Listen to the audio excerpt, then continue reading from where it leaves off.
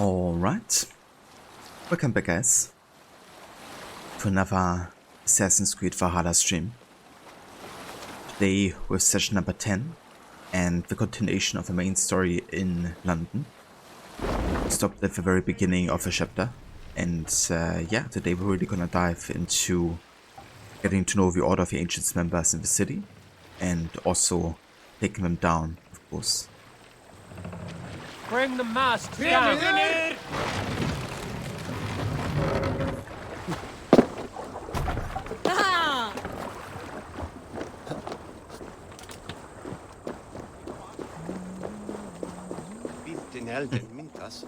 We can start with some Orlok.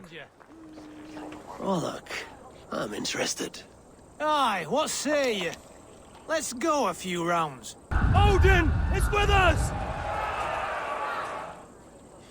Indeed. Hey there, Ember. Welcome in. Let us play. Very well then, let us start.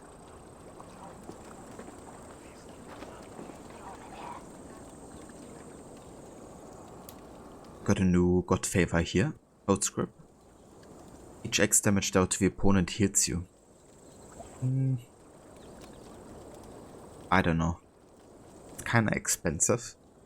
And it's also tied to only the weapon type of the X, of course, for like something that's usually used in a very critical situation. So I'm gonna keep what I have. I feel like a pop block is actually much better. Because it isn't tied to like a single kind of like dice. And it's also like less expensive.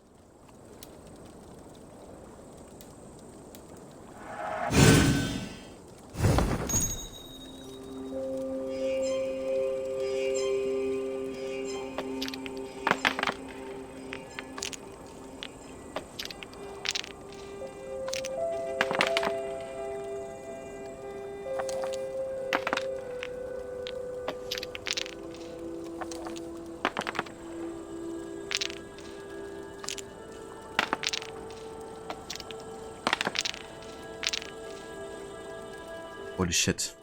Got 3 stealing tokens. That's not a good start here. It's gonna be having quite the token advantage. You enjoy this game a lot. Orlok or Valhalla?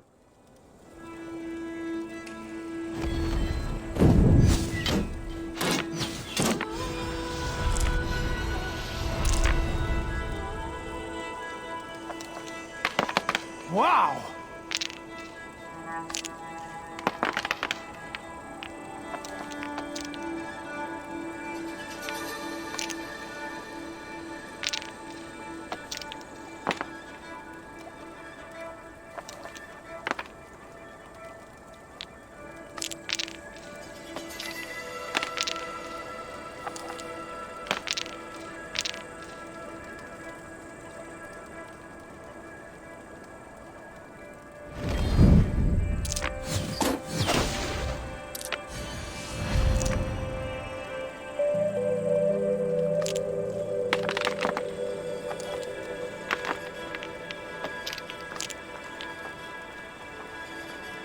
Okay, so he's also having health per block.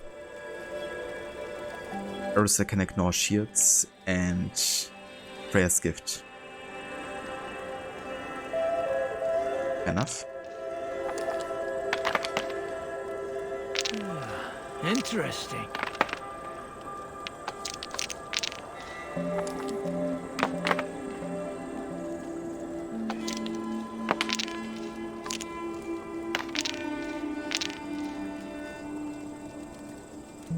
Okay, so get -3 here. We get a total of 7, 8, 9, 10. Kind of want to wait until I have 12 over 8 damage here. And we don't really block too much either.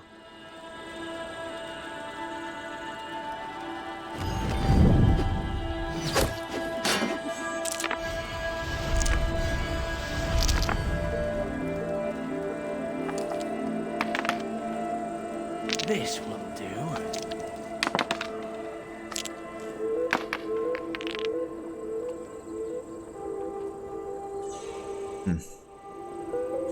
pick the axes and then multiply them.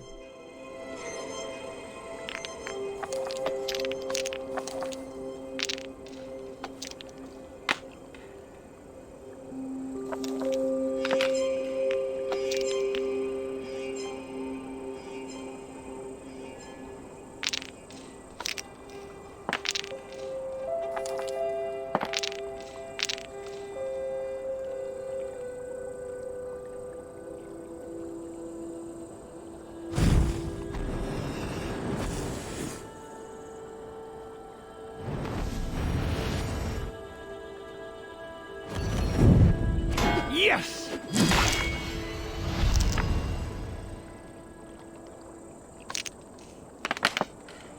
Tricky. I'm just gonna go full offense now.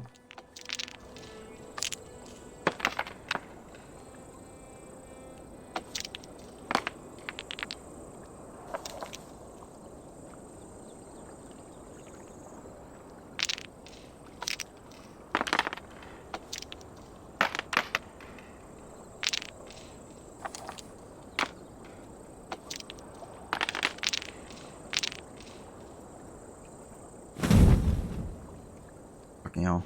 He's gonna heal himself.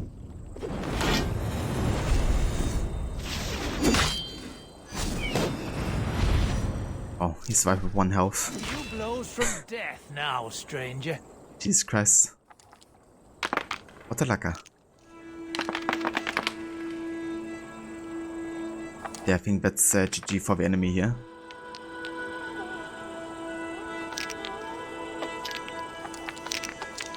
Ah, not like this.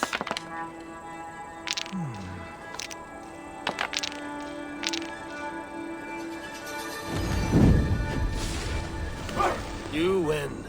I'll give you a chance to win your honor back. Play again. Yeah, the issue was that he had kind of like the coin, which meant he could attack first. If I could have attacked first, then I might have won here. But yeah, was kinda unlucky, I guess, with the dice rolls. Let's go and try again. I'm not done yet. Let's begin.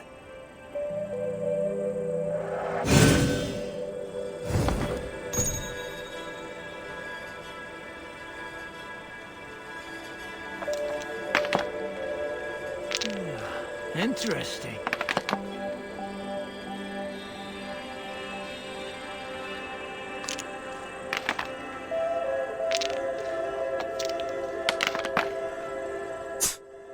Kidding me, right? 2 dice rolls of 6 dices and not a single one with a token on it. Sometimes the game just hates you. At least RNG wise.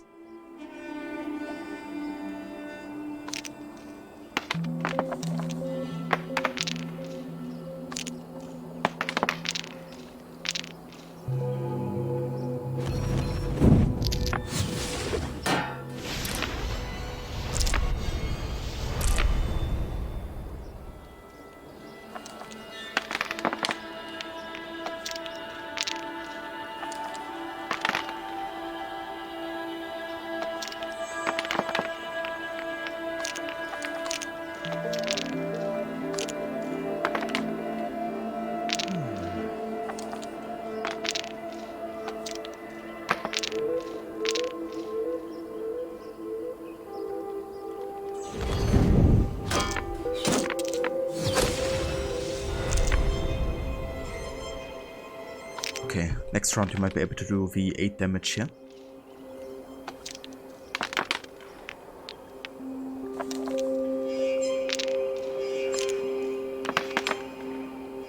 This will do.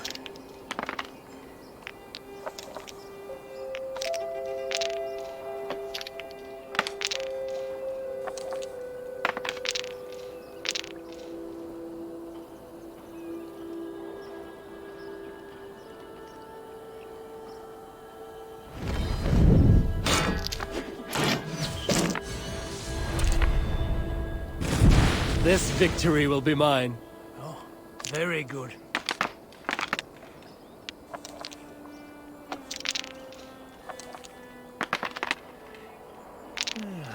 Interesting.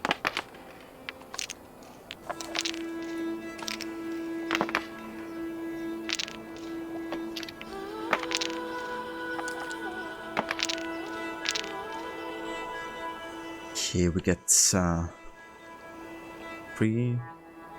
5, 6, 7, 8. Open up for 5 damage here, but we're still 1 off.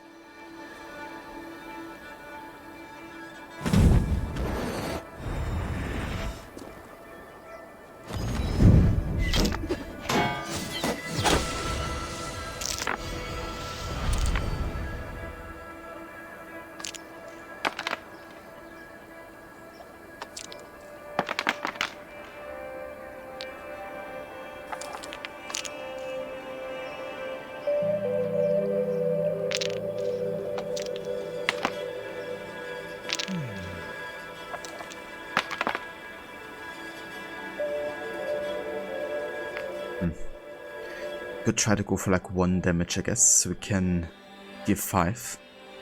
However, he might go for the block, right, and get health back, so I think I'm just gonna try to get to 12 tokens here for the 8 damage. Of course, he can't block that.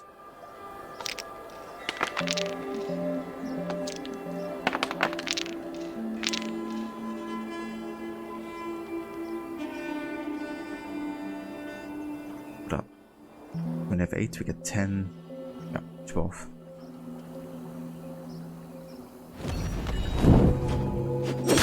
I have you cornered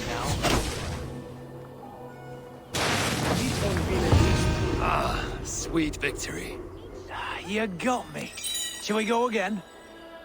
I have had enough of this.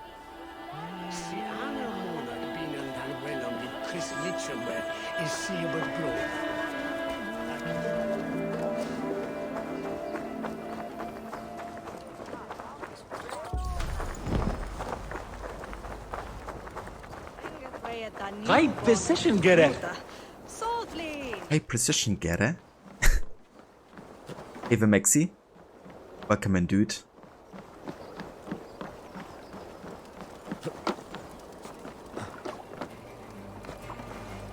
How was the rest of your Rise of the Tomb Raider stream? Hope you had a good time.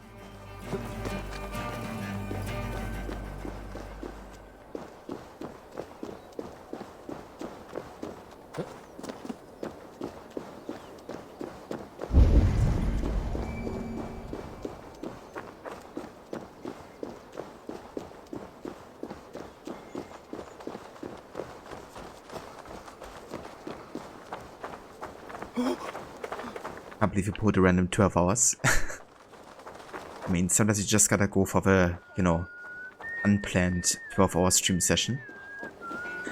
Who hasn't done it? But yeah, dude, I'm glad you had a good time with some Lara. I quite enjoyed that game. But I think Shadow of the Tomb Raider is still my favorite one out of the 3, at least gameplay-wise. Story-wise, maybe not.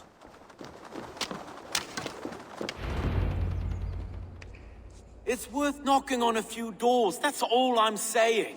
Tigger wasn't killed because you want to plant a few trees and fix a few roofs in London. Looks less like a meal for crows in here. Eivor, you bring good findings, I hope? A few sheets of vellum. Notes between members of a secret society.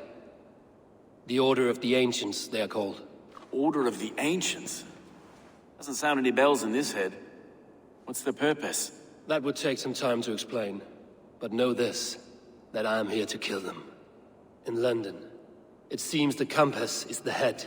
The arrow and the leech are his hands. Pet names and secret orders. What a crock. Do we know anything we can act on? Ah, dude, I can imagine. You must be pretty close to the ending now, aren't you?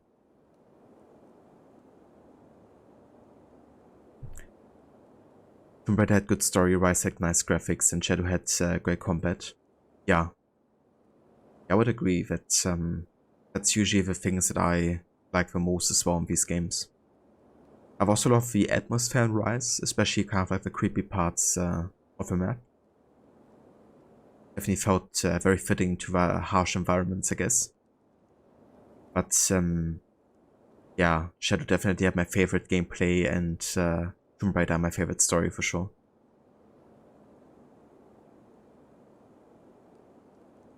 You think you're 2/3 into it? I gotcha.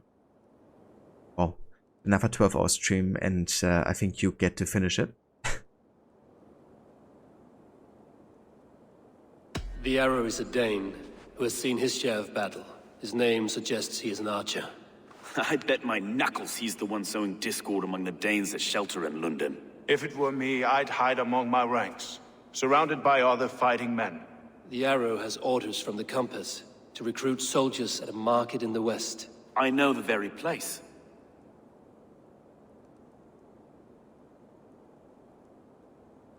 Yeah, that's just you know, those games you could like replay all the time. Maybe another 12 hours or maybe 24. Yeah, a random unplanned 24-hour stream. One of the DLCs as well. Yeah, I quite enjoyed the Baba Yaga one, I think it was. Because I watched that story in a movie quite a bit when I was a kid. So it was kind of like familiar. But also kind of creepy. Because, I don't know. It's just something about like the visual of, you know, the whole like house and the witches and all that. The Leech has need of flesh. Been looking for thralls, though I cannot say why. We found a number of dead down by the quays lately, but not thralls alone. Some of the missing we find again in several places, cut to pieces. Good lord, Erke. You found out Nadia and Baba Yaga is the same voice actress for Aloy in Horizon? Ah, right, yeah.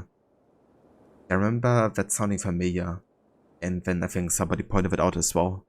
That must have been Aloy. It was well before Horizon though, right? So kind of interesting hearing her voice work on something before, you know, Horizon, with which she kind of like became popular. The Compass is a mystery. He is mentioned often, but there's little to go on. Said he was a Frankish captain, did you? To find him, we'd have to mark the ships that came and went along the Thames. Captains are a transient sort. It may be he's far away, keeping quiet. That may be, but would he scream if we cut off his hands? Oh, you've a filthy mind for strategy. We kill the Arrow and the Leech, then sit back and wait. Let the Compass come to us. Let us not waste any more time. We'll find the Arrow and the Leech. Killing both should drag the Compass back into port. So, I will catch you at the Western Market. Count on it. And I'll make for the quays. There's another few bodies there to fish out of the muck. It could be the Leech is back at work. God be with us, friends. Go in his name, and be protected by him.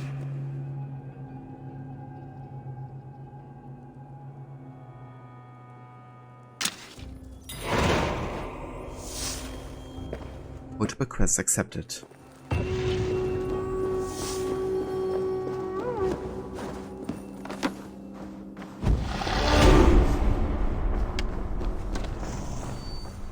I gotcha, Mixie. Yeah, that's cool that you get to hear her every now and then. The voice actor that I was kind of like surprised about doing like NPC voices, I guess, or kind of like very small side characters in Horizon, was the voice actor for Garrett. I don't think he even voices like a kind of like major character in the game, but somehow they got him to voice like super minor, like side characters you can't even interact with most of the time.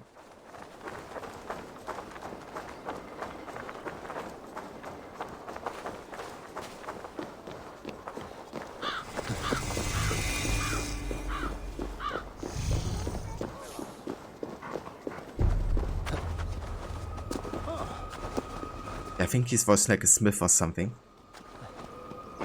Like literally just doing like NPC shatter. Essentially. It's kind of funny.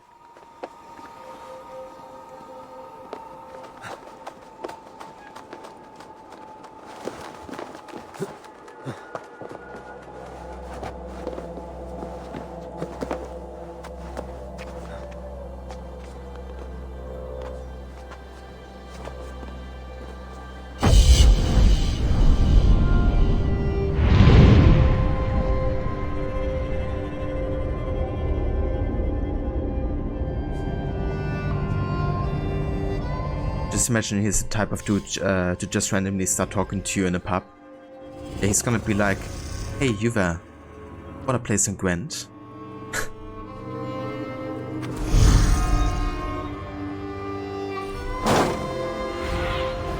What do you see, Sunan?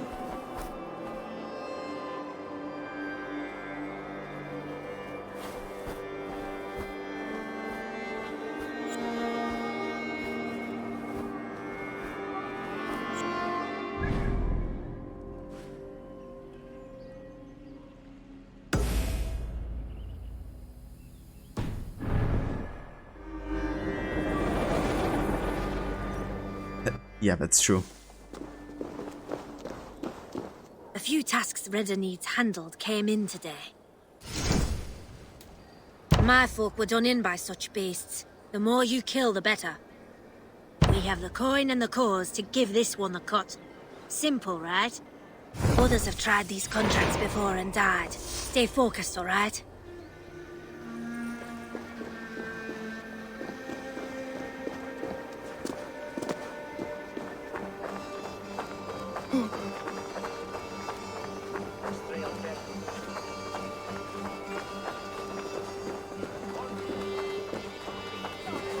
These kids are discount Redder. Oh, somebody must do it.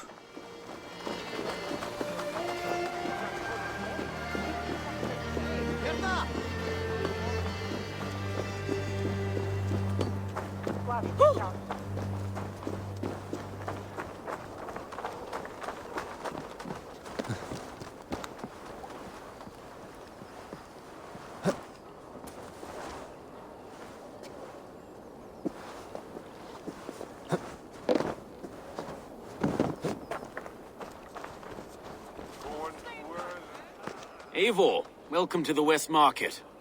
A lawman like you could set folks on edge in a square like this.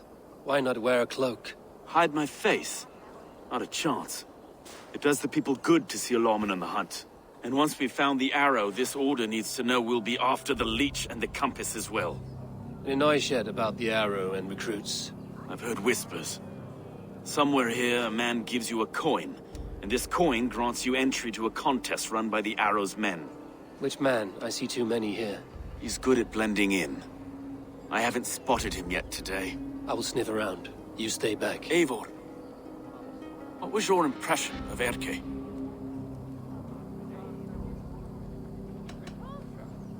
You know him better than me. If you suspect him, only say the word. No. No, I believe in Erke. It's me I don't trust. I feel unfit for my post some days. Forgive me. My latest thoughts have been restless. I've been a reeve for so long, fighting for God's justice. I shed my earthly attachments for his great plans. But you could not shed Erke and his friendship. No. No, I'm not sure I could.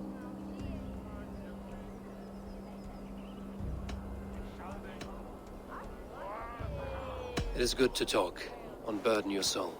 Clears the mind and lifts a weight off the chest. Yes, indeed. And thank you for listening. I should find one of these coins soon. Will you be around? I'll return to St. Paul's just down the road. Godspeed, Eivor.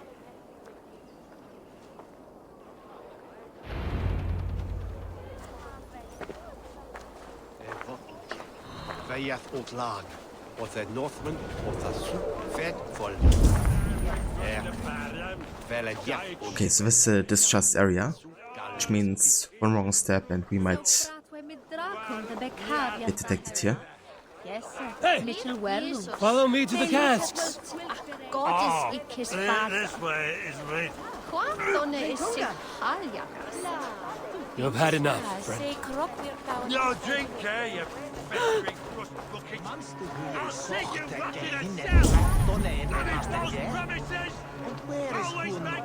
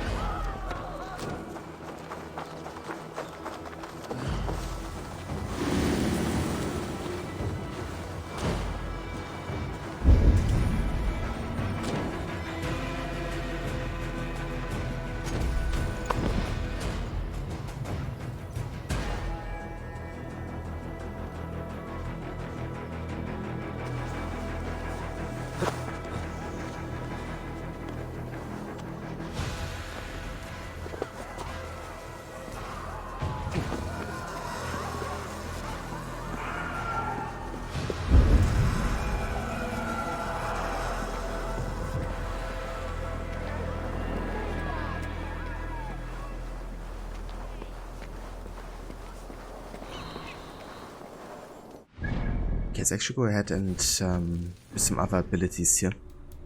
I want to go for the Mark of Death, where we can kill multiple people with arrows.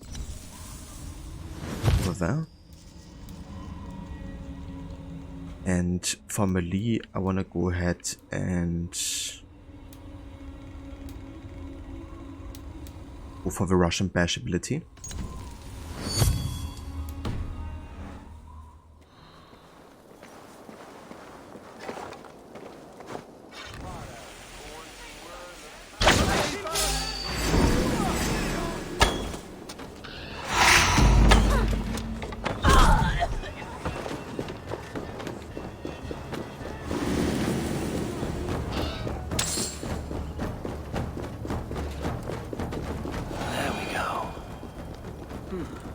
This coin is engraved with an image of the London Colosseum.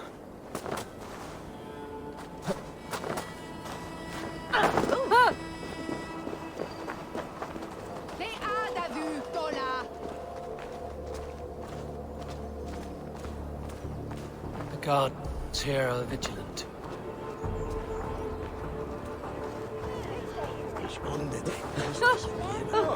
Erwin is worth. Memory balance.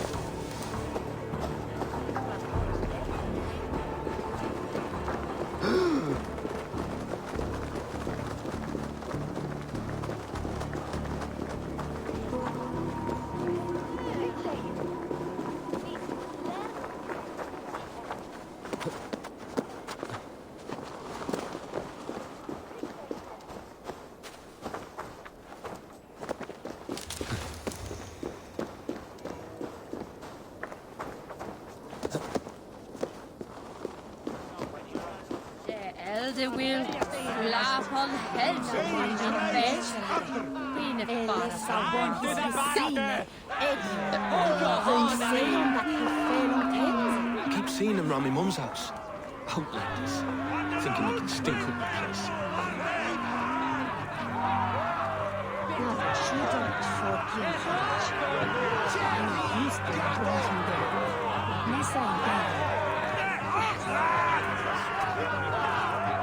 What's your business? Shooting or watching? You are looking for skilled archers, and now you have found one. This contest is private. Invitation only. Your men are handing out these coins like they were on fire. Is this enough? It's enough to keep us talking. But I'll want to see how well you handle that bow before you go any further. Want a trial round to test your eye? I've had enough practice. Let us begin. A real fanatic you are. Get ready. It's a simple contest here. Hit all targets true before the sand runs down. Here's the new competitor, a Norse from the northern wilds of Mercia. And our current reigning champion, Sia. All right, take your mark. Hooks set. Arrows north. Fire!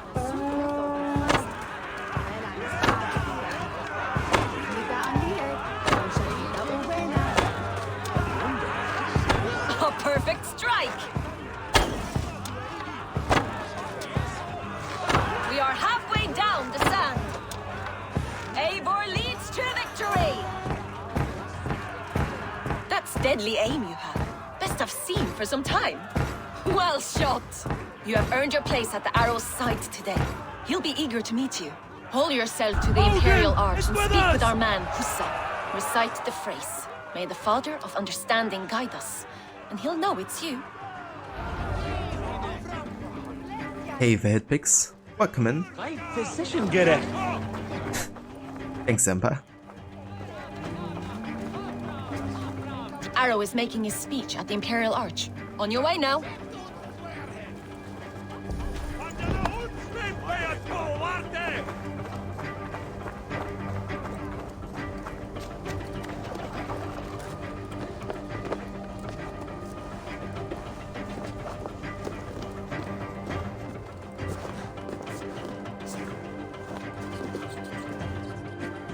It's time for assassinations. That's good to hear, Pix. And yeah, I'm doing well. Continuing with some Valhalla in London today.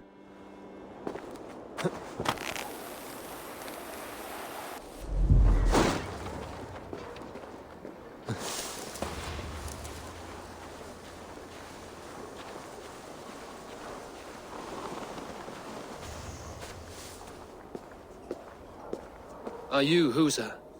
Yeah, and who's asking? May the Father of Understanding guide us. And may the Mother of Wisdom give us strength. You're to stand just there, look your best when the arrow comes forth, and keep still.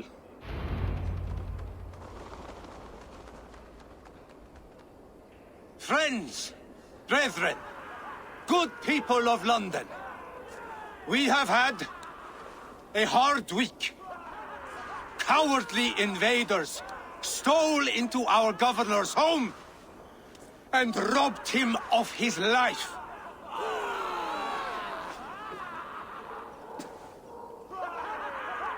Trigger, my friend, my leader, slaughtered like a dog! Of course, Spearhand is the Warden of War, and also called Palatinus Avgos the Arrow. Avgos Spearhand of the Arrow mastered projectiles at a young age. While his village was peaceful, his heroes were warriors. He ran away to go a Viking with a great heathen army and rose through its ranks, yet never high enough for his aspirations. He joined the altar on the offer of power not even Odin could give. Arrow, we must increase our strength to stage our coup. Drum up some support from the layabouts at the West Market. Archers are needed in force. We need them to man those new springouts you're so enamored with. I will return when you send word of your success. A compass. Invitation to a glorious speech. Come, brothers of the cause, to London's glorious imperial arch. To hear a speech from our leader, the Arrow. He will guide London into a new era. London for Londoners. Right. Essentially, he's a racist. Indeed, it is Hitpix.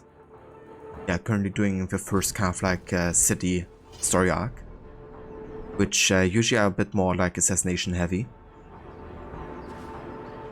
In this case, we have like 3 targets of the order. Outsiders! By the enemy! Do we expect his reeves to guide us? Some arsed halfwits let Trigger die. They think we're safe. But our governor knew. He confided in me his real plans to protect London. The drunken Danes of Northumbria polluting the north. Alfred and his men of Wessex rallying to the south. Of all this, Trigger said, Avgos, what we need now are strong borders and stronger soldiers. Today, I honor that wish. I present to you, good people of London, our new elite archery force. These elite archers will be stationed with our springards, ready to attack invaders by land or by water. And further, until these storms of accusations clear, I will take Trigger's place at the head of our fair city. Not that I could replace him, for Trigger was a pillar of steel. But I can try. Let me be your arrow. Let me point a true way forward. Some will be naysayers, those who wish to discredit me, and those who wish to keep London weak. Listen not to them, friends. I serve only London. I serve you. London is a place of prosperity. Prosperity we must export to all of Britain's kingdoms. No more false kings with their lies. Heed the ancient ways. The true strength of London. Rule London. Rule Britain. Rule the world. Into order and truth. Beter, auf fram!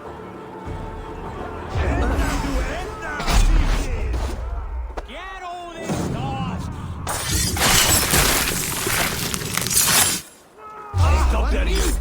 Brachte la Ehren för Alderstavir!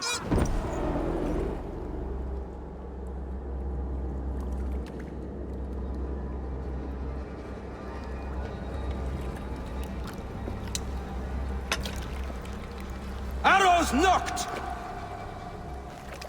It's a hard thing to raise the rats of a city into warriors. Hook, set! You raised no one. You only trapped them in their cowering fear. Draw strings! First wave fire! No. I gave these men order. I gave them purpose. I showed them their common enemy. Anchor strings! Second wave fire! I was arrow for their rage. Without a foe to consume, we devour ourselves. He speaks true. A man without an enemy defeats himself. Justify all you want. You're just a king-killer and a coward. Mighty High Horse, you'd do the same if you were me. Aim and fire!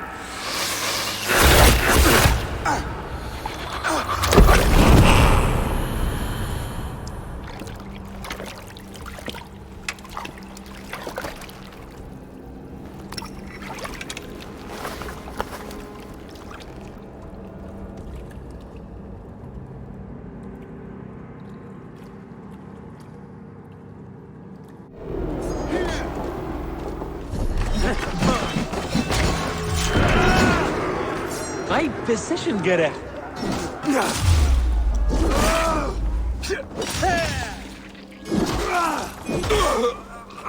Die, die, die!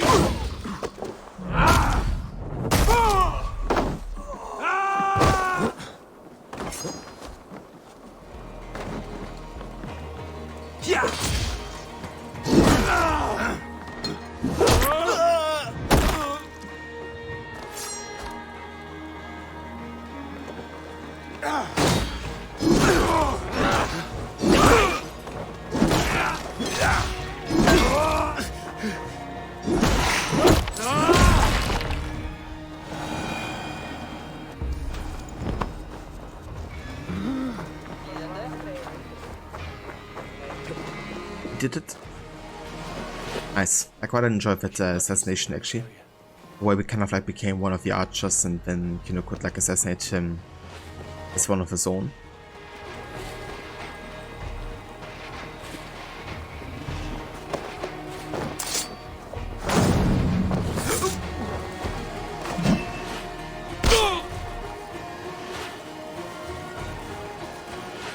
Some would be naysayers, Ember. Yeah.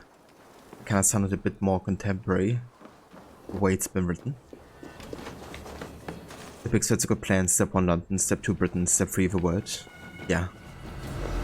Gotta think big.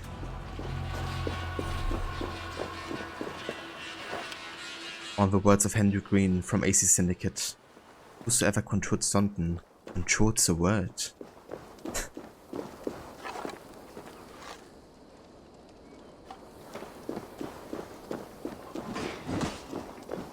Classic Quebec boat, I guess.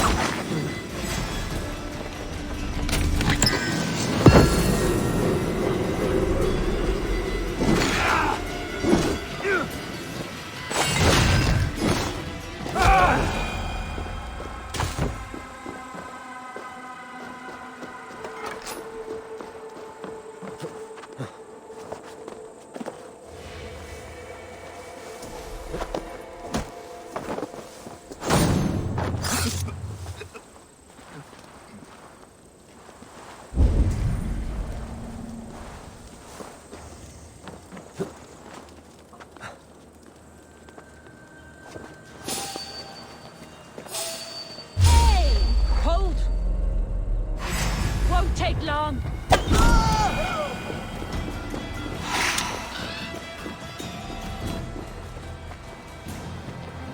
That guy's a short memory span. You hide in the grass but couldn't find you.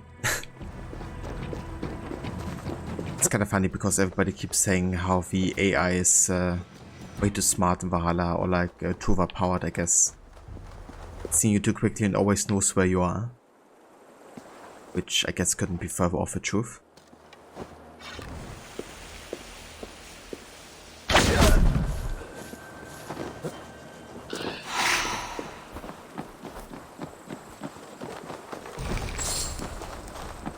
Like, you can fool them quite easily.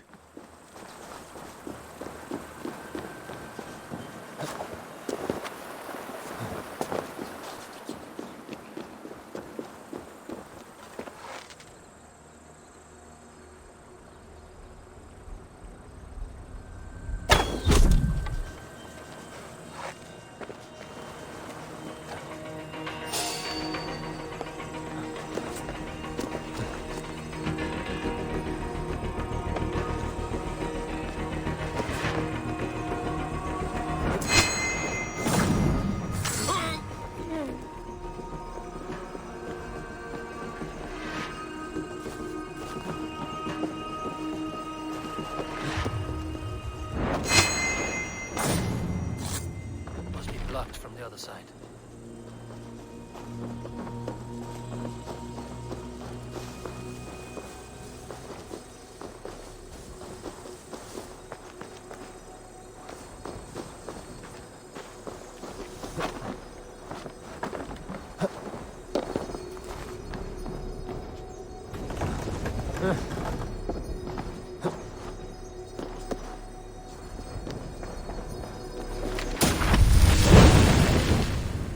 Oh, nice.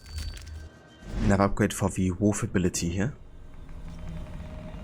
The wolf will stay to fight by your side. Nice. The tree is gonna help us even longer now. Also, we have a couple database entries here. Let's have a look. London. 9th century London was in a transitional period. It was largely abandoned by Christians, believing the ruins of the old Roman city to be haunted. But the grand architecture proved to be a great shelter and landmark, so the site was used by the Summer Army during the occupation.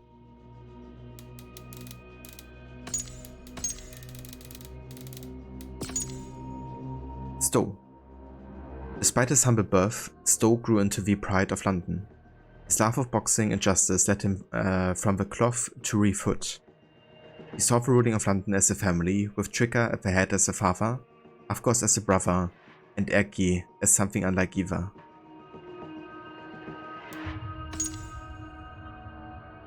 Erki Bodisson was one of the London's Danish sons. His motto was whatever gets the job done, but shifted from more shady dealings to strictly upholding the law with guidance from Reeve Stowe. The two became fast friends and partners under the rule of Governor Trigger, and could scarcely be seen apart.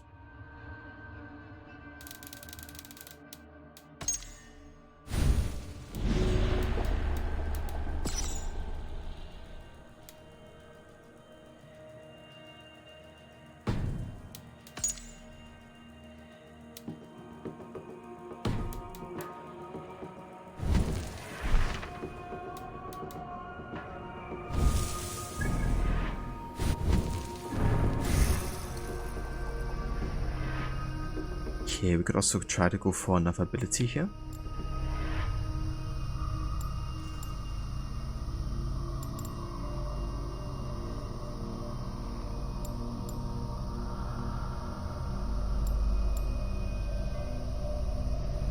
Yeah, let's go for the charge shot ability.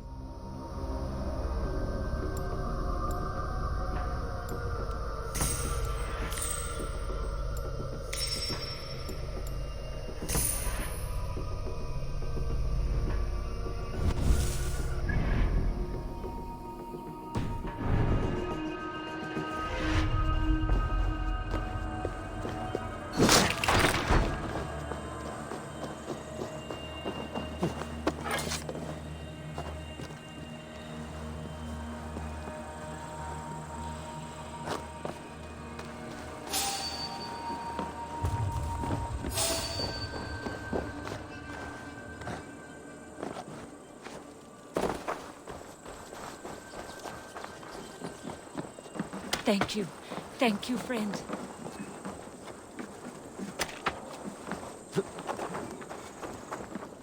You are a good friend to me. What's happening? Thank you.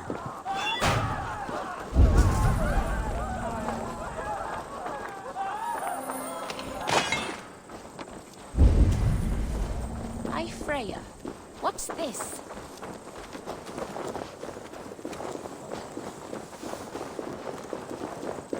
Gangardos! Kommt ihr undan!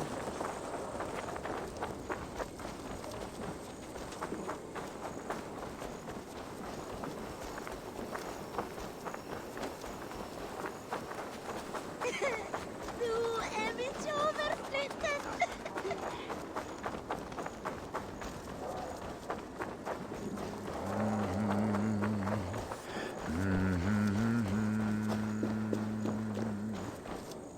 You're unharmed. Praise be to God. It will take more than a few lads with newly polished bows to fell me. The arrow was a boy. A man with a boy's brain called Avgus. Avgus? That can't be right. I could return with his head on a spear, if you would like to see. No. You've no reason to lie. Yet Avgos, my old friend, had no cause to murder. He saw London as a kiln of rage. To harden the softness of its younger men. Perhaps I ignored in him what I hoped not to see. Ambition, greed, anger. From one man, such hatred is easy to spot, but from many, it is a fog that fills the room. Power. Men will claw for it and cling to it at the cost of everything. Very true. And it is cold comfort that glory has the taste of your family's blood. With Avgos gone, I will turn my attention to the Leech. Erke should be down at the quays. He'll be waiting for you. If the Compass should emerge, we will let you know. Then I'll be at St. Paul's Church, waiting for the good word. Take care, Broga. Roga.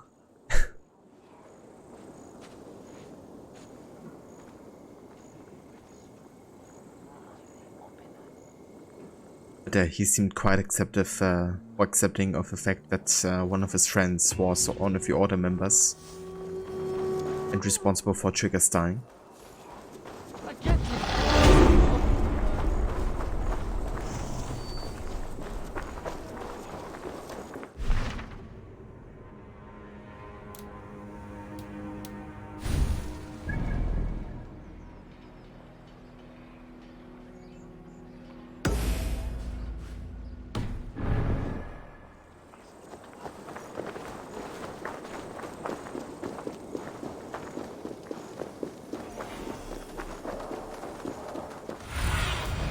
Aid me.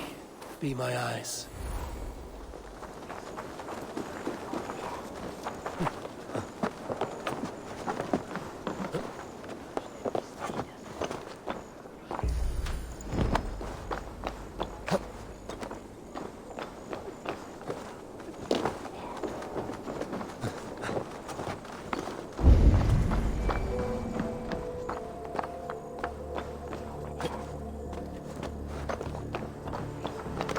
This place is heavily guarded.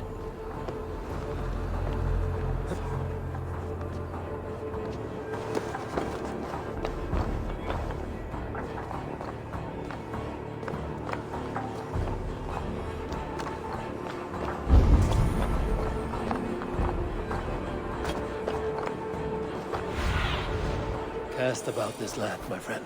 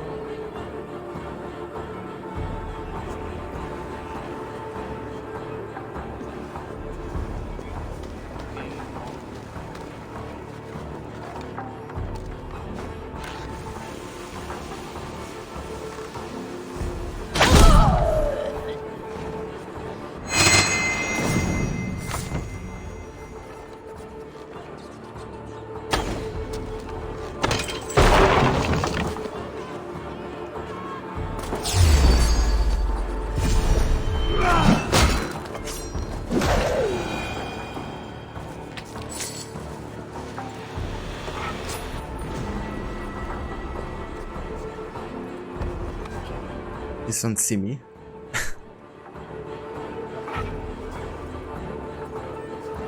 The area safer for a time. Okay. Didn't.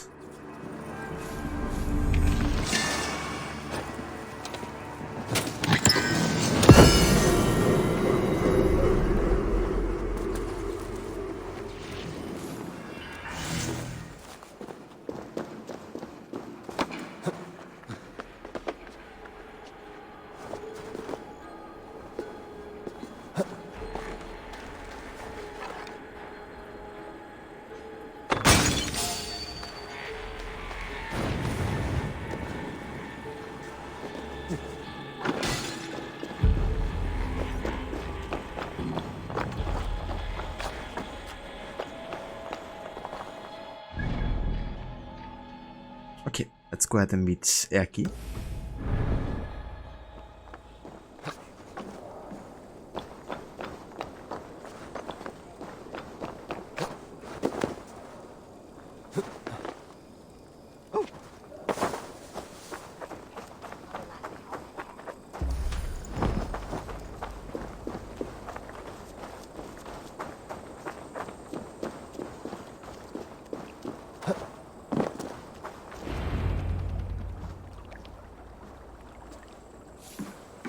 Is this the leech's work? Yeah. New corpses every day.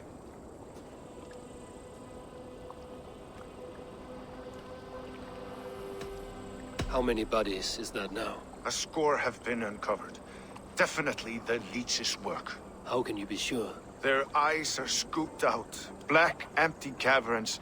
Same as Trigger's gods. Must be hundreds of people passing by here each day. Anyone see them dumped? It's the riverbank, Vinner. Every crooked dealing in this city goes through here. Stowe has seen the same. It is not only the ducks.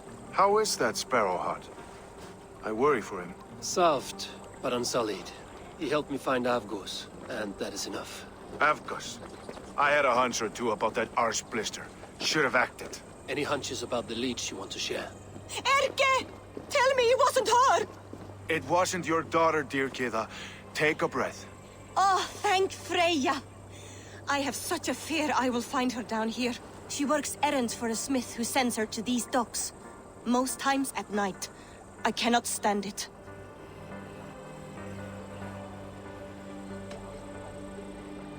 When did she go missing? A few days back. Left after sundown. Never came home, my Regna.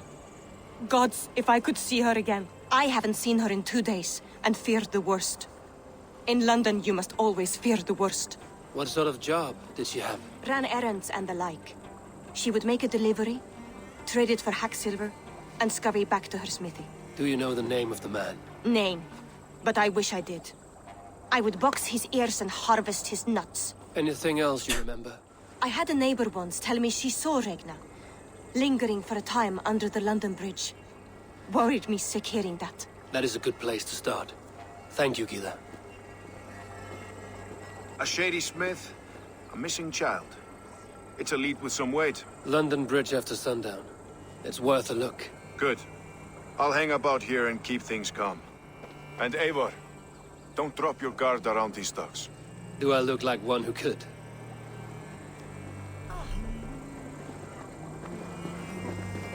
Yeah, harvest his nuts. It's definitely an expression I didn't hear quite often before. I trust you will find my Regna. There is nothing for me without her.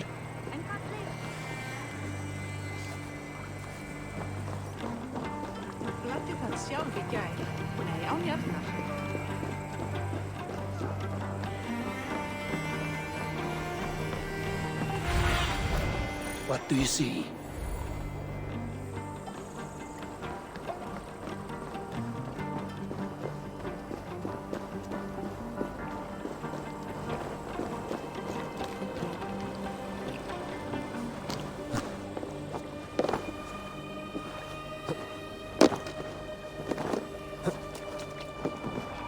Toen hier verstoppen het Neelse bere. Gesamenunden is liedje here verwetten.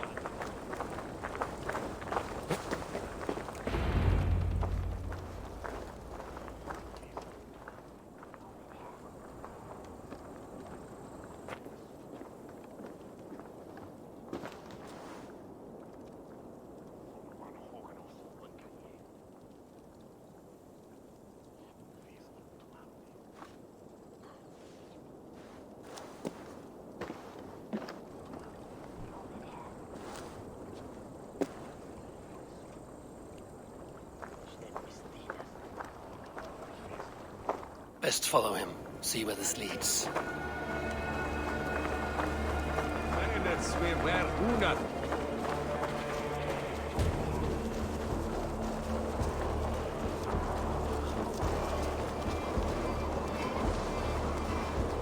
Can't this clod walk any faster?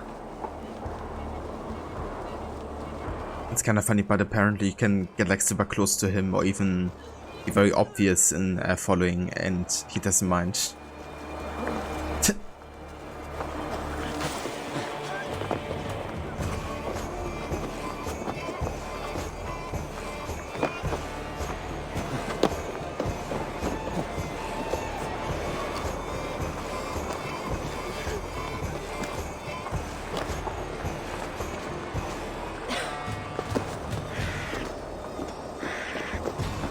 Careful now.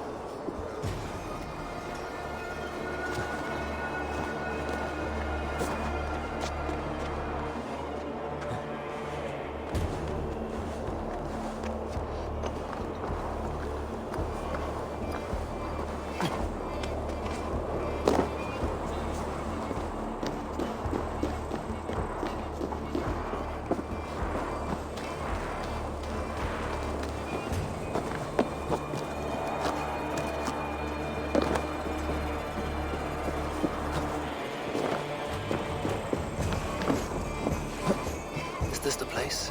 Or no, just meandering?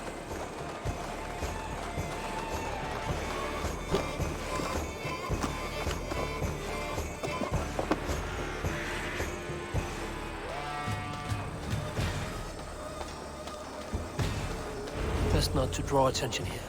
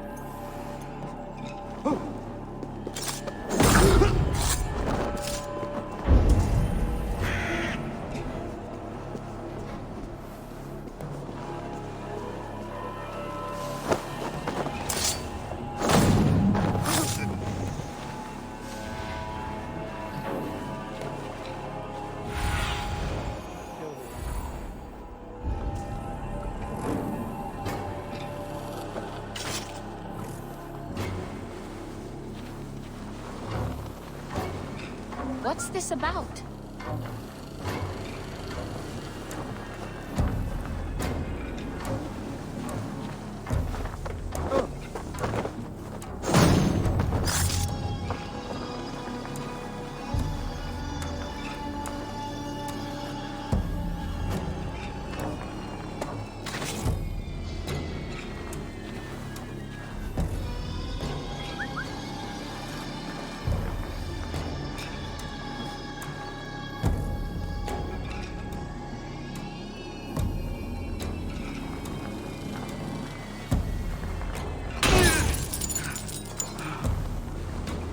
Hold there! I'll ring the bell! Holding owns you! Hero fuck! You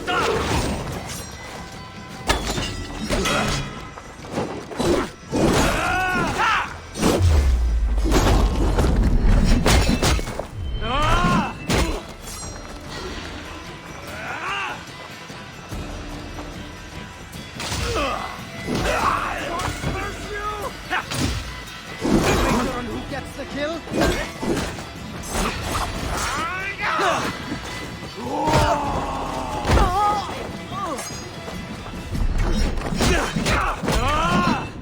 I'll ring the bell!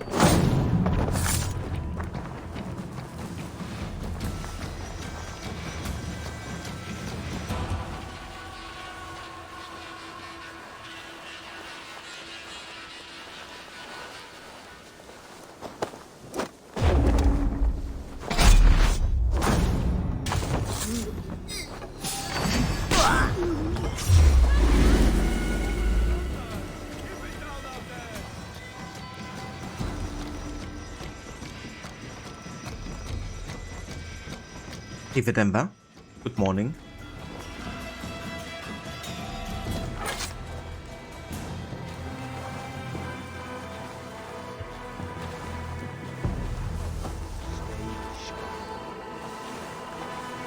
Clear this end.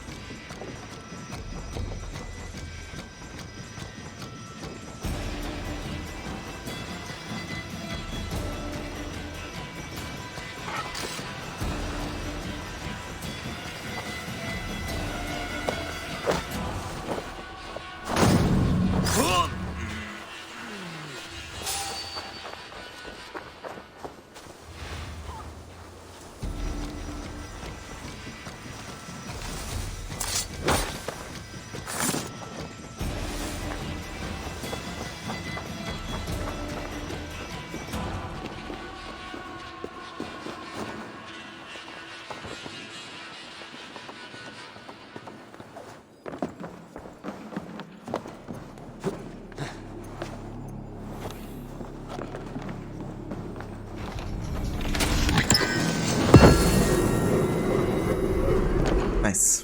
Another hammer. Quite like the design on this one.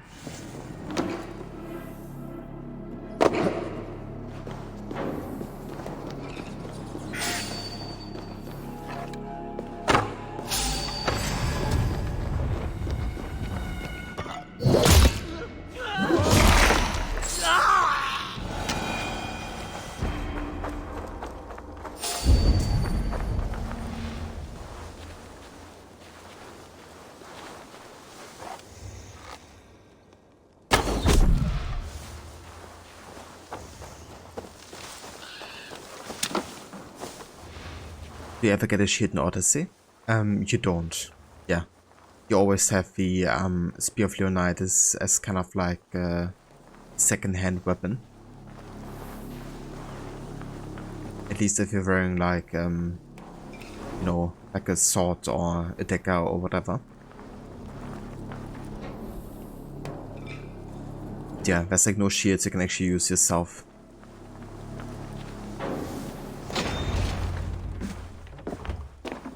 You got the purse, I'm old. Huh? Who the fuck are you? I'm a friend. I'm a member of the Order. It would be kind of funny to go for that actually. Let's see what happens, because I didn't actually go for this option before. I am with the Order. The Leech bade me give you a message. The Order? Huh? I'd need more testament than your word alone. I have this. If it's silver, I'll accept it as payment. You know this is no Elderman's coin. Right. So what's the Order miffed about? I'm doing my duty. I am here about the Leech. The tools you made were unsound. That's not my doing. Sister Frida Smith is breaking them faster than I can smith. Breaking them on the bodies of the poor and unwell? We warned her against such evil. No, that's not a fair read on her work. She never kills without reason. That is for us to decide. Where is she now? Where she always is. The old forum in the shade of the Giant's Wall. Thank you, brother. And keep this to yourself. To Order. To be delivered to a forum, 2 sets of pliers, 15 scalpels, 1 surgical saw, 1 set abdominal forceps, and 2 set surgical scissors.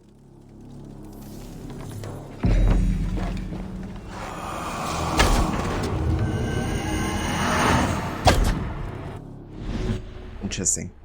So I believe you can actually kill him if you decide to go for the charisma option. But if you say you're one of the Order, then you can't attack him.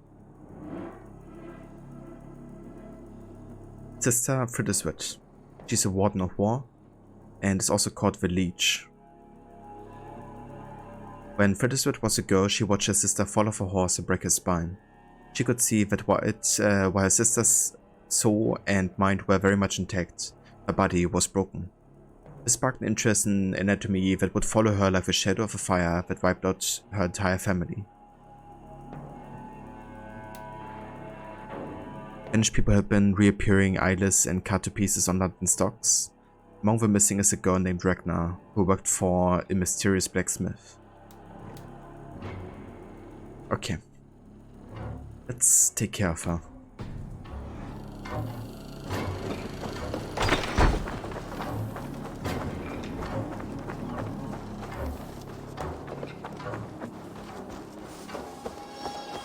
It's kind of ironic that Odyssey doesn't have shields because, you know, it's like for one very big in both Origins and Valhalla.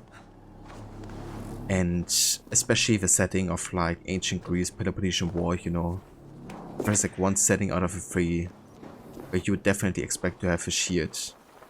It's that one. Considering you like literally taking part in conquest battles and stuff, but it's not like those have any formation in the first place, right? Yeah, the game doesn't really care much about shields. In the first kind of like cutscene, Leonidas is literally throwing away his shield on the battlefield. Just because it's like a flashy Captain America move.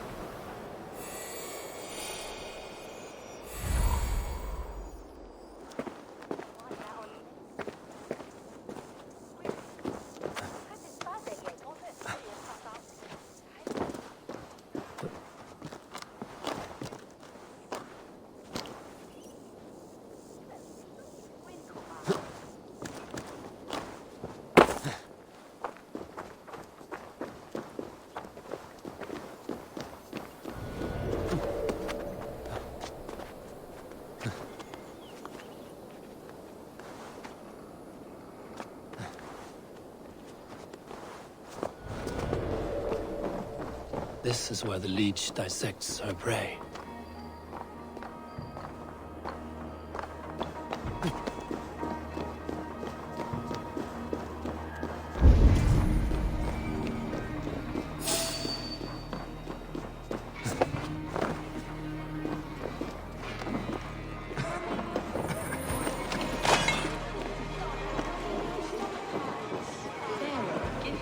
The good sister was right from the back. One green. I should be cautious around here. So beautiful. Bless you. You have advanced the cause of our kind. It's kind of interesting that Ragnar, the daughter of the woman we talked to earlier at the docks, has a blue and a green eye. No, she also says it's sign of a reborn. So she might be another sage of Aita, potentially. I'm not quite sure if it's confirmed, but I guess it could definitely be true.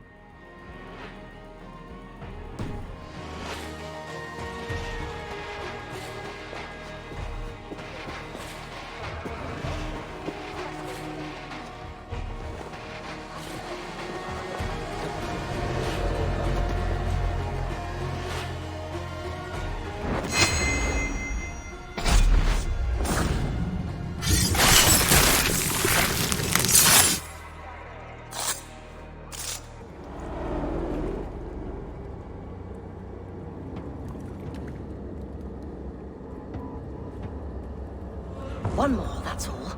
I'm nearly finished. That is enough. Ah, it's you. For all the dead we collect, dear sister, you and I are equals. Quite a charnel house. I'd lost count of how many. I suppose I've been greedy in my research, but not for lack of care. The ancient ones, the Arbiters, they built us out of simple pieces. So easy to break, so difficult to mend. There must be an improvement. We should be stronger, faster, smarter. I could have fixed us. I could have made us better. We are blood and bone and spirit, Friedeswith. Perfect as we are.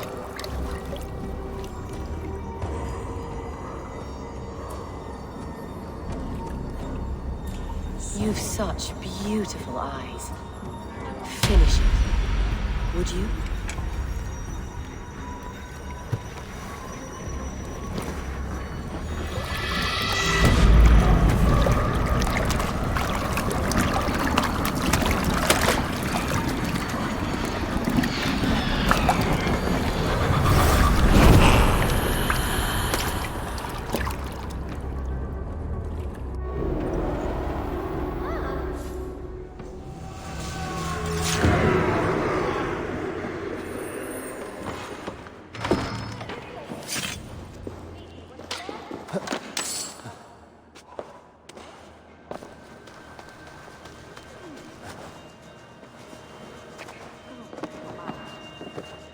Nice.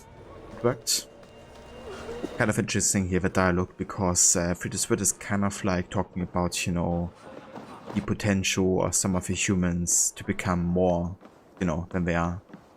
So in a way, she's also fighting for the cause that Folk is fighting for, you know, like, for example, in Sigurd, you know, she would try to do experiments on him probably to lure out, you know, the godly within him. In this case, she's also, I think, godly in Ragnar, you know, the daughter. And at the end, she also did kind of like see it in Eivor as well, you know, when she says she has such beautiful eyes. She's kind of like referring to the fact that, you know, those might be Odin's eyes. Or is this Hardavan Origins? You were right. It definitely can be, like, depending on the difficulty setting.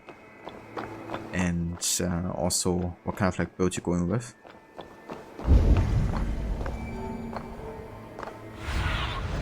Go, Sunan.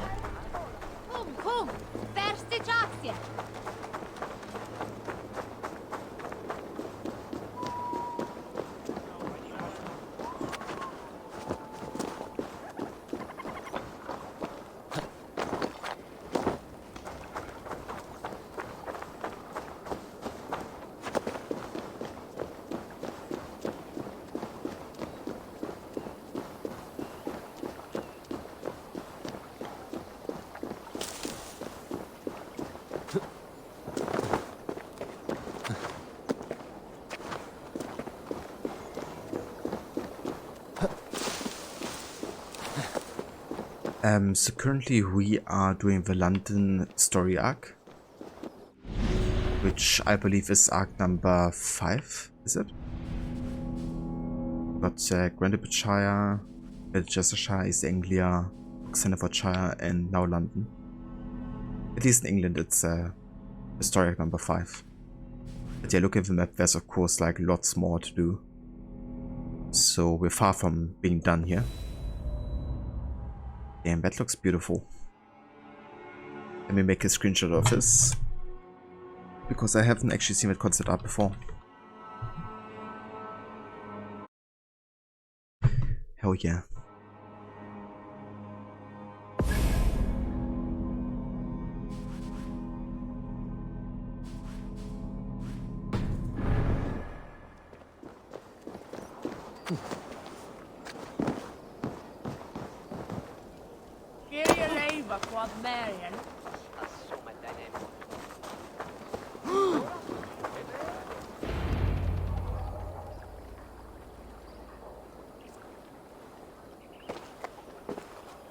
It is done. Ah, the leech is bled out. And did you catch a name? A nun, name of Frida's with. What? The good sister? That can't be right. She was a saint. A healer and a... Gods! That brick fits this week's wall of shit. You knew her? She saved me. Mended the broken leg. Thought I'd lose it. But not with Frida's. You wouldn't know it was ever broken. The sands will run backwards now. Without her, we'll return to balancing humors. All of that for this. Secrets of the human form. How she saved lives. And how she ended them. It might be the ravings of a madwoman. Not every problem has a clean solution. True. Very true. I've built my name selling the heart fix. I'll live with it. This was her fix. All her ideas and discoveries written here. Ill-gotten gains. I have a mind to burn that bloody tome. Is that the right call?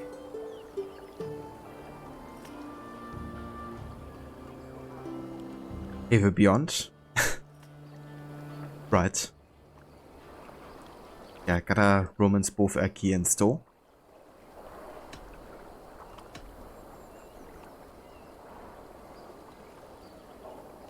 So I'm gonna go and say keep it, because even though, you know, it's like based on like horrible human experiments and lots of deaths, it's still knowledge. And if something good comes out of all of this, you know, then that's at least something. It has cures for everything, from boils to broken bones. It is worth keeping. We fight wars to save those we love, and pay in blood for what we win. This book, this is your good sister's battlefield. Her kingdom. You may be right. We can't return the dead to life. But their sacrifice can mean something. If you need me, I'll be at St. Paul's searching for something on the compass. Thanks for all this, Broca.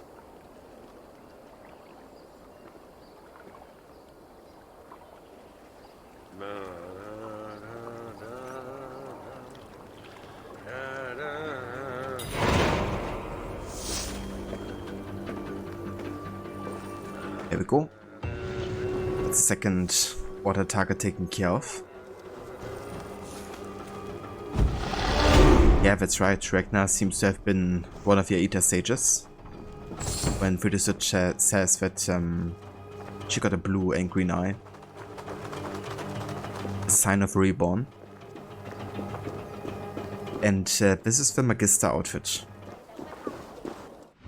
Yeah, I have it transmogged on my Element set.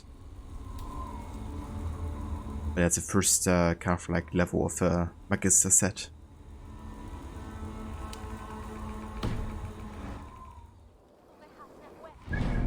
Yeah, I've also really enjoyed the Mentor outfit as well. One of my favorites for sure.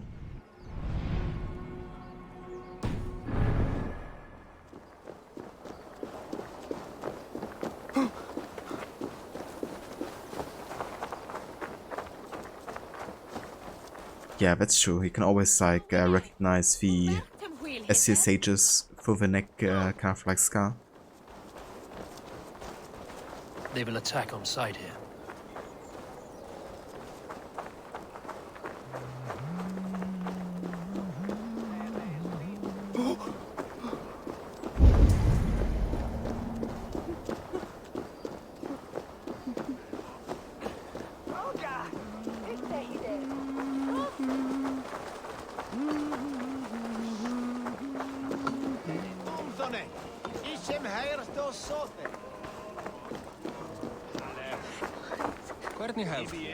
So the last chapter trailer, did something new release like recently, like today?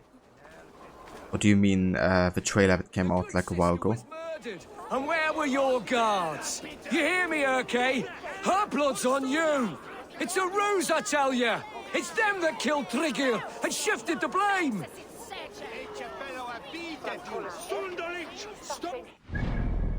Got my hunting down now. So we took down the arrow and the leech. So now we have a compass left as the last order member here.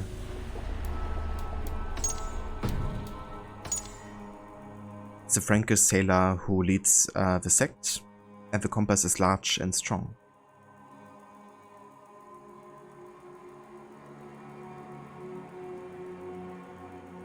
Seems like it's about the sages, just a trailer where we see Basim, etc. Ah, okay, I gotcha.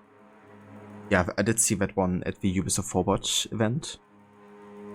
It looks interesting, but I guess it depends who's also writing it.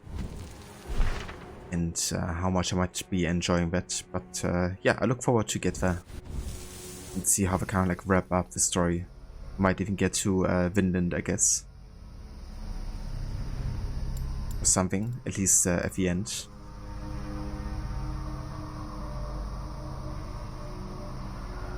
Yeah, we definitely got through the series at a good pace here. But still, I mean, Valhalla's gonna take us a while. So I'm still far from being done with it. I reckon by November we might get to a close, but it might even go to December, to be honest. For how long this game is. Darby was writing it. He was joking about it on Twitter because someone was whining how Eva and Odin are in good terms. Interesting.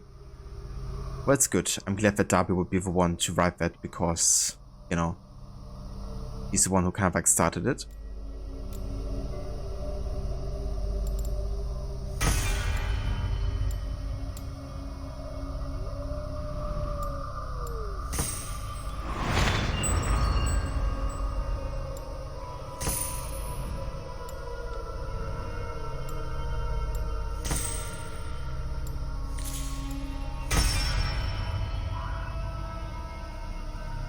Yeah, I believe Darby already confirmed that he's writing Hexa.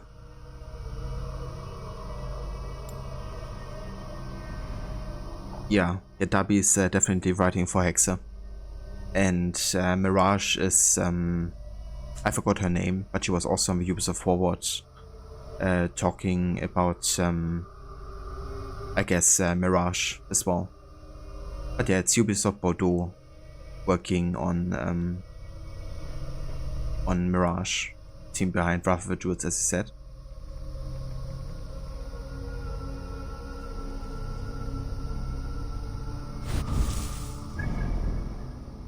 She also made a Twitter post quite recently explaining, or at least kind of like talking about what you see at the end of the Mirage's trailer. Because you see kind of like a demon almost, right? In the kind of like afterlife scene of Basim. And she was talking about how that's like a djinn. Or Ginny, I guess. Yeah, exactly. But, yeah, that's of course, or at least I believe, it's just like how Basim sees Loki, I guess. You know, as somebody who's trying to possess him. Ah, nice, so you kind of like caught it. That's cool. Yeah, it definitely makes sense, but we have to be careful as well, because that's definitely a sensitive topic. As well.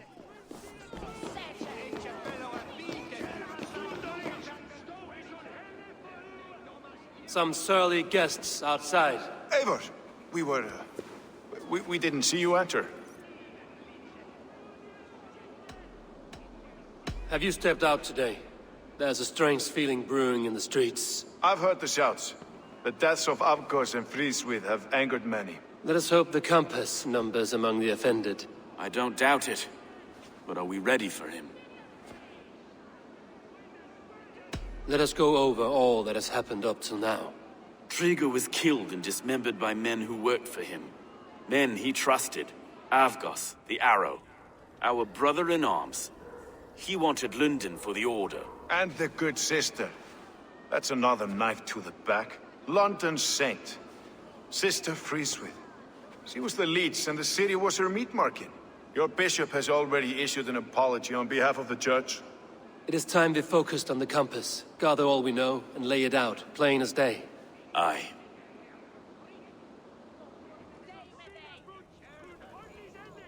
We let fly the feathered dart, cut raven ink from a cowering quill. Now we wait, wolf-tensed, for the master of the River Rep to return and revenge his shaken warriors. Well, well. This one's got the gift of Odin's meat. What is on your minds, though? We know the Compass is a sailor. A captain from Francia. And he won't like hearing he's got a leak in his hull, so to speak. With the death of the leech and the arrow, you want to hit back. But we can't know how or when. Apart from this, the man's invisible. Coward, if you ask me. Burn in your hell, you bloody reeves! We're pent in! Is there another way out? The tower! There's an open window they can't have reached! I'll go up! You find a way out!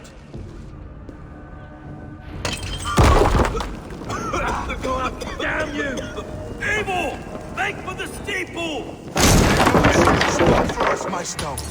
We've many years yet. Come on!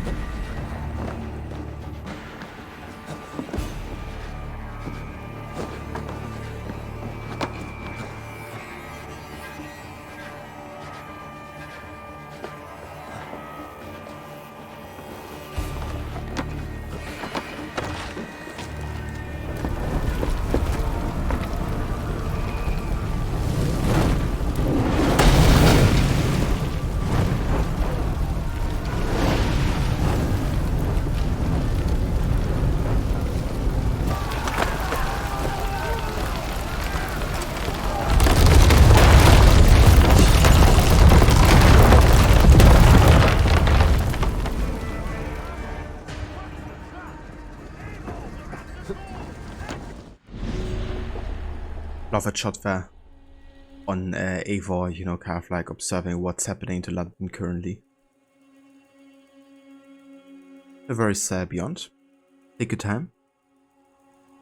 So we have Vicelin, also called the Compass, and he's a Warden of War, as well as a Palatinos. Swim or be swept away. Vicelin was a career sailor, the kind of man pledged to king and country. The offer of the order came at a soiree where he was given the kind of stability that the warring Frankian could not challenge. Food, power, and officerships he so desired.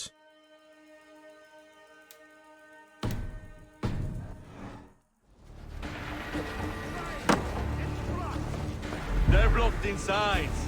Let them burn!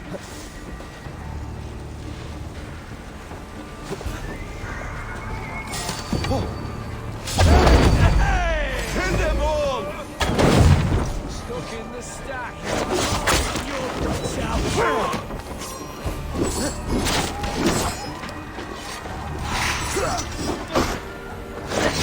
Let's go! Fresh air!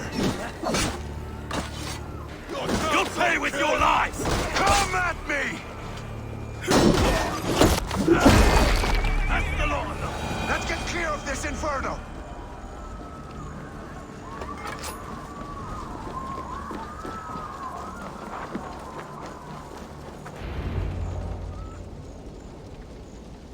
I had a view of the city from the roof. There's a new flotilla in the harbor. The Compass. Bastard. If we commandeered the springalds that Avgos built, We could rain a cloud of arrows on the invaders. I'd sooner take the flank and go around this army to the boats. If we cut the head off this beast, the Order's men will be easy to rout.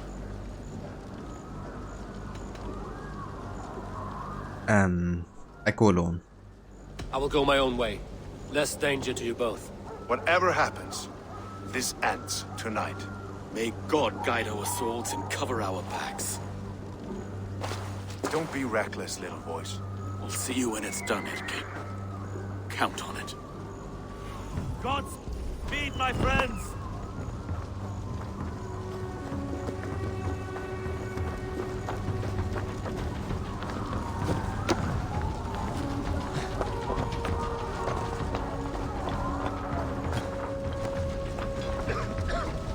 I can't breathe!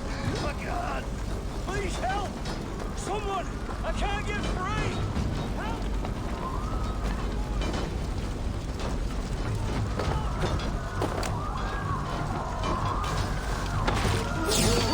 Keep our wits about us!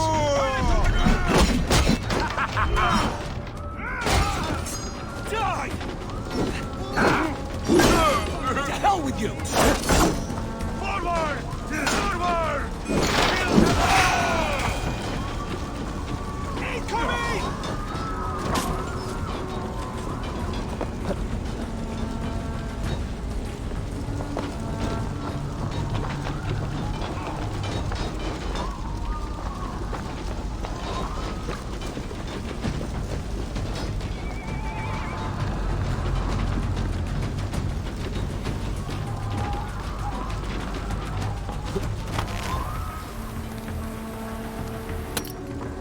This way! The docks are burning! Take this path. You'll avoid most attention. I'll give you cover when I can.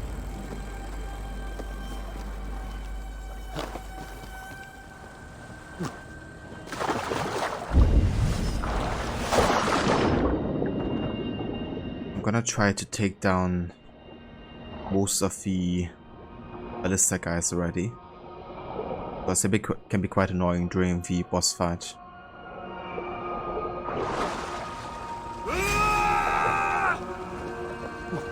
Not much longer, Thors! I've got some leaders with the Well, look here. Go and Erke's lapdog. You've stolen me from Francia!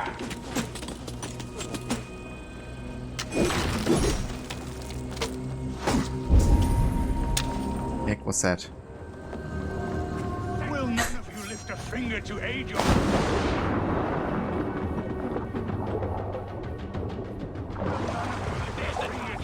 Shoot it! Together, lad! Curse you!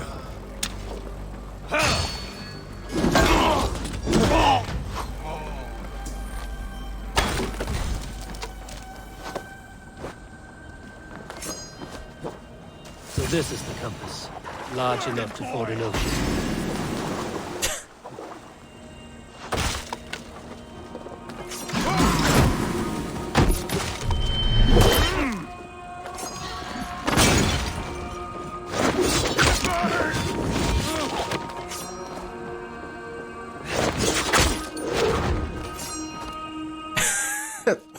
Fuck. You die here, Dane!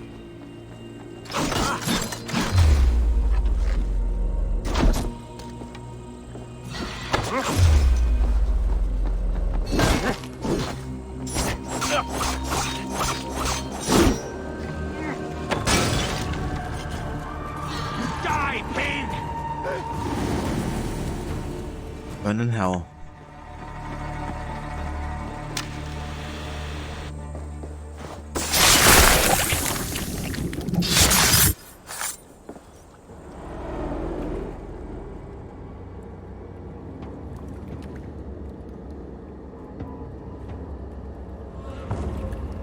Burning to ash what you cannot possess, that is a child's way out. To hell with London.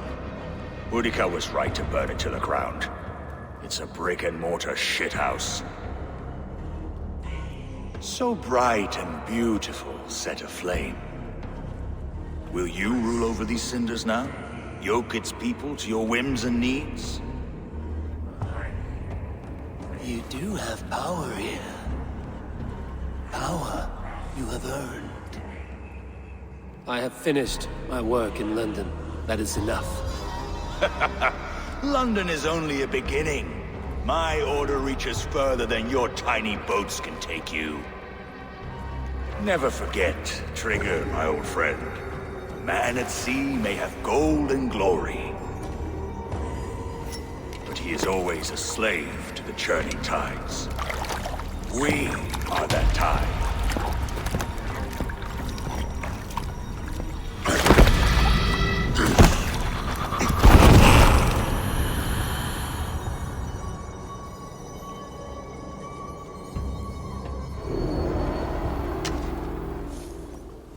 I like how we killed him exactly the way that he died in that cutscene. Just going out in flames.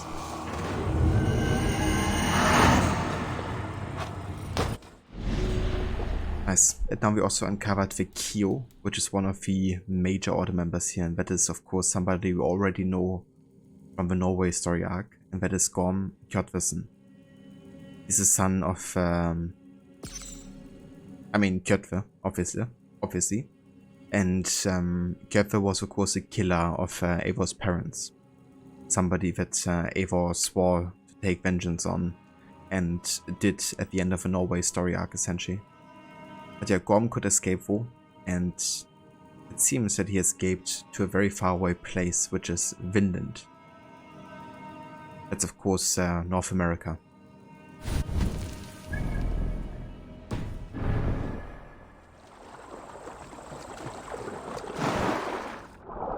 Which Assassin's Creed game do I like the best? I would still go with Assassin's Creed 2, because I just love the beginning of Ezio's story a lot, and I mean, back then we didn't have all of the games after AC2, of course, you know, so that jump from AC1 to 2 was insane, and also a way they kind of like changed the setting so seamlessly, but still making it connected to AC1, I guess. But yeah, all of the changes to gameplay that AC2 did, like the way the open world was created, had like a home base, all that type of stuff, the way side quests worked as well. It very much inspired like the Ubisoft formula, I guess, that like a lot of games nowadays, or up until now, have been using a lot. So AC2 also has been like super influential, I guess. Because, I mean, there's like so many games nowadays that kind of like follow that Ubisoft formula in a way.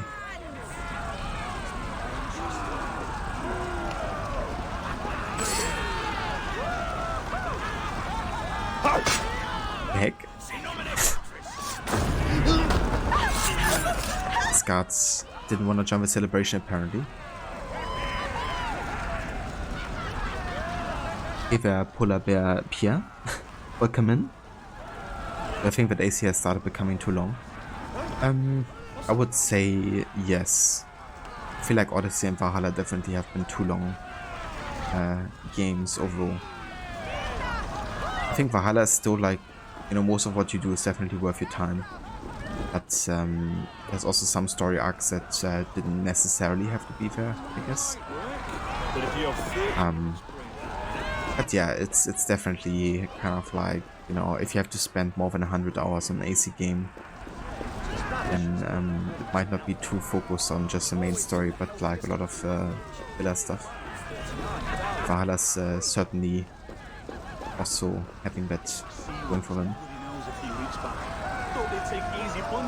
But yeah, I mean, if you feel like Valhalla is like too much, you know, then you could also just focus on the main story and you would be fine. You know? At the end of the day, I guess you kind of had to like pick what's important to you as a player.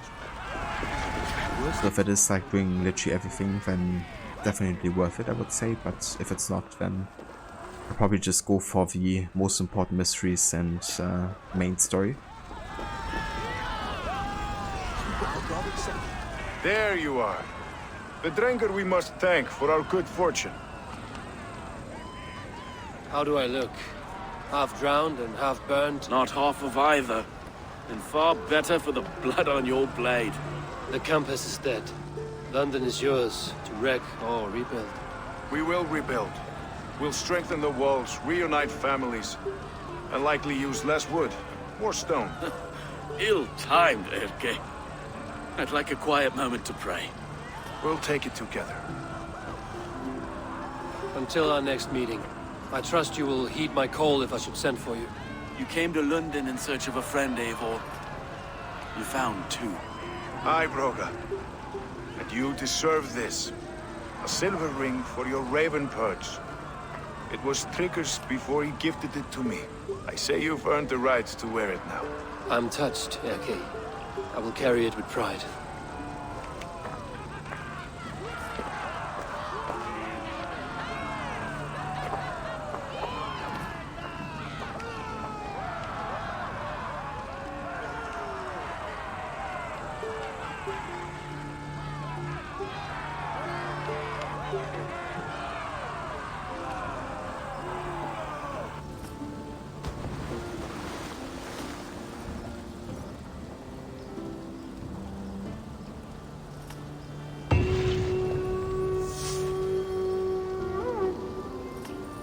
There we go.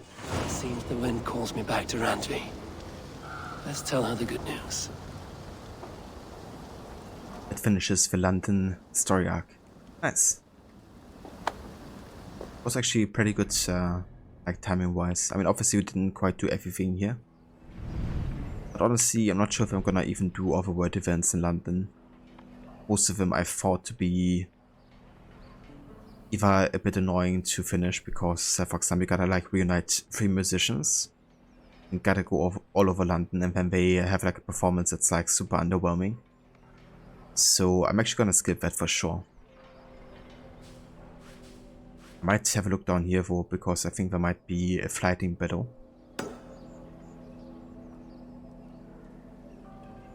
How long have I been streaming for, Polar Bear? You mean like in total? Or only today?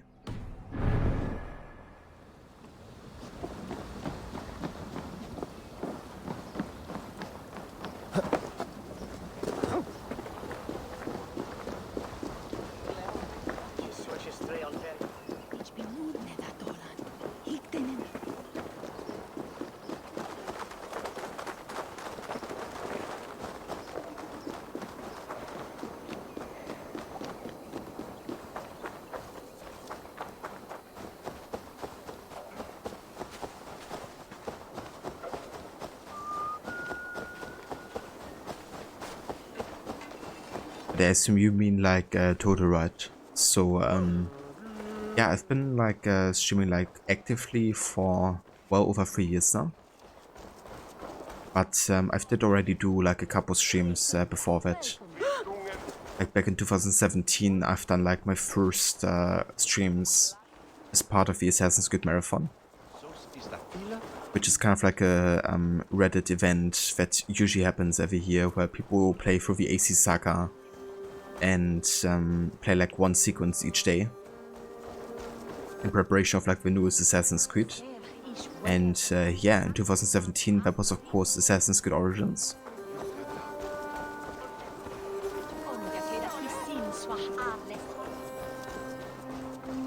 But yeah, I didn't really stream like actively. I've only done like, you know, these streams for 3 months or so, of like 1 to 2 hours every day of like the sequence. And it wasn't until 2 years later, I guess, that I really like started to work out like a schedule and try to do it like on a more regular basis, not just focusing on AC but all kinds of games. You there, you! What is it? Do you enjoy flighting? Lobbing insults at one another? I am familiar. Then I challenge you. But be warned, this flighting's like none you've ever known. How is that? For this duel of flighting, intent is reversed. All rudeness is flattery, a blessing, a curse. So if you seek to harm me, then simply be kind. What a lovely request from a very sharp mind. How charming. Shall we bet? Kinda funny, having like a fighting battle where you have to be nice to beat the enemy. I like that.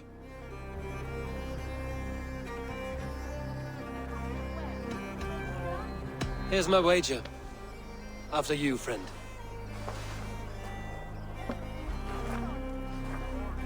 I stand here in awe at the charm of your face.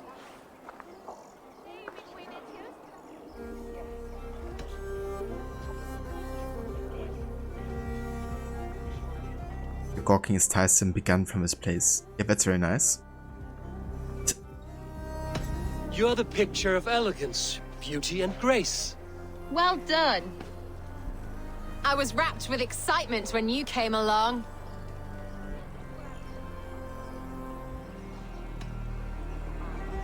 If you think I'd be kind, then you're woefully wrong. Yeah, I should go for that, right? That super wrong choice. It's a pleasure to make your acquaintance, my friend, which doesn't rhyme whatsoever. Oh, your valor's the subject of story and song. You're wonderful. You've such a great talent for flighting and rhyme.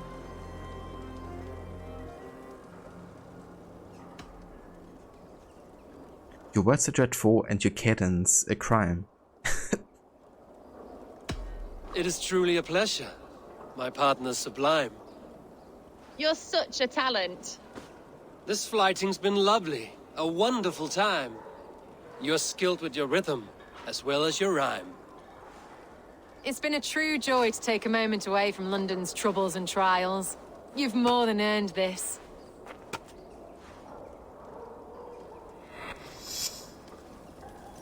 Oh yeah. Only one fighting battle away from Charisma level 4.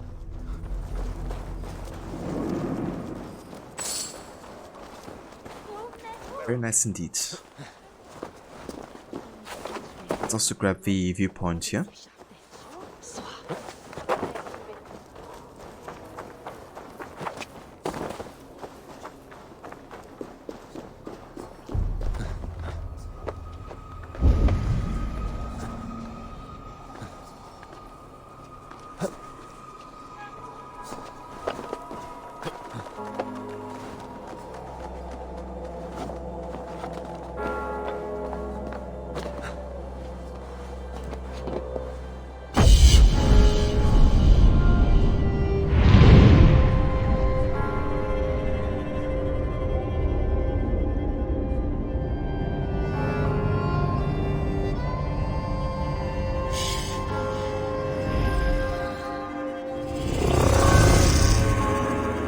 Where's Pierre? Hope your errand goes well. And yeah, catch you when I get back.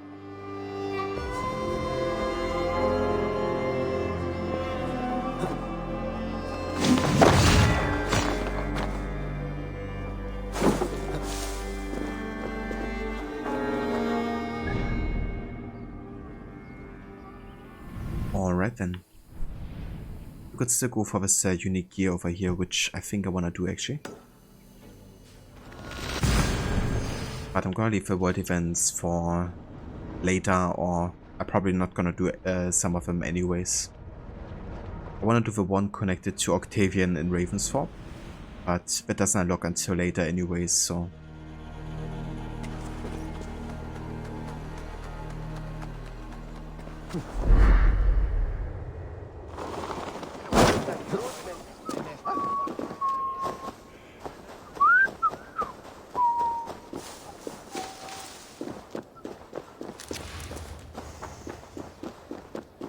Yeah, I believe that last location here should be the Assassin Burrow, if I'm not mistaken.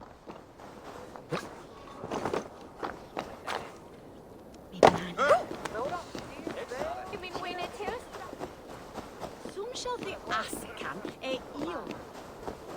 shouldn't be seen here. A hood should work.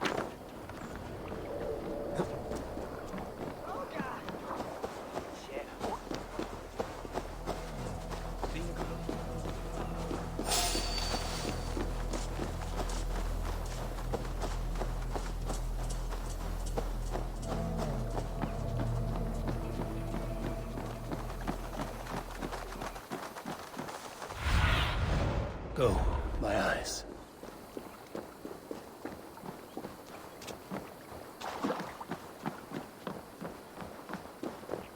This area is off limits.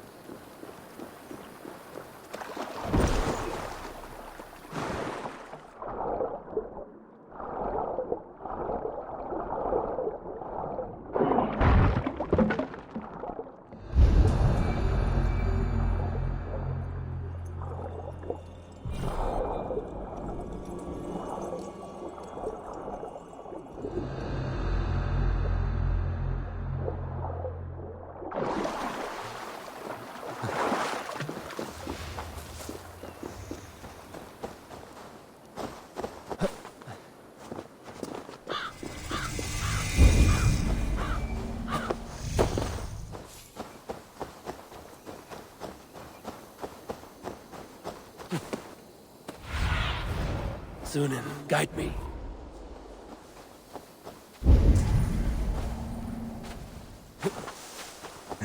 Okay. Where do we have a key?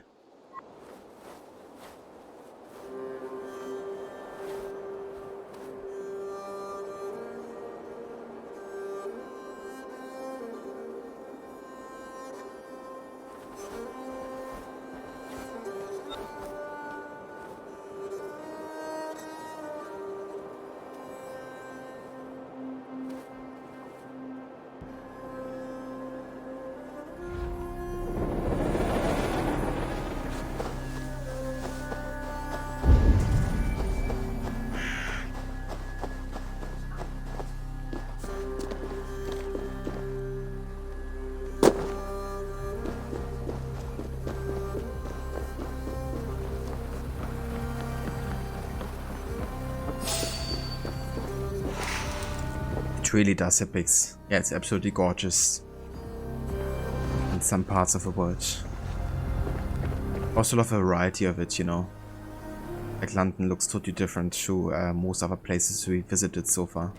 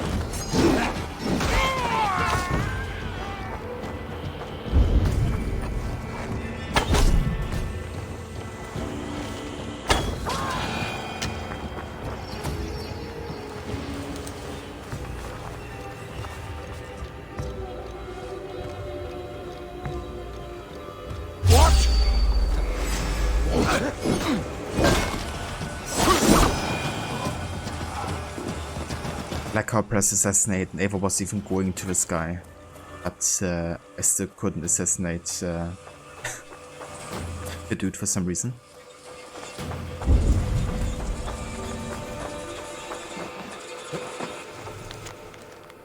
Sirens may try to lure you into the bouts for this treasure, for it lies deep in their domain. Do not let them hold you there. Okay, let's get it now.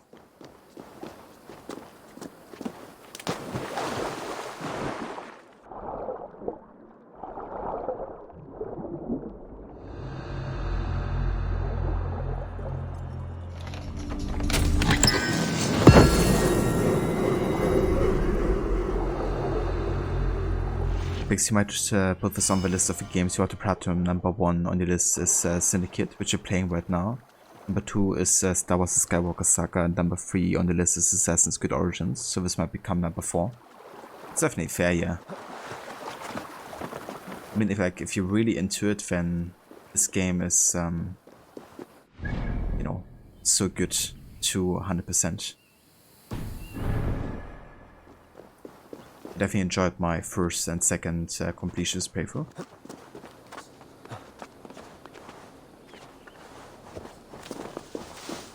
But yeah, it's definitely gonna be a lot longer for than Syndicate and Origins for.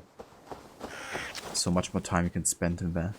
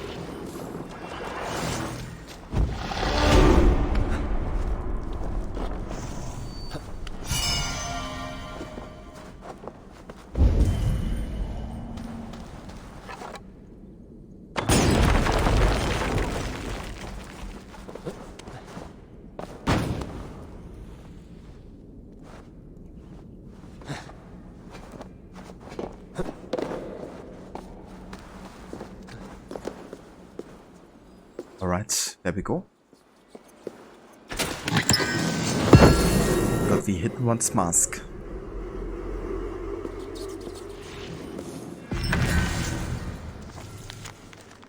Hidden One's contract. Genus Pacti. Execution. Reliable sources tell us Imperator Hadrian sails for Britannia this month. Intends to make war upon the northern native people, intercept the Imperator in Londinium. We believe he will stay 5 nights at the villa southeast of the Colosseum. Enter Villa as a slave and dispatch him via poison or under the night's obscuring darkness. Amorous diversions are not advised. The Imperator is known to be a cautious man. Utrahit, Acolytus Caius. Status failure. Acolytus discovered and killed. Damn. Requiescat in pace, Caius.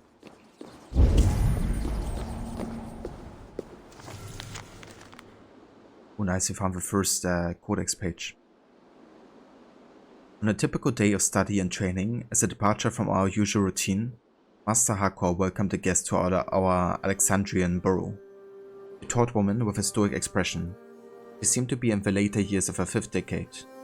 She entered the hall with feathered steps and sat at the head of the room in silence for quite some time, as Master Hakor delivered a vague introduction of his unknown figure. Throughout his speech, the woman never once glanced upon him, but swept her eyes across the acolytes seated before her, among whom I counted myself. When at last Master Hakor stepped aside, the woman stood and opened with a blunt statement. If nothing is true, she said, the statement must also be false. The woman left her words hanging in the air. After a long and placid silence, a keen acolyte called Magas offered a reply. The creed itself is an irony. It suggests that the world cannot be broken into truths and falsehoods, facts and fictions. Yes, the woman replied. The world merely is. It exists, and we are but a small part of its wholeness. But to exist is to be true, no? A thing that exists is the thing we call a fact. To exist is to exist, the woman countered. Truths and facts are valuations, acts, not objects. Vargas fell silent, and the woman continued. If everything is permitted, who gives the permission? So yeah, this is of course Aya in her very late 5th decade coming back to Alexandria, where she's unknown by some of the Brotherhood apparently. So she's not really a legend right now, you know, being like based on More Into Dusk. You know, she's kind of like followed Mike's advice that we will hear later in the game. But it actually happens earlier of trying to stay kind of like, you know, anonymous. Be like a true hidden one. But yeah, it's kind of like her teaching the creed to the acolytes in Alexandria. And it's kind of cool that it already kind of like showcases how they've been questioning what the creed stands for, right? Something that ITA later did as well in the Codex. We can find in AC2.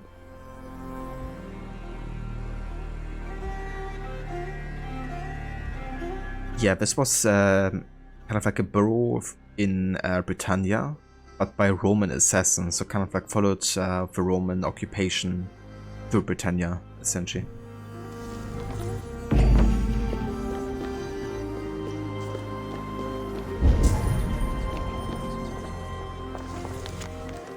Journal of Magister Vitus. Arrive as final entry at night in the fading glow of a single oil lamp. It appears our work in Britannia has been cut short by forces far outside our control, but that isn't quite true. In some ways we are to blame. For years we have scratched at the pillars of empire, toppling one or two when the foundations seemed too strong, and the weight of any one Caesar's ambitions seemed too pressing. But there's a limit to how many supports a building may lose before it topples to the ground. We might have been more careful, might have been more selective or cautious in our approach to liberty. But we have helped free Britannia of our structure, and now the roof has collapsed. A dark age is coming, the burden of falls upon a future generation to bring back the light. How soon that will be, I cannot say, and I dare not hope. Magister Vitus.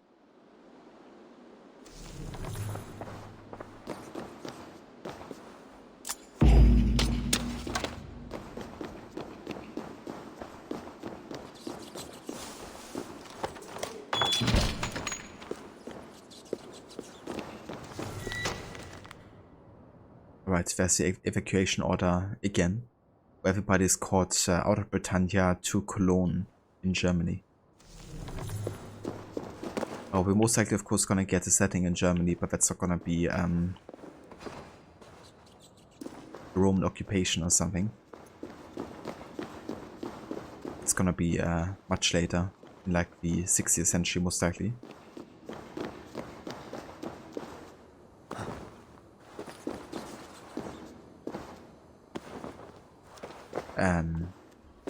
A4?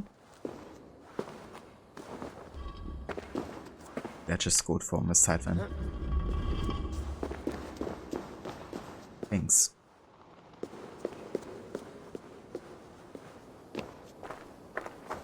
So they're saying they're the reason why the Roman Empire lost its grip on Britannia. It definitely contributed to it, yeah, by taking out several, you know, key leaders of the Roman Empire in Britannia. Best raise my hood here. But I guess they're not the entire reason why that happened.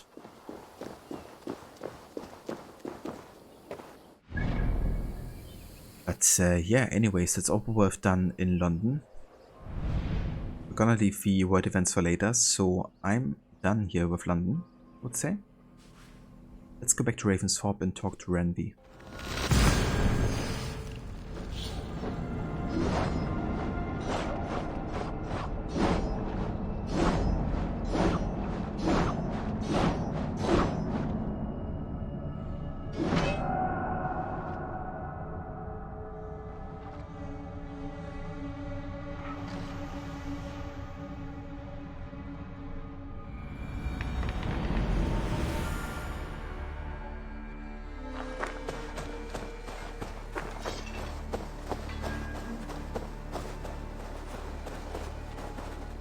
Good to see you. What do you have today? Yggdrasil design. Ah, okay, so weekly selection is actually going off in 2 hours here. In that case, I'm definitely gonna wait, I think. Thank you for your patronage. I will see you later, friend. So long. Hi, Tabor. Hold on, actually, let me check if there's a weekly quest that I haven't done yet.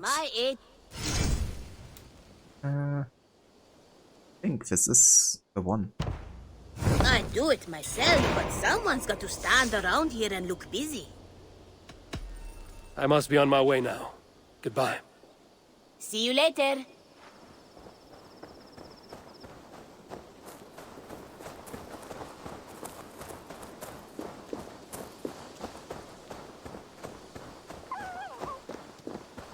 Oh, hey there.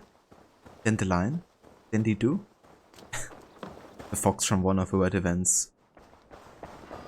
It's now also on Ravensthorpe. Oh yeah. My love. London is with us, and cleansed of the Order. Good. Hytham will be pleased.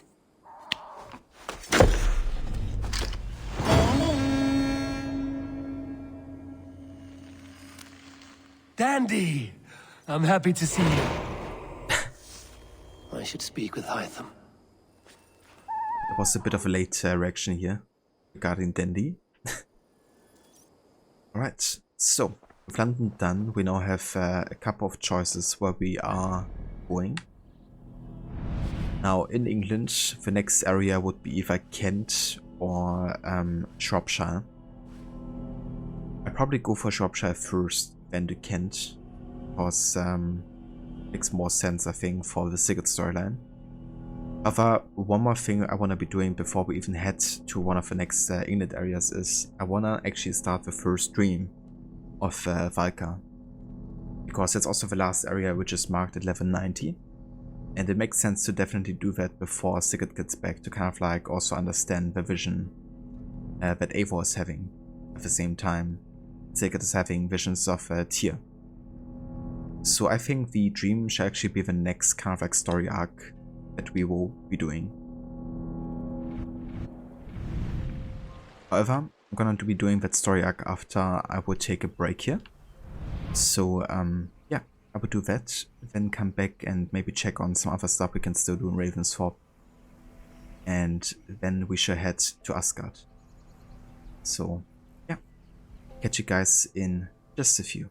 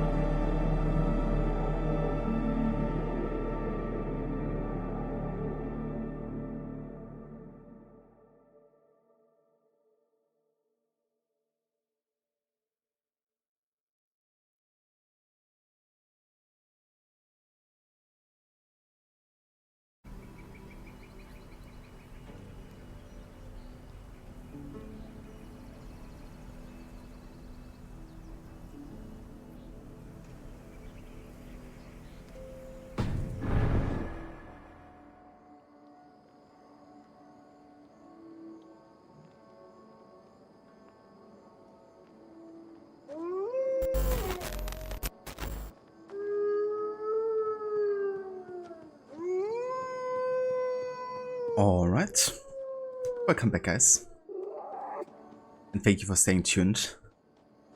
Sorry for the rather long break again. I was getting some food and stuff, you know, didn't want to rush it, so yeah, some delicious sandwich, and we're back also with some AC Valhalla, of course. We just finished the London story arc, which means we can now focus on the next one, which shall be the Asgard storyline. So that's the first kind of like Odin dream. But yeah, before we do that though, I wanna go and change my look, and we're gonna go for the foresight, I think, to kind of like fit with the whole godly vibe of it, I guess. Also, welcome back, Pierre. Everyone gone? Yeah, temporarily. We were all taking a break for a bit here, but now we are back. Depicts time is a wonderful thing with Fry. It heals our wounds. You may make mistakes while dancing, but the mazurka ends and then we begin again. Problem is everyone forgets. They trip on the same mistakes over and over. People can learn, can they? Isn't everyone around you repeating the same steps, but if one man could remember the dance, know the time, then he could change things for the better. You do love that quote? Yeah, the Syndicate, although it wasn't my favorite story in Assassin's Creed, it definitely had some good quotes overall.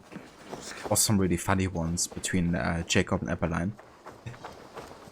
And yeah, that is definitely a good one, I agree. From Starrick, you know. And he also makes a good point, like obviously humanity is doing the same mistakes over and over again because the cycle of life, you know, repeats over and over. And people go through like various stages. And it takes time again for them to learn things, you know. And of course history and learning about history can help kind of like learn from the past mistakes, but you know, that's of course a process in and of itself. But not everybody makes either.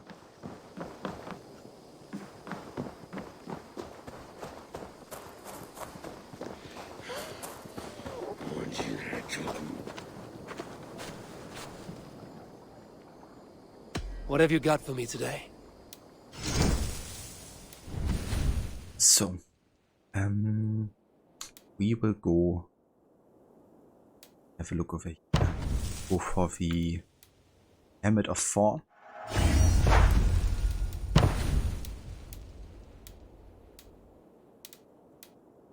And we go for Thor's Better Plate.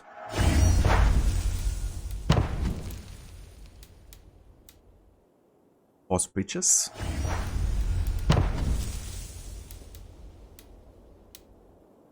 And Thor's Gauntlets.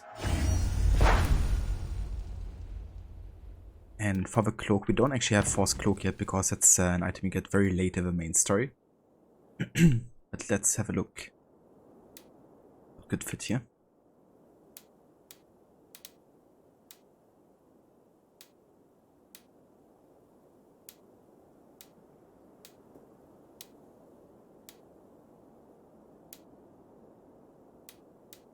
I feel like the Hideout could actually fit, maybe. I mean, I want to go without the cloak for the most part, but I might just equip it, of course, when we have to. But yeah, I'm gonna get rid of it. And just leave it for whenever we have to have a hood to equip, I guess. And I also want to change my active weapons here. I want to go with something that Odin would typically wield, and I think that's definitely a spear. But I'm not quite sure if he's maybe also wearing something else, like a shield or something. Let's have a quick look. Odin weapons. So I had Gungnir, the Spear of Heaven.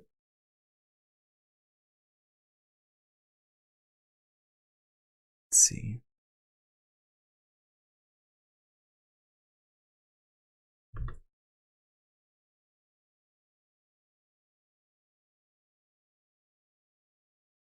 I mean, I guess Odin is having a spear and maybe like a backup kind of like sword.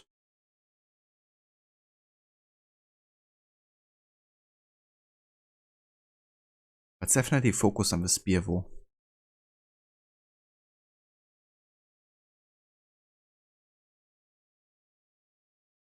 So I think I'm just gonna go for like a singular spear, to be honest. For now at least.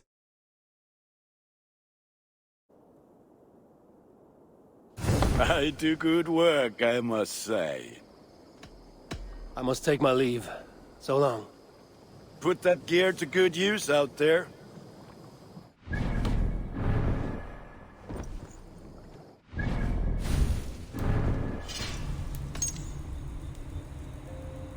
Yeah, it's better. And then let's see. We got the Venomant Spear. The Fafnir's Fang. The Carolingian Pike. The Striking Bolt.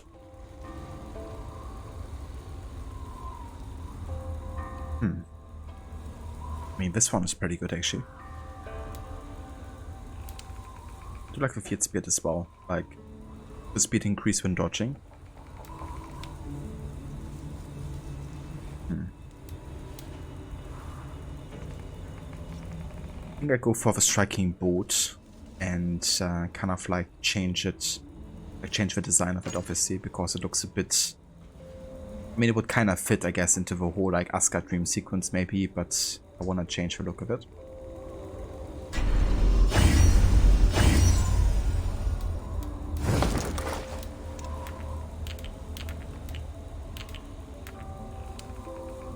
Let's go for critical chance here.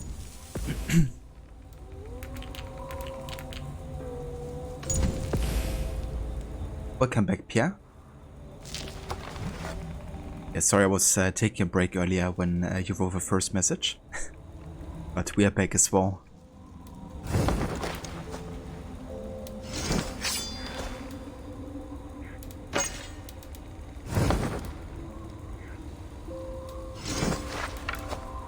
I think I might go for Predator Bow actually.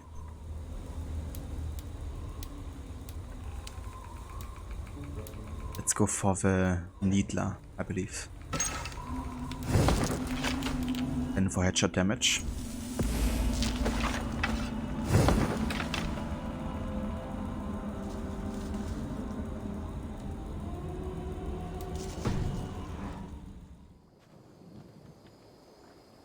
I would like to see what you have in stock. You like the looks of that one? Okay, so let's see what kind of designs we have here.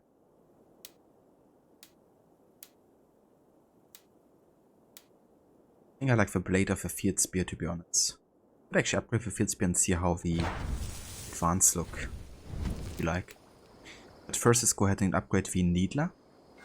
Ah, look at how powerful it is now. You have a keen eye for quality. And then, let's see. Ah, never mind, I'm missing a carbon ingot. We could go to the shopkeeper and buy one. Done for now. I have to go. See you soon. Fight well, Eivor.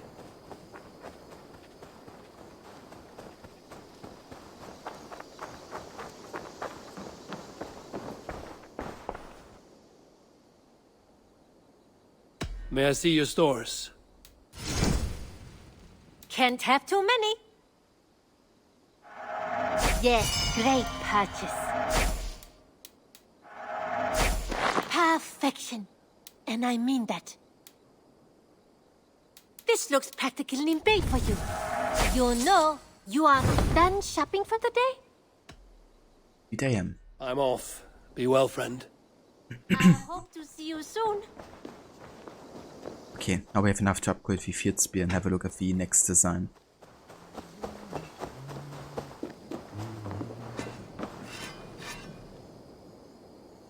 I would like to see what you have in stock. I can get you that one easy. There. Better than before. Yeah, I like the design.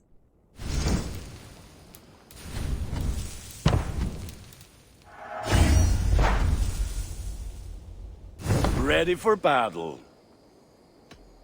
I will see you later, friend. Until next we meet.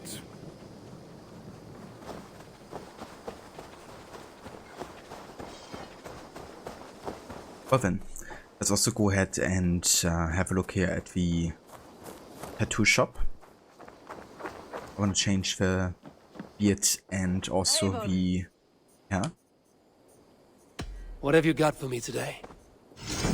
Let me actually have a look again at the Odin pictures, kind of like see what kind of like typical hairstyle he's having.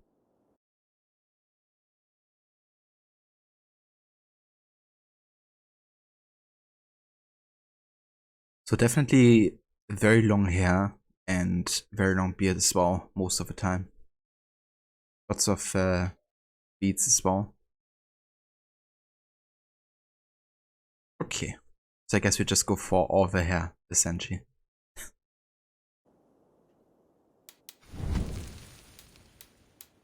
The thing is I don't have like that many hairstyles currently. I guess I just go for the classic hair here for Eivor. Then couple that with the exotic beard here.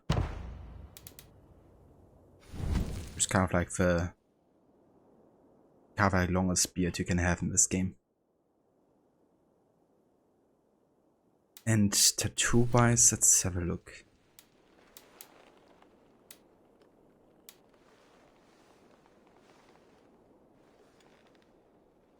Could go for the Jörmungandr tattoo, kind of like a bit of a difference here to Eivor.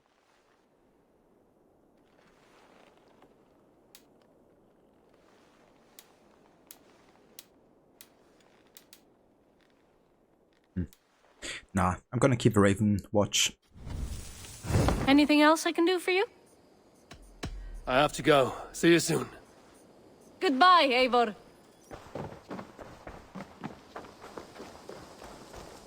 Right, and I think that's the look I wanna go for here. For Odin / Harvey. Let's go to Valka, shall we?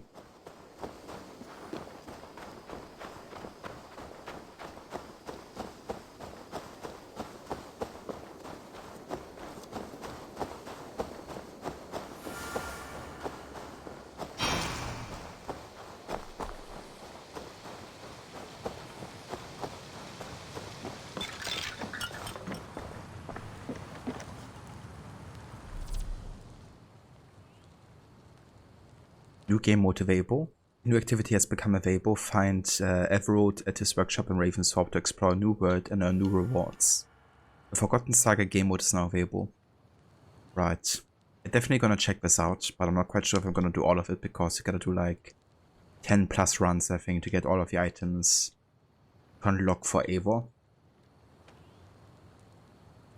I mean, I might do some of these runs like off stream, but definitely not gonna be doing 10 of them during the streams because it can take a while and it's mostly just grind, really.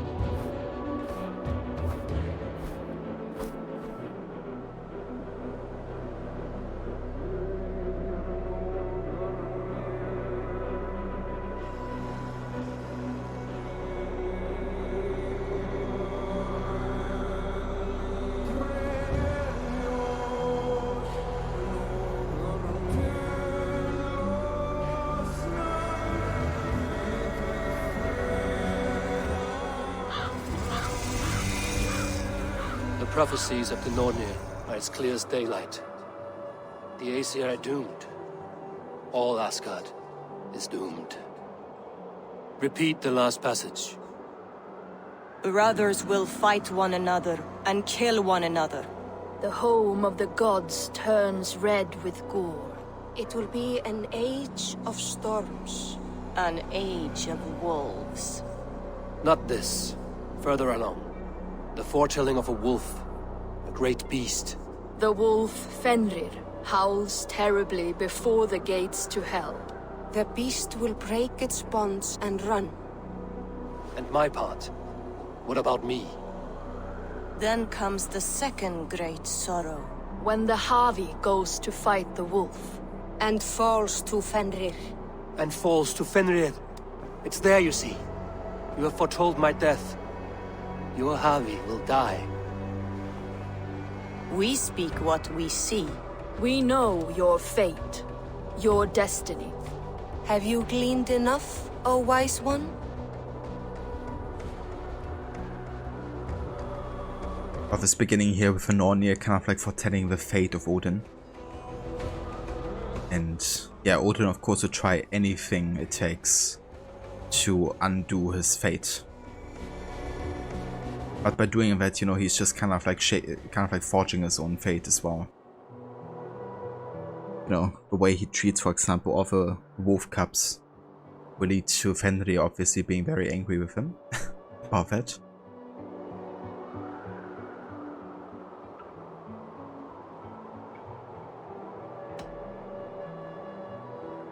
You three spin our destinies as a thread in fabric. But threads may be unraveled by snags and catches. Not all can be foreseen, but loose threads can be rewoven or restrung. At day's end, the tapestry will be preserved. I am no string to be plucked or tied. I am the High One, the Lord of Ecstasy, the enemy of the wolf. I am eternal.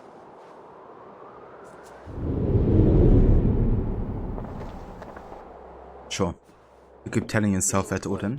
Only cloud my thoughts. A storm is brewing. Not in the clouds, but down below. Does our final battle draw near? Is this how Ragnarok begins?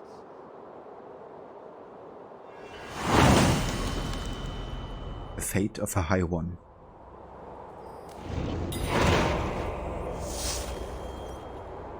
Man, this view here. Gotta say, the whole area of Asgard is just absolutely stunning.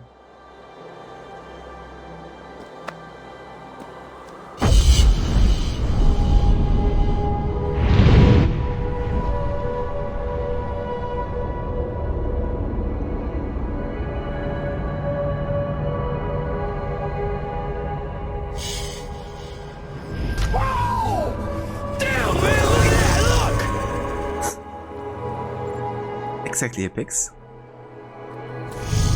Look at that. There's of course Yggdrasil, the Tree of Life behind us. And seeing Yggdrasil kind of makes me hyped to play God of War again. Hey Vabani, welcome in. How's it going?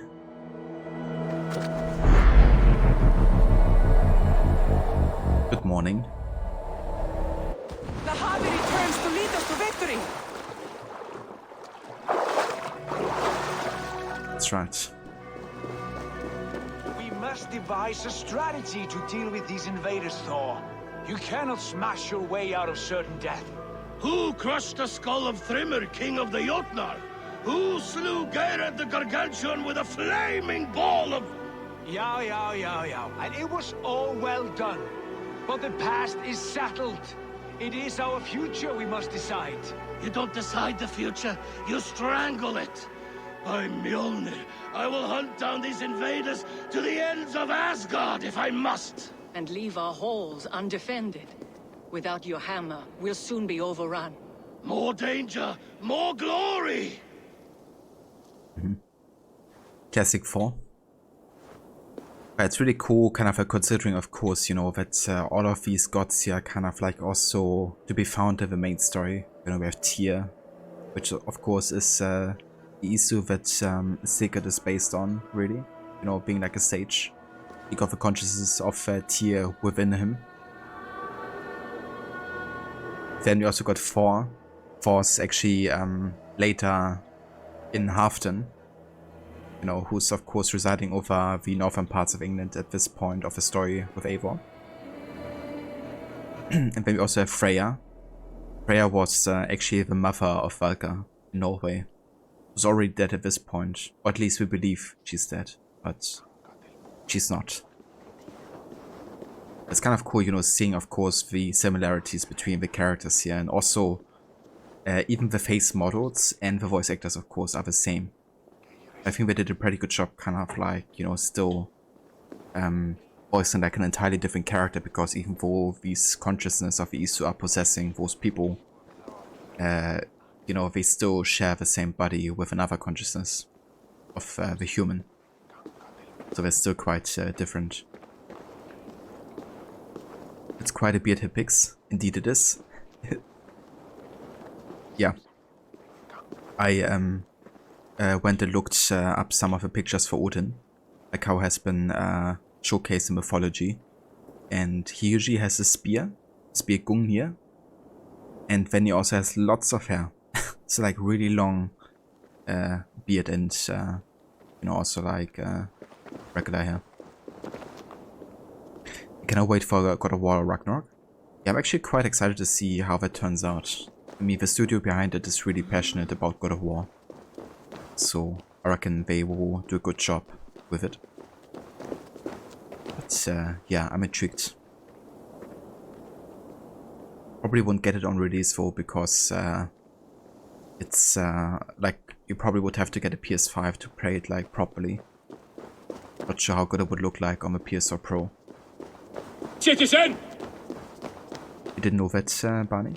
Yeah, there's like lots of stuff that you have to really go out of your way to uncover. But yeah, I find this whole sage story aspect really intriguing in this game. Especially if you're a fan of the sages since Black Flag, which has been of course really put at the center since then. PS4 and 5, that's right, yeah. But yeah, I'm not really sure how it would look like on the PS4 Pro, you know. I mean, it's probably the same engine, but I don't know. What's kind of cool though is that the actual original God of War game, like 2018 one, it runs up to 60 FPS on the PS4 Pro, which is quite impressive. But that won't be the case for a Ragnarok though, I reckon. And even that game, you know, only had like up until 60 and would drop to 45 or something on a regular basis. Who is balls? We are Asgardians. We don't skulk around like elves. We fight! We are fighting. For our homes, for our people. But some problems can't be solved with the hard end of a hammer. Name one. Harvey, break our stalemate. What is this? Another invasion? Warriors from Jotunheim. They attack from all fronts. While we sit on our trembling hands and scratch our bums. Not so, Thor. Many Aesir have been sent to the four corners of Asgard, leaving we four to defend the Great Hall. Harvey, lend me a score of your warriors and I will lead them into Jotunheim myself. We cannot afford such a loss. The Einherjar must hold back to defend our city.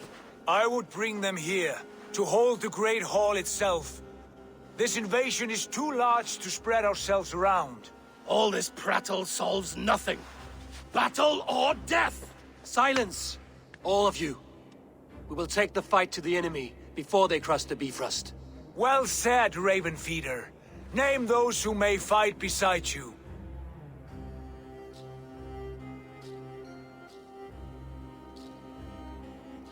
So I believe the first time I played this I went for 4. For obvious reasons, you know. He's a lot of thunder. He's he can, you know, summon freaking you know, like lightning and stuff. So that's kinda epic. And we have Tyr, the Keeper of Justice. I went for it last time because Tyr of course is you know, in Sigurd, and I felt it fitting to have him accompany us. However, for my third playthrough, I think I'm gonna go for Freya, because I hadn't chosen her before. And Freya's also pretty badass. I mean, technically she could like summon roots and, you know, all kinds of like nature creatures.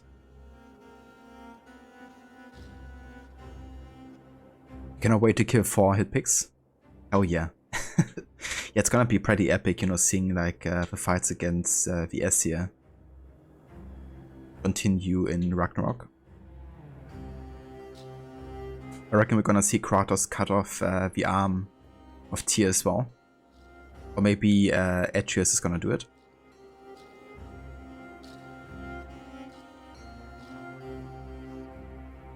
Indeed, Barney. Yeah, Freya's pretty badass as well. Let's go for the Queen of Asgard, shall we? I need only one. You, Freya, Queen of Asgard. Will you fight at my side? I'm with you, Havi. Let the Bifrost shimmer with the blood of their dead. The rest of you, stay back to protect the Great Hall.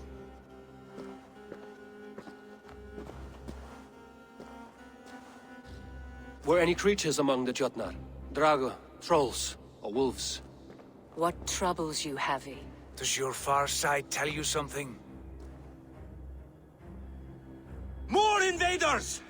They gather at the Bifrost Bridge! Where's Loki?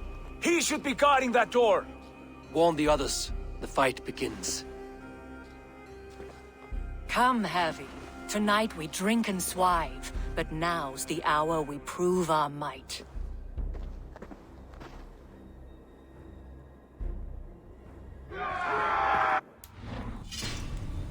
Okay, before we do that though, I wanna upgrade my spear further. And I think also gonna change to a light bow actually. Will be better suited for like combat.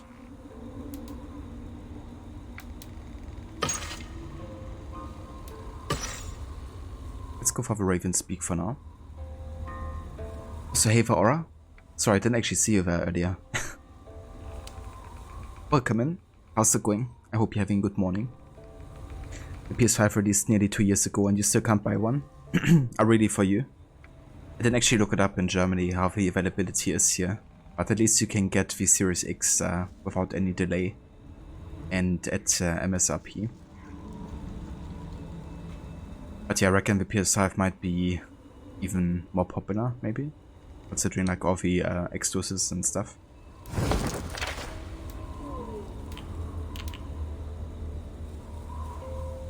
The stealth level is very high, is it?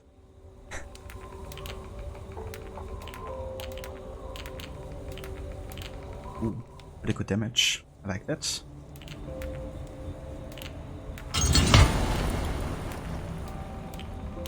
Let's go for that, and also let's go for headshot damage.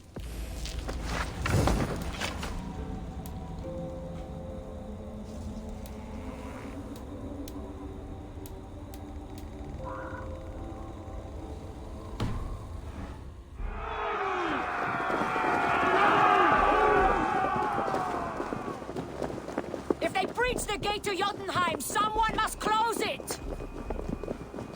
Mjolnir! It is time to crush!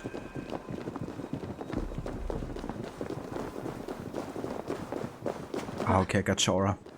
Oh, that's fair. Really sucks for those who still want to get one. The rest of you guard the Great Hall! I guess nobody imagined, you know, they would have to wait 2 years to get like the console they want to get.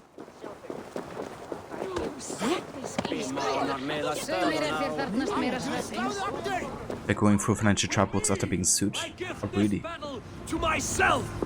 I didn't follow up on that actually at Bix. So why have they been sued? Like Odin says, I give this bit better to myself.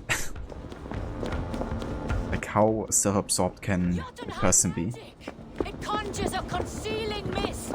My steel will shred their illusions.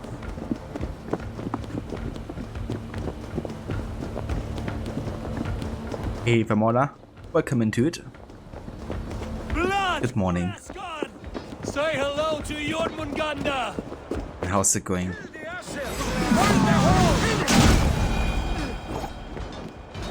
Try the offside lead.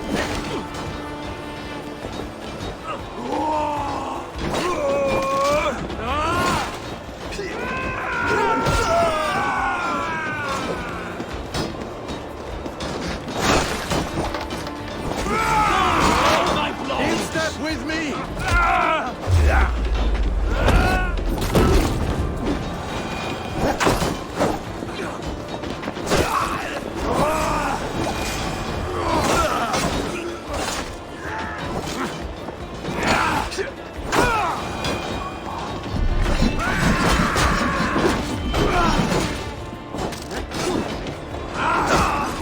Cut them down!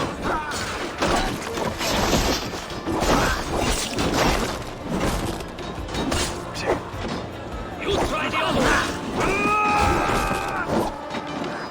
All over for you!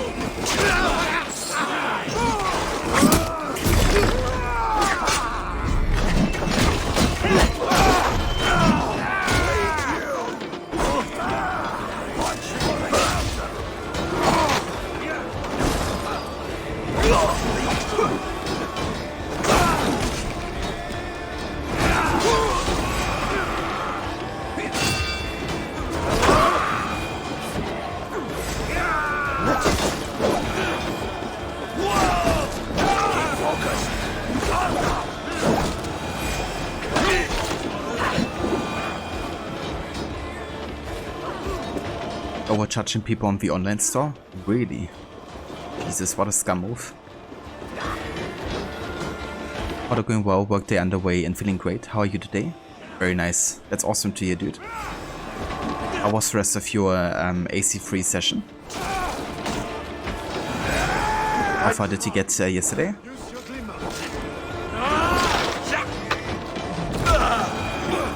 And yeah, I'm doing very well. Doing some good progress here with Valhalla. Finished the London story arc earlier. We're now on to the Asgard 1, the first stream. I like all of these guys are just following me around. My groupies. Already started using dual wield spears in a playthrough, 10 out of 10. Yeah, that's like one of the most OP combos you can have, to be honest. The speed and the damage, just absolutely insane.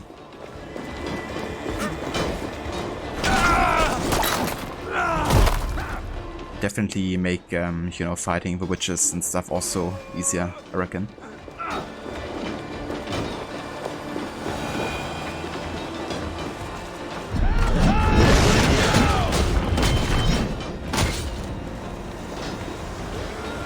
GG4.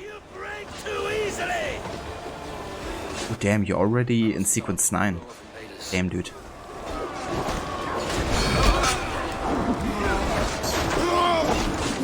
So have you been doing any of the homestead missions yet?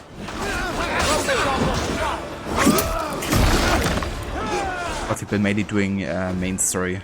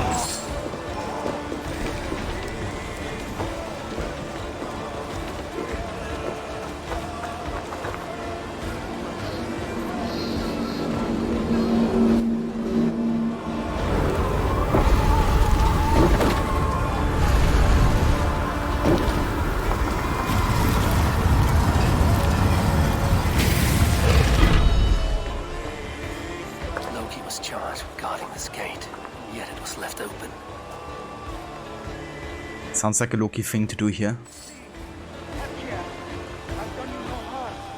What's that? You've done us no favors, Mr. Jotun. Wait, no. You're mistaken. I am no Jotun.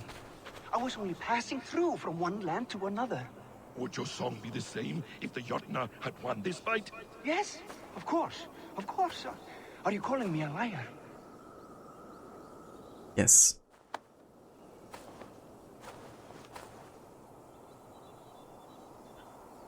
Mola, you haven't done any homestead missions. You've already with 15 hours or so of streaming time left this month. You're not going to be able to do homestead and George Washington DLC. Ah, I gotcha.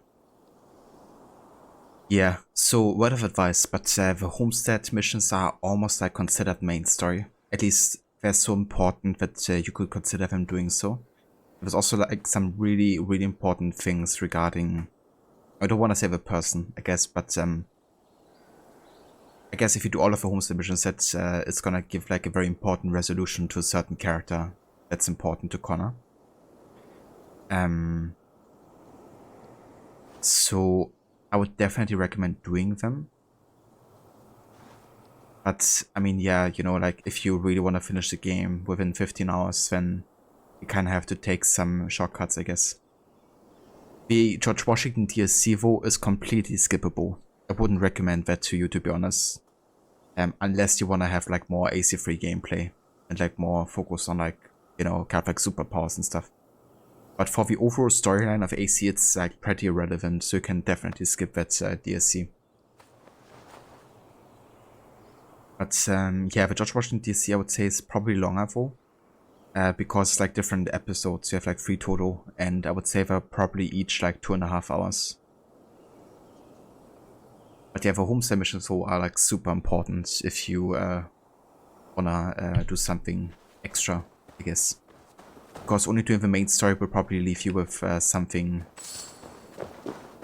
kind of like leave you with something you still desire for, I guess. And yeah, the homestead missions kind of like fix that, I guess.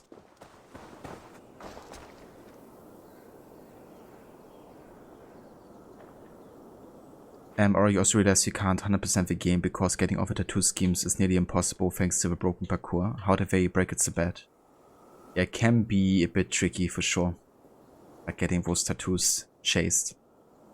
There's definitely tips though that I could give you, Aura, if you want. If you decide to go for all of them. One thing you can do is you can let it basically chase. Or kind of like go into chase mode, and then you just wait wherever it spawns until it spawns back, or at least very close to it, which will give you kind of like an advantage. However, one thing that's even easier is you can just use the ability Blinding Rush, this one over here, because it will basically put everything in slow motion while you run at regular speed. So if you activate this ability, then run to the tattoo, then you will get it 100%. Like, this is basically the easiest way to do it with that ability.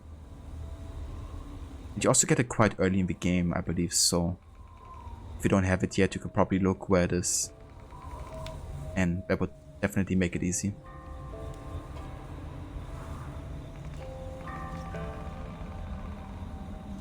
Maybe do the Mola? Yeah, I would definitely recommend that. Like, hope submissions is like always a necessity.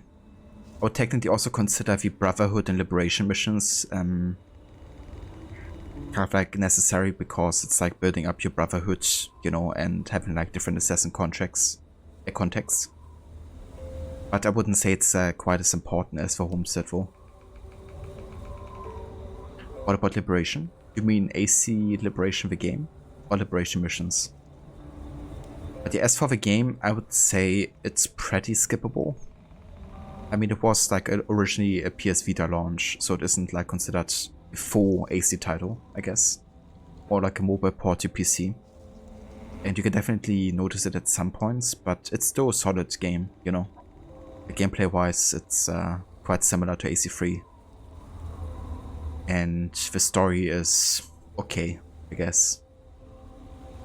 I would say it's one of the weaker stories in the franchise, but it's definitely playable. So Homestead like the Assassin ones and Revelations where you have to send them out and wait for them to get back. No, the Homestead is kind of like building your place, right? Like where you live with Achilles. It's like people you can talk to who will then decide to settle. It's actually very similar to Ravensthorpe. in Valhalla. Like Ravensthorpe is kind of like based on the homestead system from AC3 in a way. So you can like talk to people who will then settle there, and then you can do like more missions for them, which will basically unlock also a crafting and trading system. But yeah, there's like lots of stories connected to all the different homesteaders. And yeah, they're kind of like marked by a house symbol, I guess. So it's very easy to make out on the map. But yeah, I would reckon you probably have to do first one of them in Davenport, where you have a homestead, and then they will kind of like spawn all across the different like maps of the frontier, New York and Boston.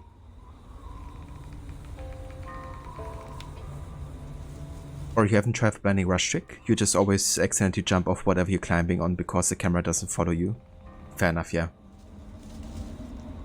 I really hope that with the next AC game Mirage, you know, they're really gonna increase or upgrade the parkour system again. I mean, they said they would, but who knows?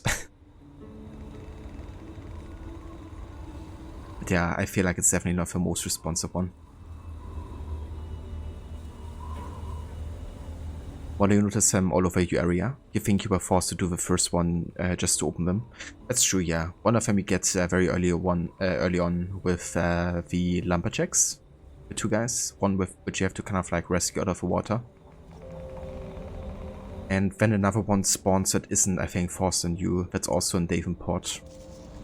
We have to save somebody from falling down to their death.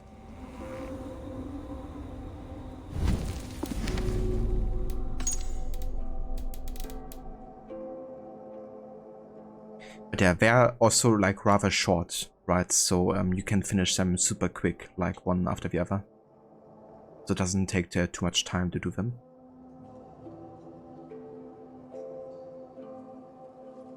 Let's actually read up on the database a little bit here. We have Asgard. Home to a vast pantheon of Norse gods, Asgard is a Viking paradise where warfare is a way of life and death. Here lies Valhalla, Odin's Hall of a Stain where chosen champions engage in non-stop feasting and blood sports. Until that final day when all are called to fight in Ragnarok, the battle that will end the world as they know it.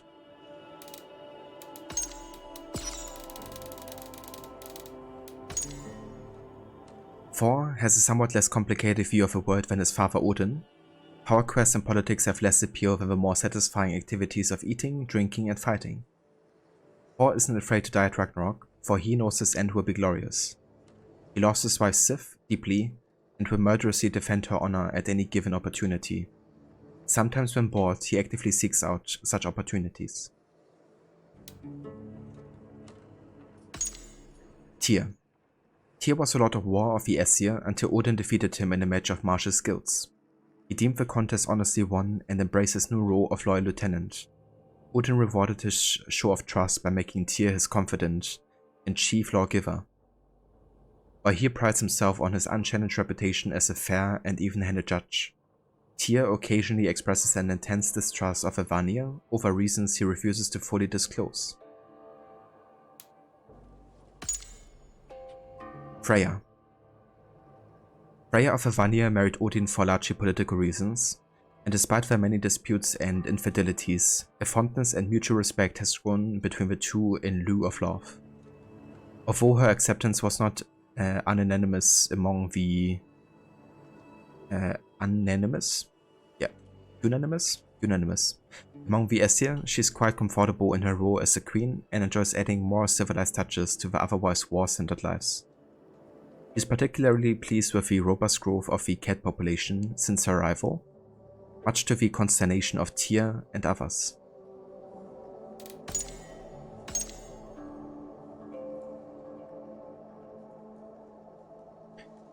Or you don't know how you can build a game franchise around parkour and then just break it.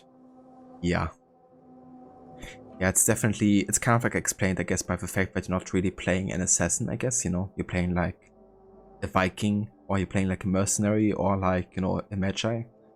Never really, I guess, learned the ways of the parkour, you know, through the organization of a brotherhood or something. I guess that's kind of like Ubisoft's explanation for why parkour is like dumbed down.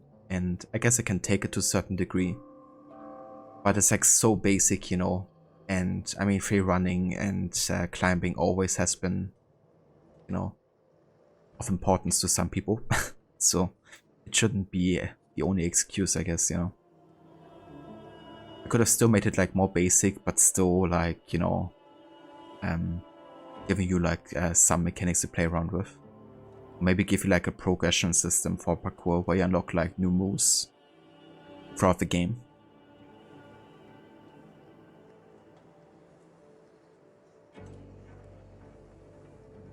But yeah, I really hope Mirage is gonna be much improved on that front. Yeah, that's the one, Moller. Yeah, in that case, it seems like you've done a few homestead missions already. That's cool. But yeah, you just have to look out for the like house symbol, and you can just check it out. As I mentioned, they're like super short, so it doesn't take too much time getting one of them done.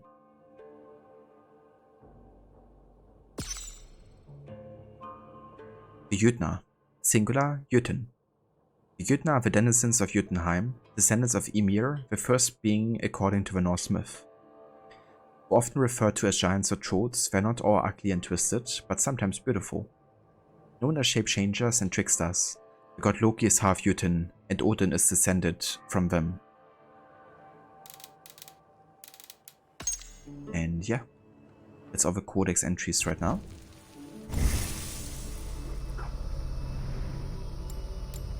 The question is, what ability do we go for next?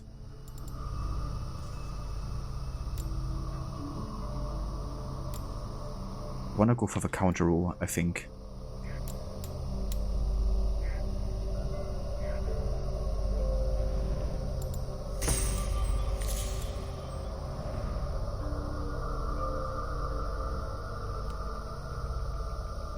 I wanted to jump into AC3 and prep for that by doing viewpoints, but no, you're in Desmond Sequence 9 and can't do anything inside the enemies. Ah, damn.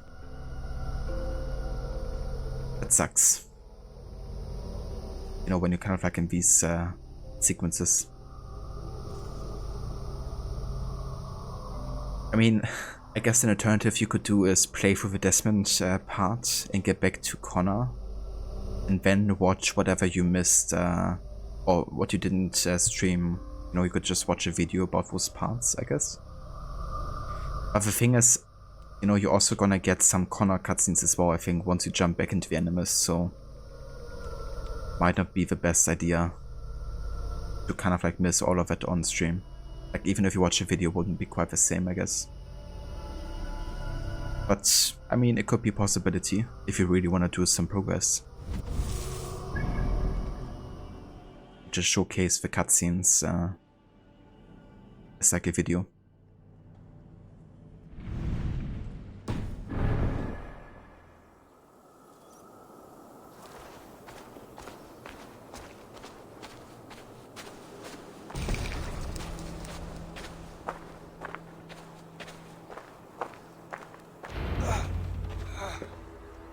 Harvey, I found this one lurking in the shade, shying from battle. Shall I extract some teeth to get him talking? Or pluck out an eye? You were told to guard this portal, Loki. What happened? The portal opened, and these soldiers came bleeding through. So I sent warning straight away. And I captured this one, the soggy-jowled sheep herder.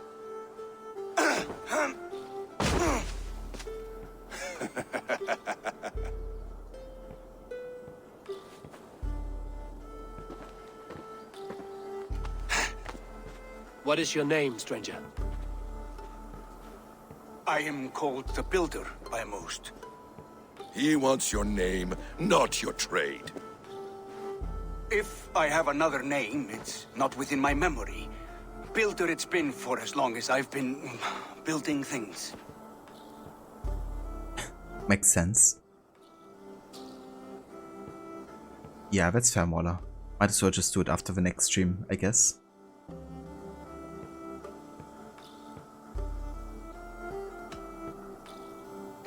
Do you come from Jotunheim? I do. Or I did. That is to say, I passed through. but I am not of that place, which pleases me well, for I hated it. Had you any dealings there? As a builder, yes. For a time. But they took a dislike to my methods, which are, shall I say, magical in nature.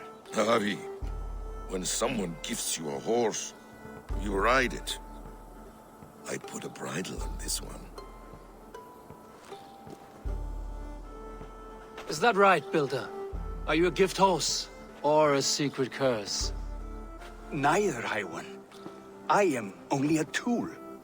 One with hopes to be well used. This portal has been a source of misery for some time. I want it sealed. With respect, this is not the only way the Jötnar can enter Asgard. May I propose a more encompassing solution? Or when you recognize the voice actors in Asgard, you felt like Dorothy when she got back to Kansas. And you were there. And you too. Yeah.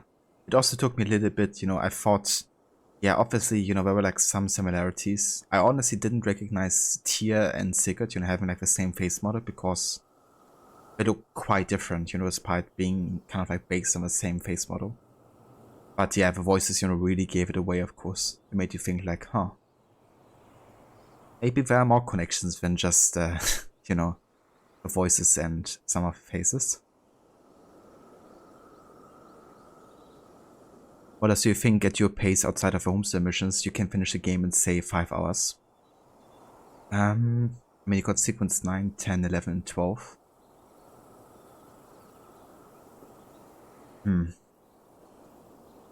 I think it would be pretty close to say 5 hours. I would say it takes you longer than 5, to be honest.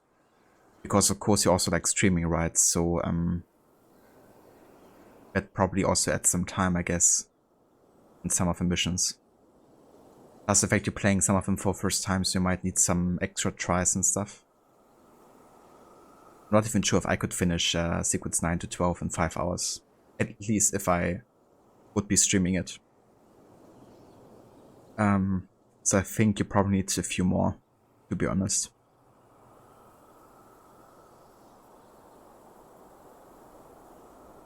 The face models are slightly different, enough to confuse your brain. Yeah. And, I mean, at least speaking for myself, I didn't really think we would have like so many sages, right? Like, the only sage we knew about before Valhalla was Aita, you know?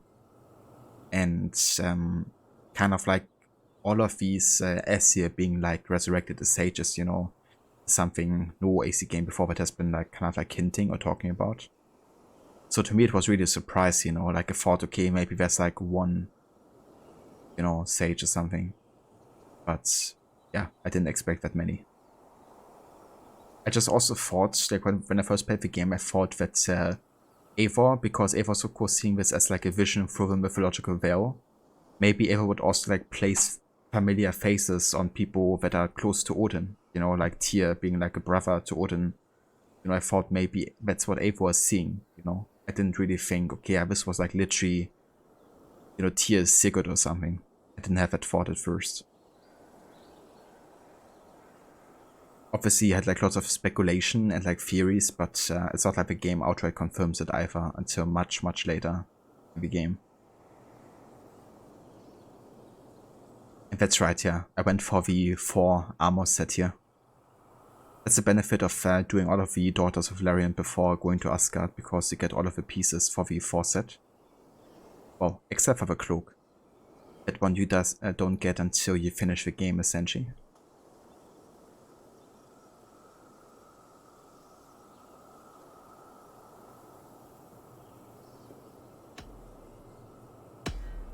We have tried all manner of barriers and still we are breached. What makes you think yours could keep out giants, or worse? I've been among the giants, learned their weaknesses. My shield will succeed where yours have failed. If you doubt me, I could offer a demonstration. A demonstration, yes. And if he fails to impress, we hoist his skin as a sail.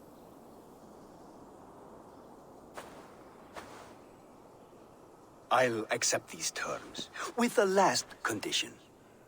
I would need water from your well of Urthur. What do you know of our sacred well? It's a place of great power and vital magic, a source of spirit. It's the water there that will power your shield. I'll collect the water, Harvey. Keep this one clear of our sacred sites. Loki, halt. I will go to the well. You must find this builder clearing for his display. No, it's no trouble, Harvey. The damp and the dark appeal to me.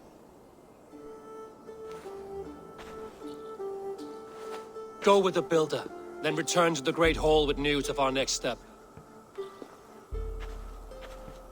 As you command. An interesting offer. A curious coincidence.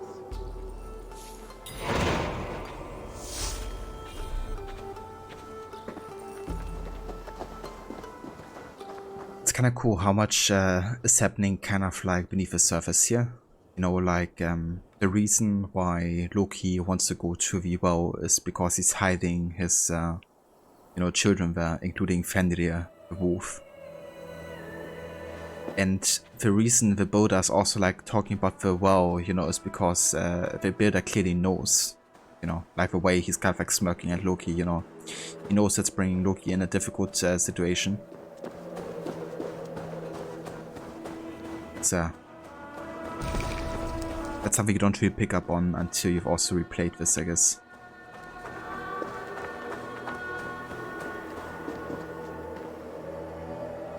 You finally killed Goneril. Hell yeah, Aura. GG's. Congratulations. This guy's an ass smaller. Loki or the builder? The builder's too convenient. Loki's like, but my plan? What about my plan?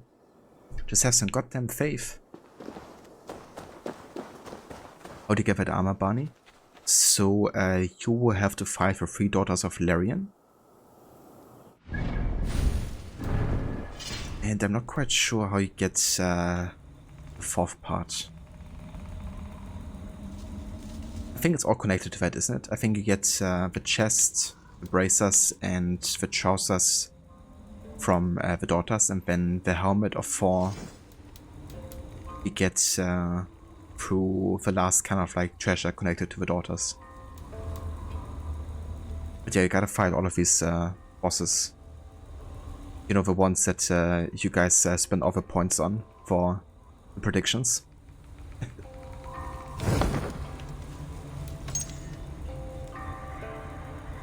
Let's actually go for the helmet for a little bit here.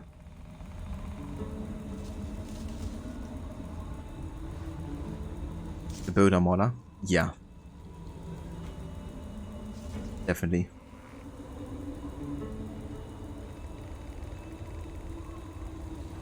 Funny, okay, the first sister keeps kicking your ass. That's fair. I mean, she's really high level and annoying. But you should definitely at least have some of the pieces already.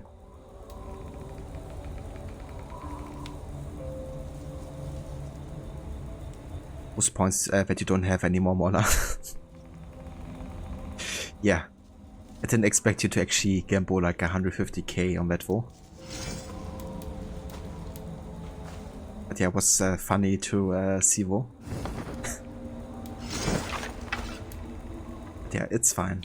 I'm sure you get back those points at some point. I guess we just have to do another prediction soon.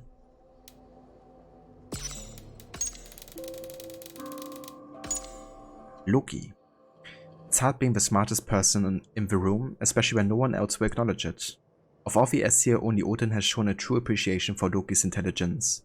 And even then, the Allfather has only ever done so to further his own knowledge-seeking agenda.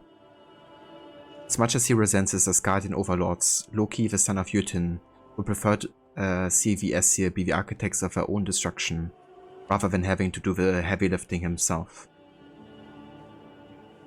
I like how it starts with it's hard being the smartest person in the room, because Sean is kind of like speaking from experience, I guess. I guess he can relate to Loki in that regard. I make my own luck. Hey there, Eli. Welcome in. How's it going?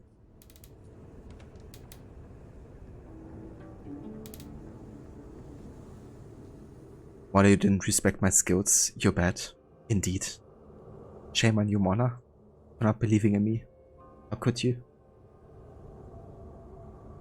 You haven't beaten with that sister yet, Eva. You're currently stuck in Ireland for rebuilding trade posts. Ah, okay. Doing the island DLC. Nice. Yeah, dude, you can spend lots of time on these trade posts there. I kinda like the mechanic though. Also getting that passive income and stuff.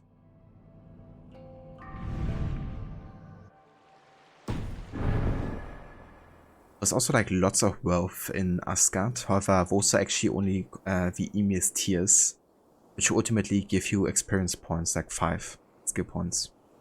I'm not gonna do them in this playthrough, I think. Unless I come across one, because it still gives you XP and stuff. Because yeah, I will have enough skill points and experience, you know, by the end of this playthrough. I think it makes sense for, given that this is a dream, that you wouldn't get anything physical out of the time here, you know, because for logical reasons, I think that's the right step, I guess, but I feel like I could give you more skill points, to be honest. Maybe like 20 or so, that would feel more worth time. Oh, a good fight, but I wish there were more! The sky itself shatters before your might, Thor.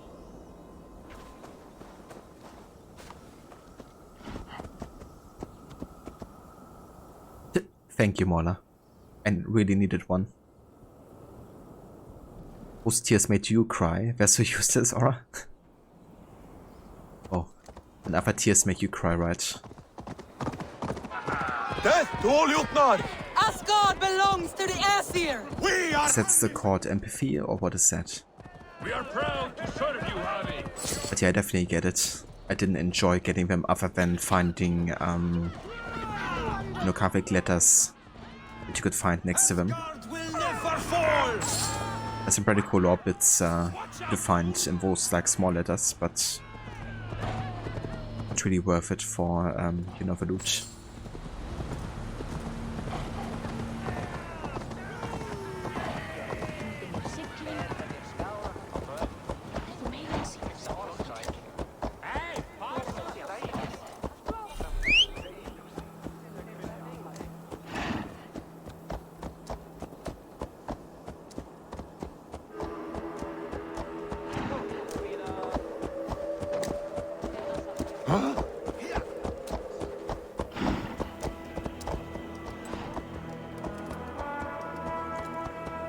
Nice speed there.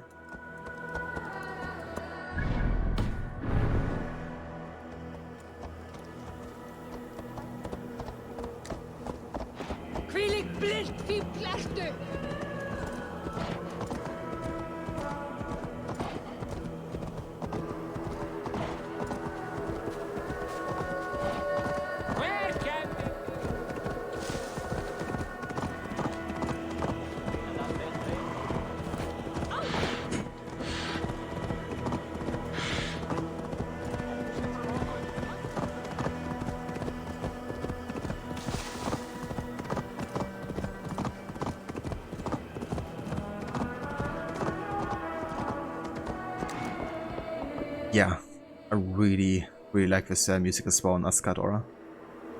That was really fitting.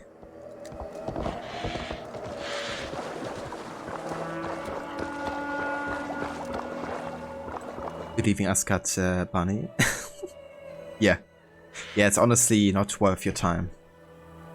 Like, you can get XP much quicker for other means.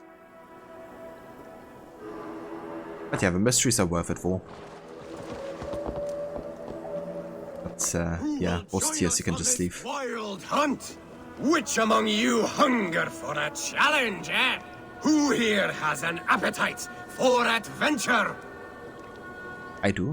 Hail, Andrimnir. Off again to hunt the immortal boar? Yes. Yet again, Saerimnir has risen from his bones and escaped my kitchen.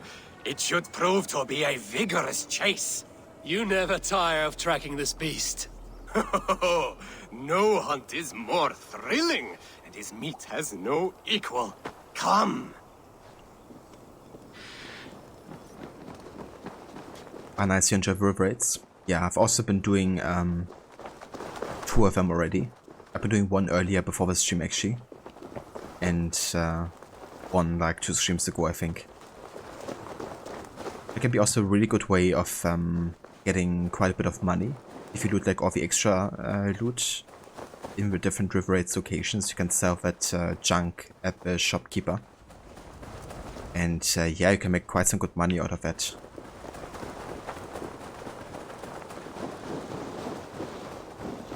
Run! Run, you sluggards! Have you no appetite? This meat is not to be missed. Take care! He is cunning! Seirenir is as deadly as he is delicious! It is... What's the problem? Oh. Skillfully done, Lord Keeper! I will save you the juiciest cut! Come, you brave butchers! Let us prepare a true hero's feast! Oh. That was quick. Guillaume's Wikinger is level 3 now. Nice. Yeah, mine is only level 2 currently. But that's good progress. Have you already unlocked the new river raid locations?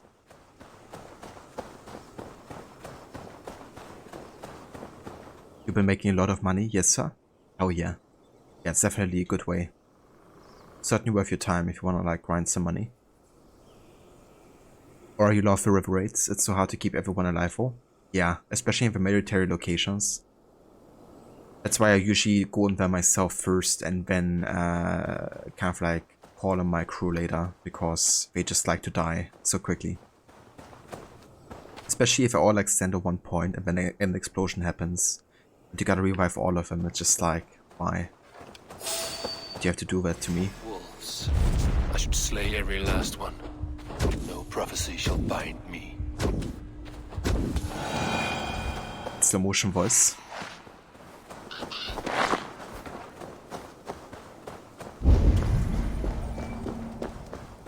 Do the same thing, Barney. Yeah, definitely easier to keep them alive this way. The more locations to raid, you're working on St. George's gear? I gotcha.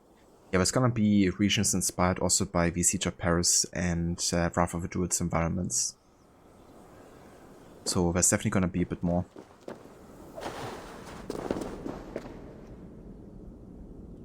Although you typically raid personally, and then when you get to force to open the chest, call them in, you would rather have all the kills yourself. Gotta keep that, you know, kill count very high. I get that.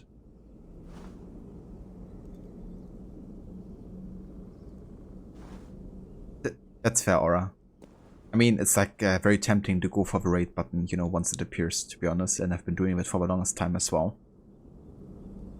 But, yeah, it's definitely cool that you can even do a lot of raids stealthily if you want to. But it gets quite difficult later when the area is on high alert, because it puts every single enemy into kind of like an alert status, which means that if they see you, they already will instantly detect you on sight, no matter how far away you are. So I guess it's easier to do like stealth at the start of a river raid, and then once you're on high alert, you just go in there yourself and fight everybody.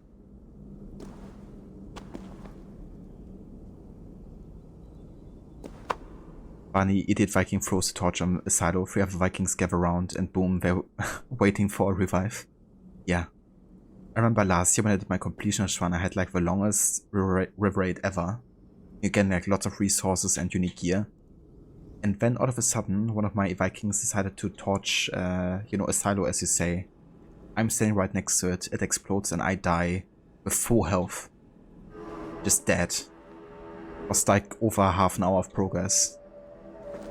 I was pretty mad, to say the least. The Well of Wood. Not even I know all your secrets.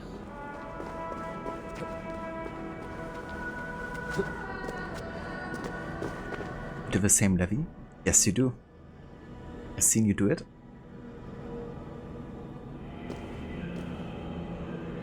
The Sunstone has been moved. The light's path is shifted. Or you just fought in River Raids we raid and never considered otherwise. I mean, that's fair. It's essentially what I did for most part as well, starting out in that, you know, mode. The most fitting, I guess. These caves run deep. Nidhogg and his serpents have been busy. I think there's some notes to find here as well, isn't there?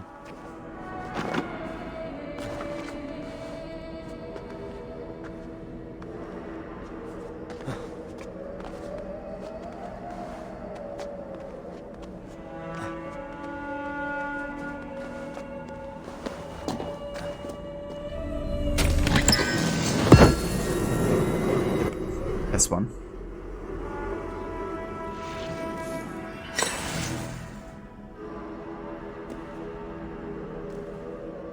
Yeah, I mean, if I rage quit Barney, then that's saying something, I would say.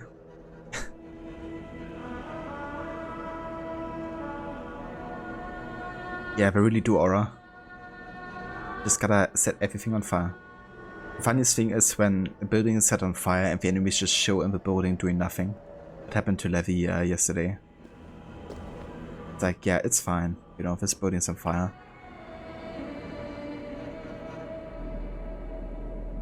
Land Office music, the horn, 10 out of 10. Indeed, yeah.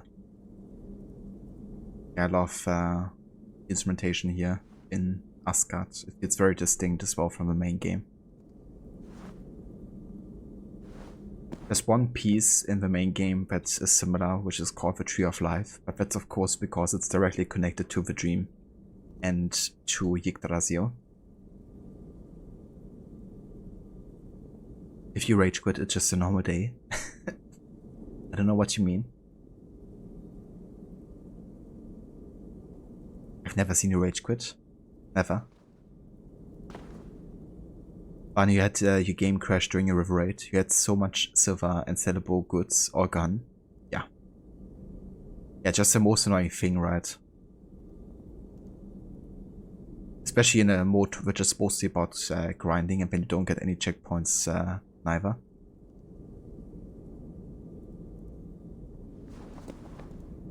At one point yesterday your abilities bricked despite having full adrenaline and you had to fight one of the Goliath enemies like a normal human. It happened to me as well actually, quite early in the playthrough. I couldn't use any abilities unless I fast traveled, I guess. Fortunately it only happened once, but yeah. An unfinished letter. It grows more challenging to hide you from Odin's sight. You may need to abandon Asgard for one of the lesser realms. You would fare a little better under your sister's dominion. She made that much clear. Midgard is promising, but the barrier is greater. I know not when or if you might make sense of these musings.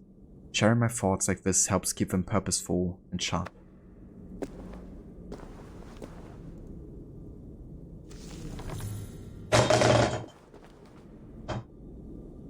That was a bottle. But it's all good. Is it? Yeah.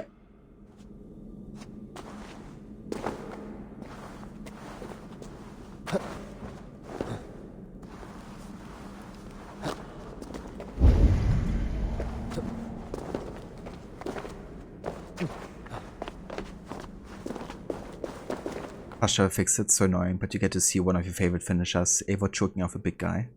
That's true. What I love about that animation is the scream at the end. Stop drinking at my desk. Wow, it wasn't me, Waller. Levy's the one day drinking water.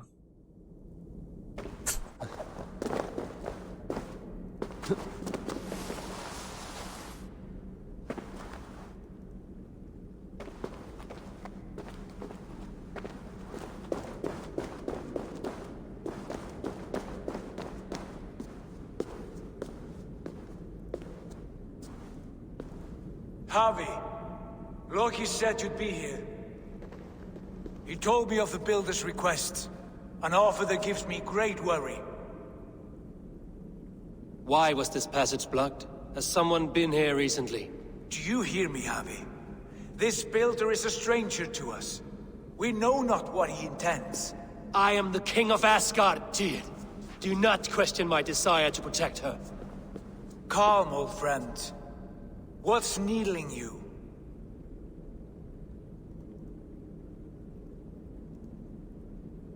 Or your other favorite finishers when Eivor beats the enemy to death with a great sword. Or not stab or cut them to death, just beat them with a flat side. And then the last kick, right, to finish off their head.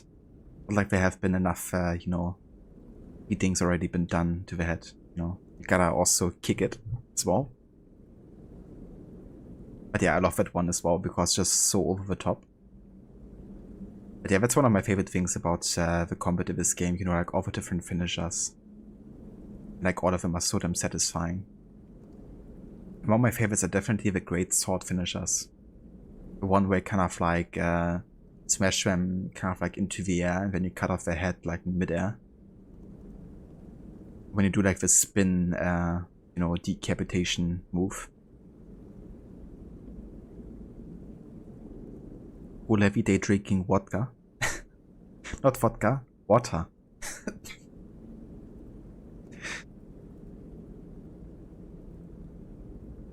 Scream is the best. It's so funny. Same with a casual stab to the groin. Yeah. It's actually crazy. There's like one video where somebody has showcased all the animations of the game, and it's insane. It's like 20 minutes straight up of animations. I think the only other AC game which was like close to animations was probably AC3 with the multi-finishers and stuff.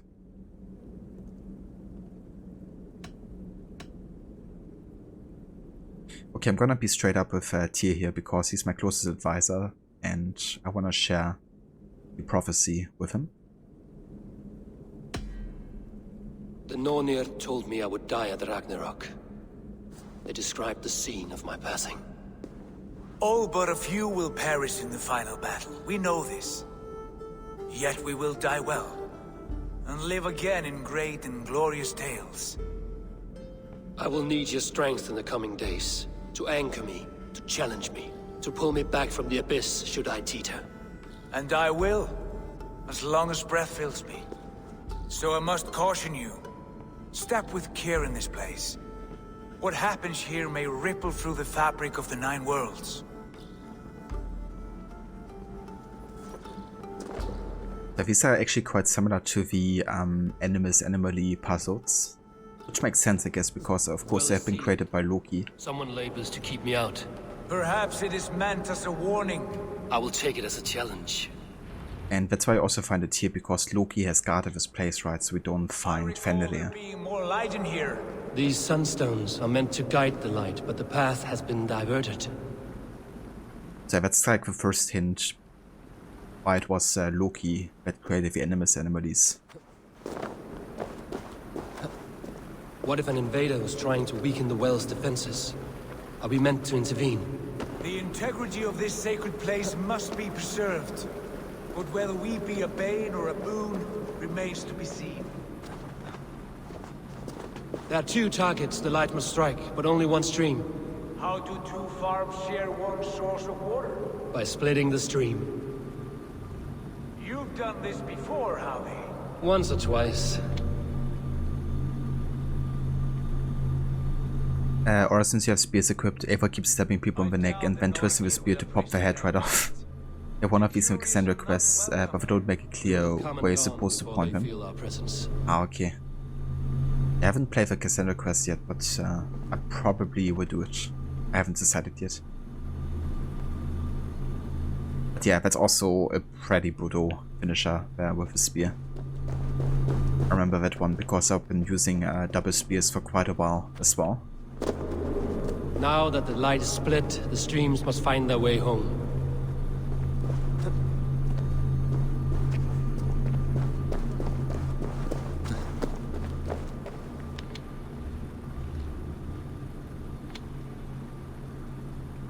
Okay, let's do it like this.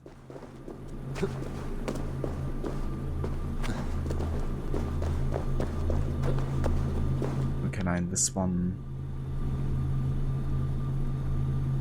over here, I guess.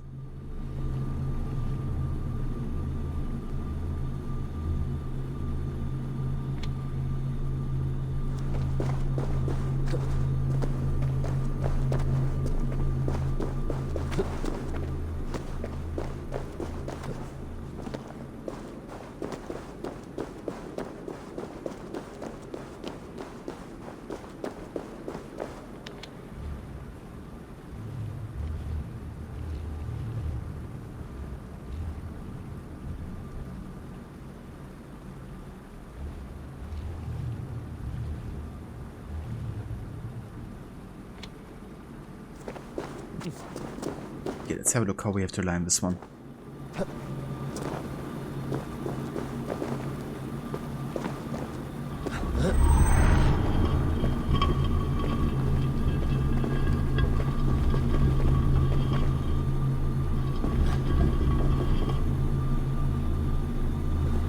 Maybe like this.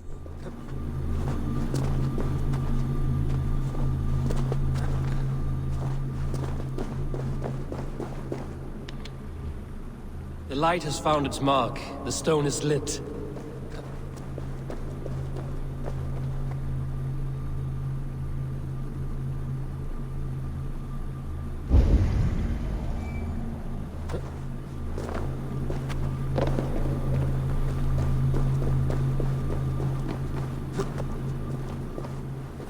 Alright, and then there's another one here.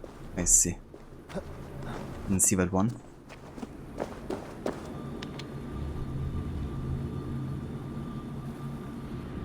Did it? The well is open to us. I will lead.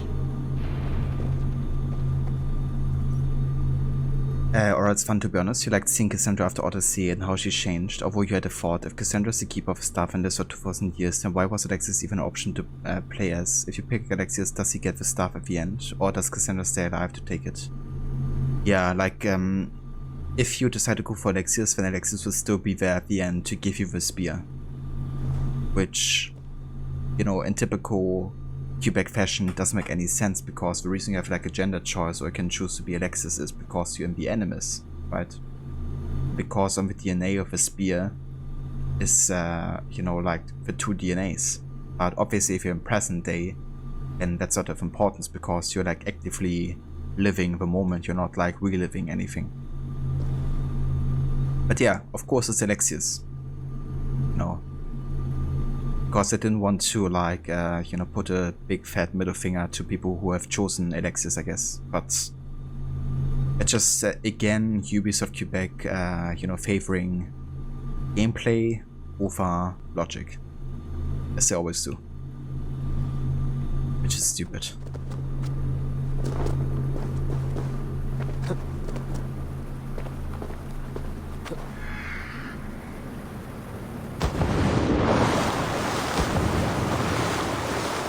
Take what you need and do it quickly. We should not linger. It is done. Take off the helmet here for his next cutscene.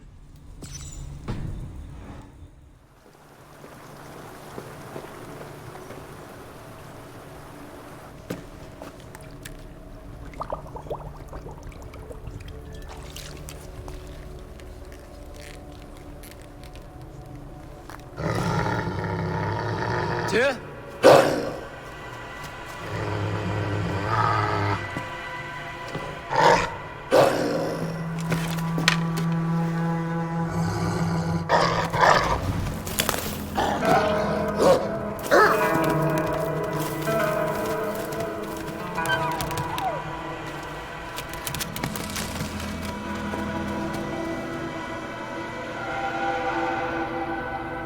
Careless little pup. You shouldn't be here. Where are you?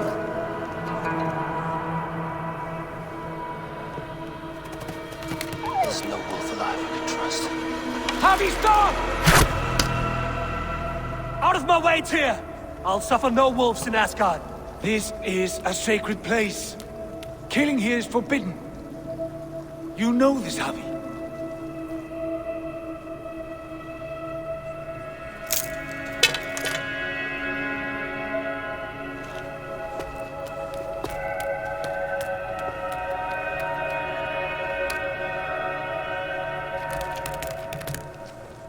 Has your mind fled you? You act as though possessed by the spirit of another.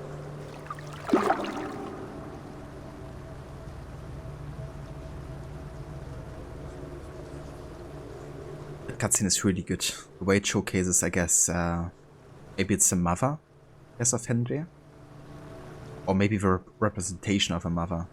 You know, maybe that's how Odin saw Alethea, I guess, you know, because Alethea also was, of course, at least in the logic here of the Aesir, would have been like, somebody who could transform into multiple beings. You know, so maybe she could transform into like a wolf.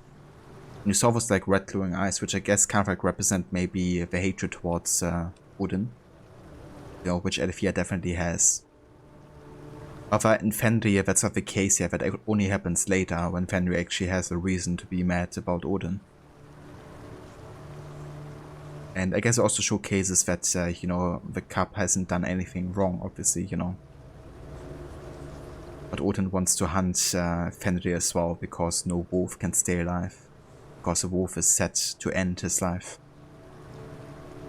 But by hunting Fenrir and imprisoning Fenrir, he's just sealing his own fate.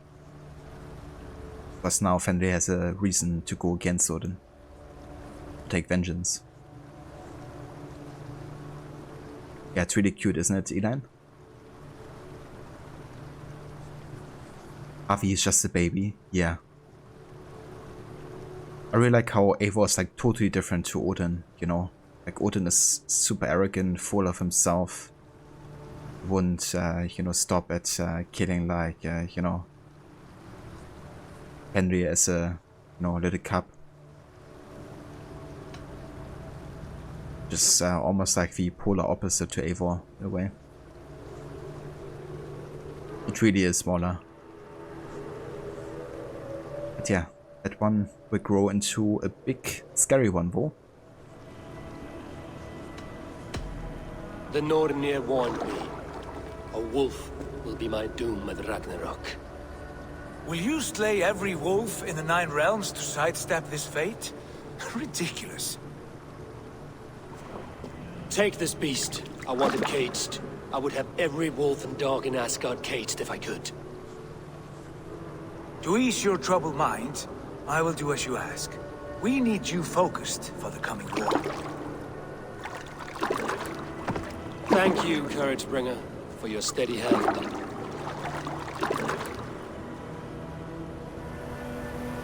When one descends this deep, there's no going back up. Then the only way is further down. What I also like about the scene here and the environments is you have the 3 Nornir, you know, who are spinning the fates. And of course it's also fitting to Odin, you know, like caging Fenrir, and then with that, you know, following the threat really.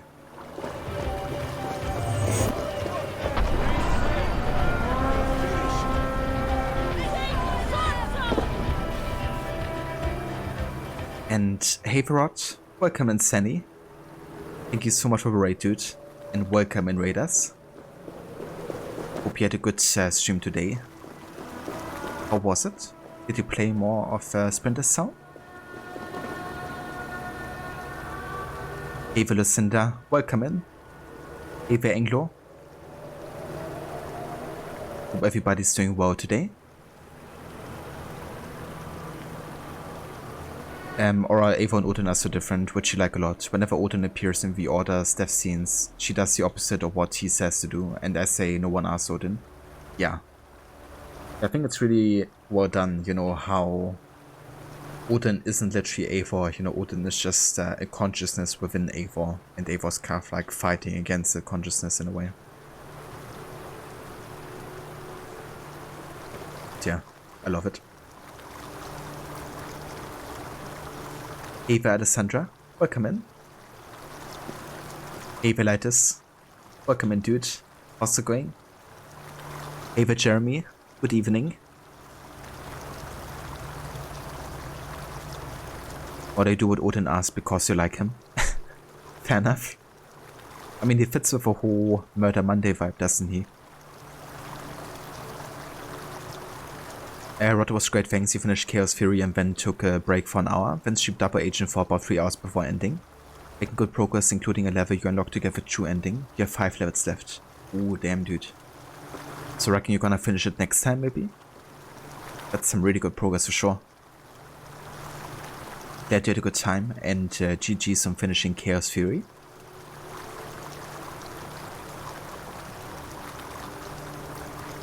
Time traveling without the DeLorean. yeah, also works sometimes. Motionless, motionless like Osiris. Motionless, his limbs like Osiris. Indeed. Ava Harbinger, welcome in. How's it going?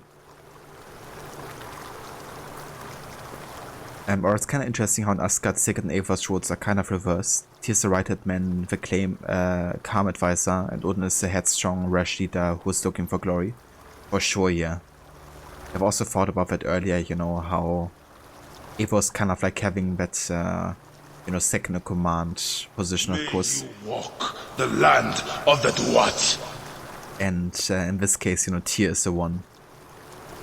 Like earlier when we read the Codex entry, and it kind of like said how Tyr was in charge first until Odin defeated him, Definitely reminiscent of the role reverse for sure.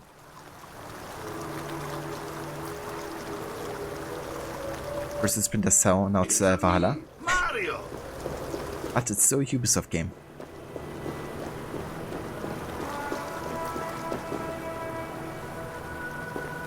But yeah, we're currently in Asgard, playing as Havi, also called Odin. And yeah, we just decided to cage in Fenrir.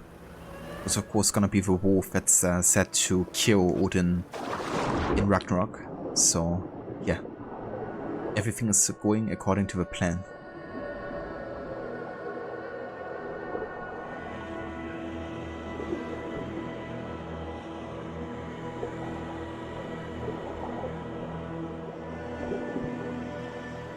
A mighty beard and lots of hair as well, because that's how Odin is usually represented in the mythology.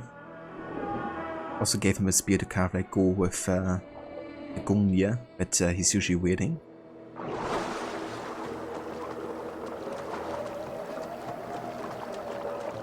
Loki.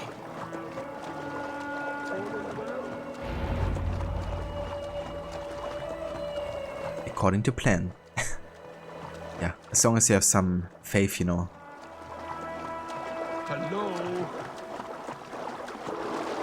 Sandra, you hope you can seduce Randy in Valhalla. For me? For me. He's gorgeous.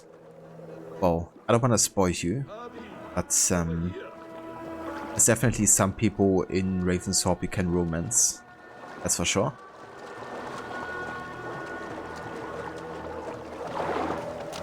And hey there, Seraph. Welcome in. You don't mind spoilers? Okay, never mind. Well, in that case, yes, you can.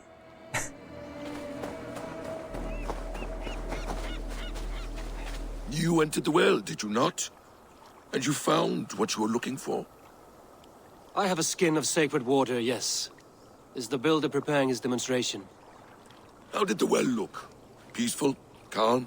Quiet? What are you driving at, Loki? Driving at? I'm only curious. The well is a wondrous place. I wish I could see it for myself. There was a wolf cub with us, trespassing on sacred ground. But Tyr took care of it. Took care of it? Is he dead? Why do you know who that wolf is? Oh, because it's your freaking son, of course. What are you to Crookie? Sheesh. Funny thing is that we saw your romance already on stream. That's true, yeah.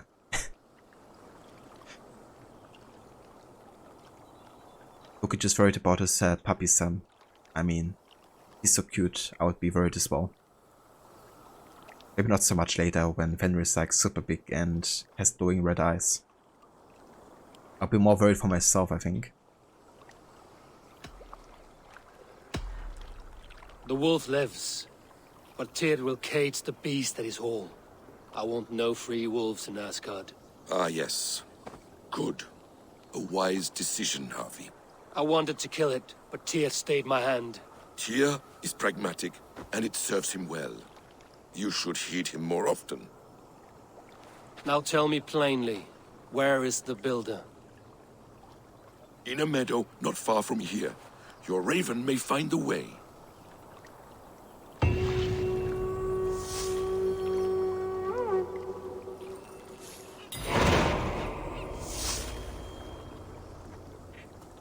Harbinger, you're giving Valhalla another third attempt after your first playthrough, but it's so hard, probably the largest game you have ever played if you exclude MMOs.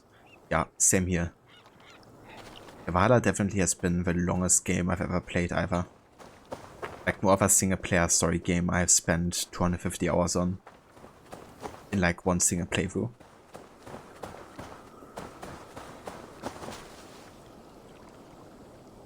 Or you also consider your dog a child, so you get it, Loki. Yeah, I mean he's very relatable, isn't he? Hitpix, sleep time, hope you have a good time in Asgard. Thank you very much, Hitpix. I hope you have a good night as well.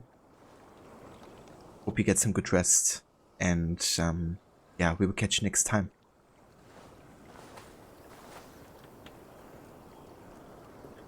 While your dog is an adult and still your puppy, you feel like your mom in that way. No matter how old she gets, she'll always be your baby.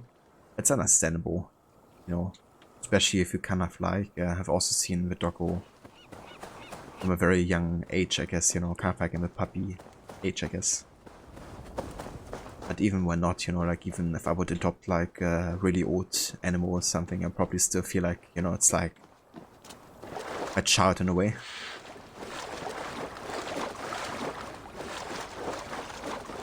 But I guess also seeing it in puppy age would probably, you know, strengthen that feeling in a way.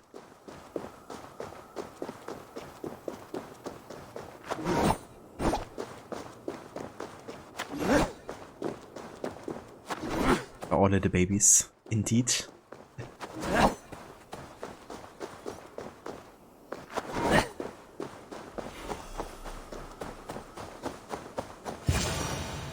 Builder! Ah, your timing is perfect.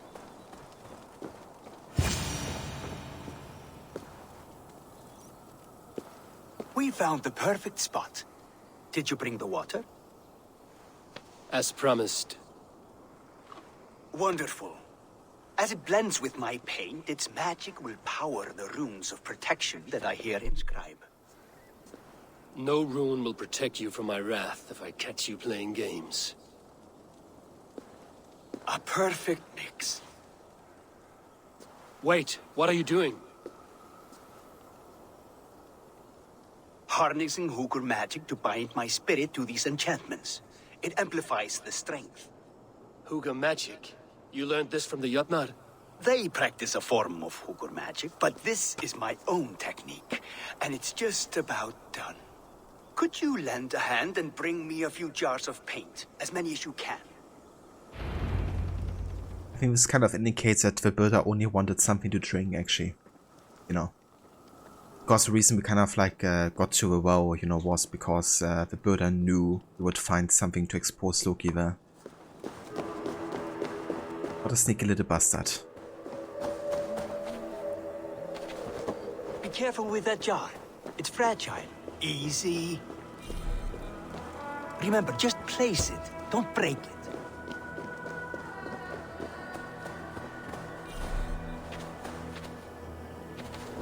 Do take care. We can replace the paint, but the time to prepare it is lost.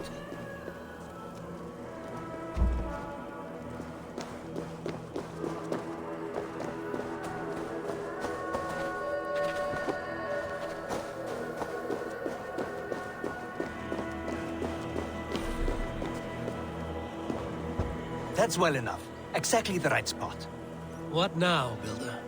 Perhaps you should move out of the way. Atop that rock, the view will be much better.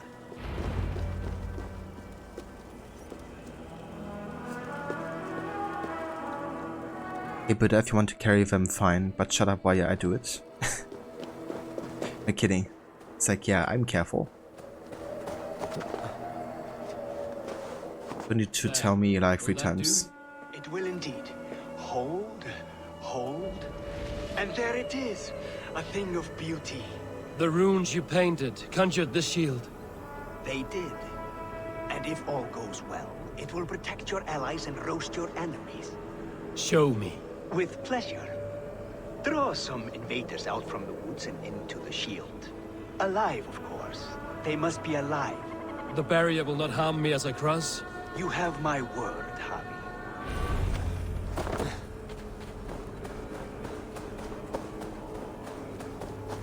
Well then, is there some Jüten over here?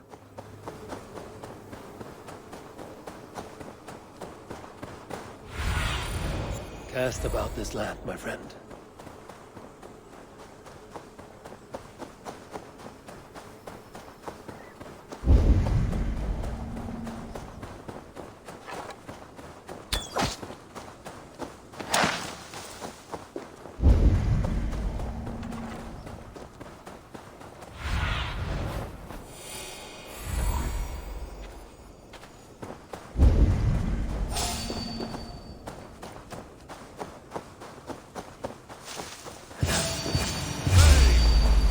Over here, you stinking shits! Skulking about like cowards.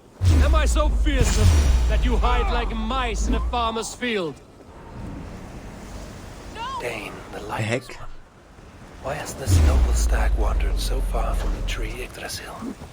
How did these guys actually die? This majestic creature gives my own heart. Are we done with this pissing contest? Follow in the same spirit. Are we done with this pissing contest? Come on guys, follow me.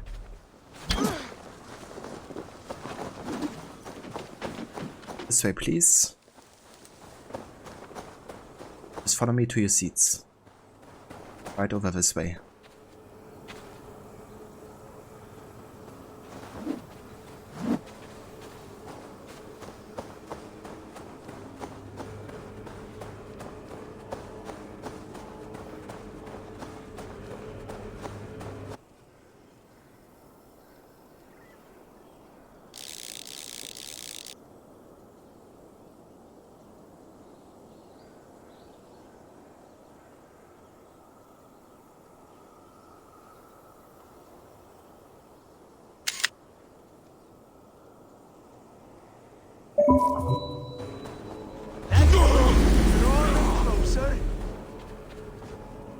Yes!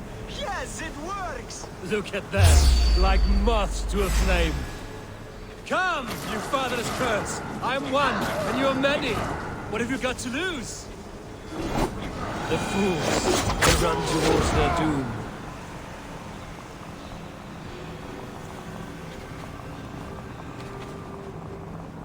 Your shield is failing, Builder! They're passing through! Take that! The shield is dead! Hold him off while I try to restore it!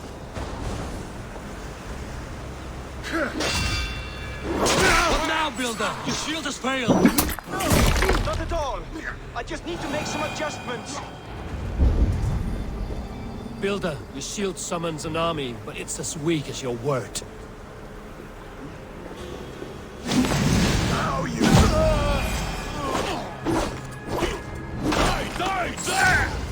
This is not what you promised. Never mind that now. Coming from all sides.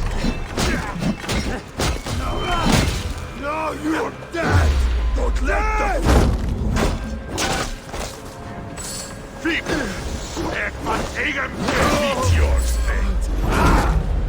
I should have let Loki have his way with you.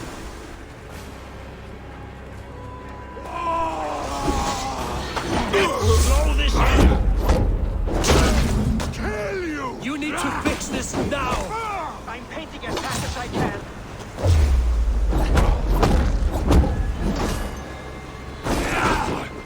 Oh, you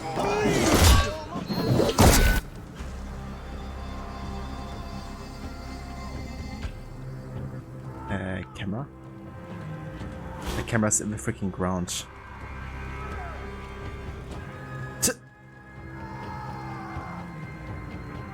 Seems legit. Nice decision, Gareth. That was not as smooth as I had hoped. But the means can be forgiven when the end bears fruit. A sour fruit, not as sweet as you promised. It's all part of a plan. Yeah, ironically for the builder it is, I guess. If this was Dutch, then it probably would have worked against the builder wishes. That guy's head really caught some air. Gotta love when cameras get in games to do that. Yeah. before they kind of like, see that. I still remember when I set up my Red Dead 2 game, installed again and then loaded my autosave. And John just kept falling through the freaking floor. I kind of saw too much of the kind of like camera perspective there because there was like literally no way to get out of it. It just like kept on falling. Kinda ridiculous. Hopefully it doesn't happen again to me because that would be really annoying. Especially if it happens before I finish the epilogue. Yeah, it really was. But, I mean, at least it hasn't happened yet. Again. It held. The shield worked wonders. It worked well enough. Impressive, but unstable. Don't fear, my friend. The problem is no more. I have mixed the proper solution. With enough materials and the right incentive, I pledge to build a tower so tall, it would shield all of Asgard. Materials we can find, that is no issue. What incentive do you mean? Oh, just a trifle. Nothing grand. I only want Freya as my wife and queen.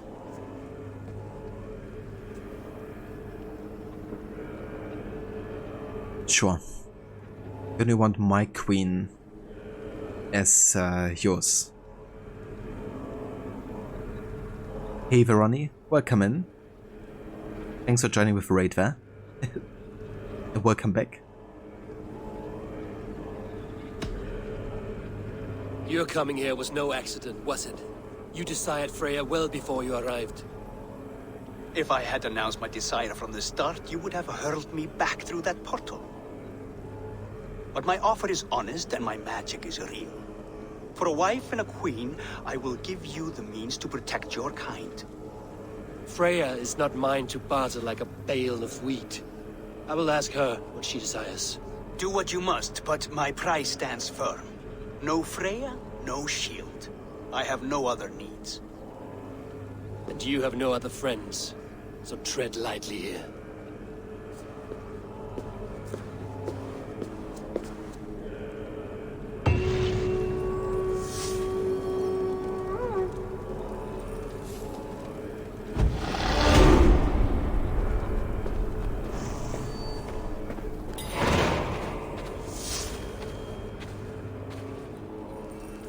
Or so casual, just want to marry the queen. Yeah, it's nothing. Just the queen. Oh no, you just finished a nice little 3-kilometer run jog. Feels good. Oh yeah, dude. That's awesome. Glad you enjoyed it. If I'm the best suit, welcome in as well.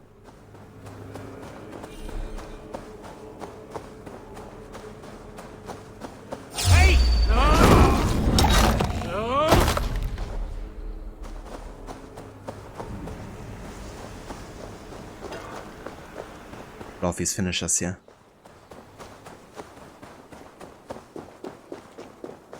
Gotta say, like, dual hand wielding, like, you know, heavy weapons, like spears, the heavy axes and stuff. I might actually prefer them over any other kind of like weapon combo. Like, really strong, obviously, but also like much faster, of course, if you would like instead of like dual wielding it with, like, for example, a shield or another heavy weapon.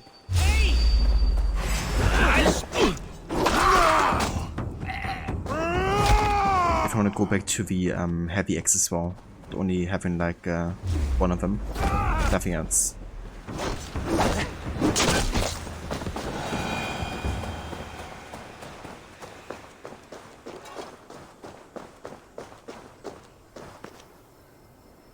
You just started over in Valhalla, now that the game has changed so much since you started your save game.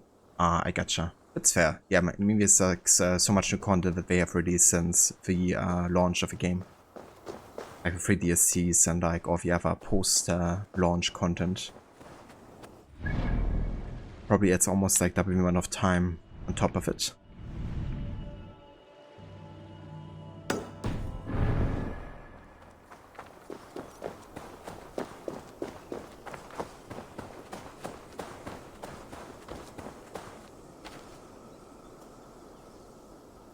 Just trying to be slightly better than yesterday. So, how far did you run yesterday, Ronnie? That's a nice idea, you know, to kind of like increase steadily.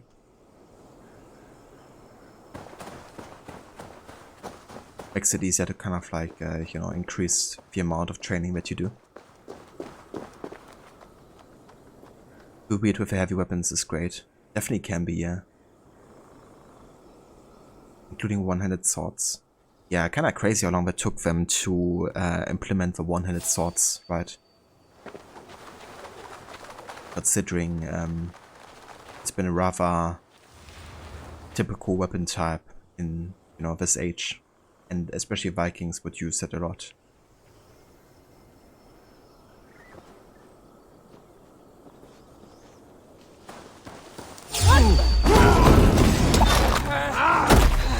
Trollhamns man!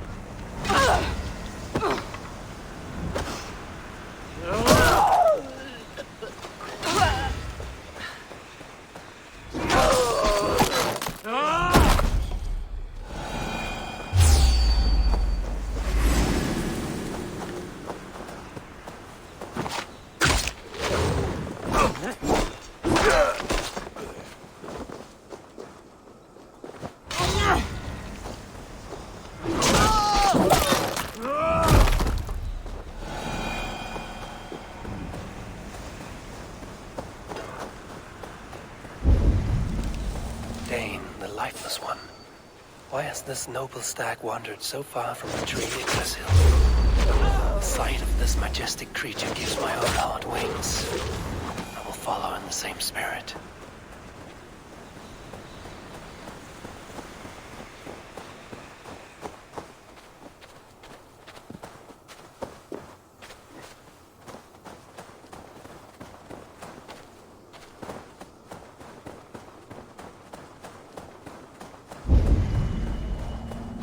Dunur, the unknowing. Have you eaten your fill of Yggdrasil's green leaves? Only Viking raiders and leaders others couldn't afford a sword. Yeah, that's another thing, isn't it? Like, in fact, you often had to pay for your own armor and stuff.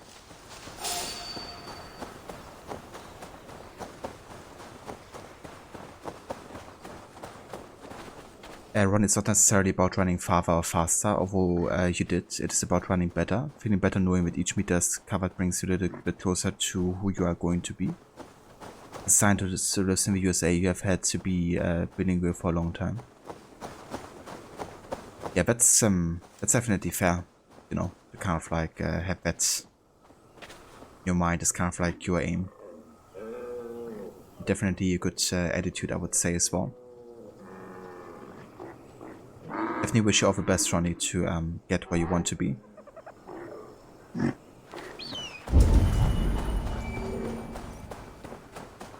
Durathor as well. Has some disaster befallen the Tree of Life? Or is this simply a gathering of the hallowed herd?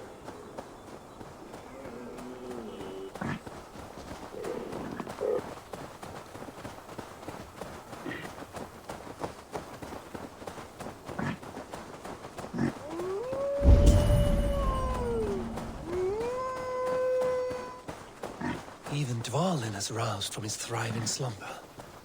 Does this wild run come from a place of joy or fear?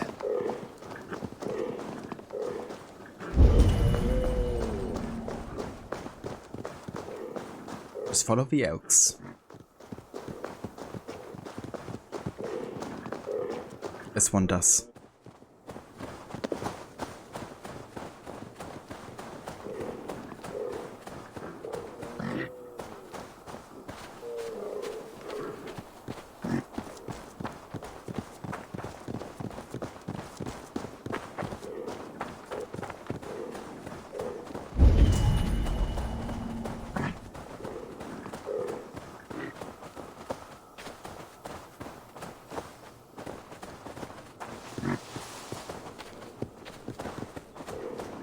Okay guys, where are we heading?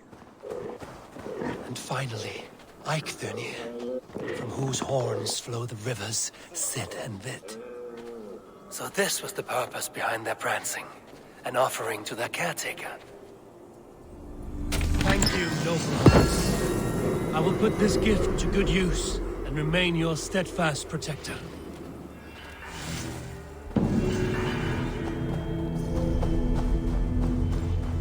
Uber Hearts.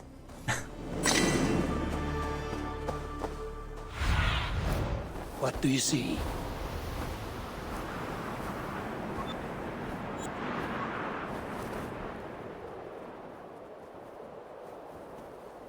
Ron, you never liked running, but you're using this Nike Run Club app, and that runs all are guided. So a coach is talking to you as you go, and you think you get it now.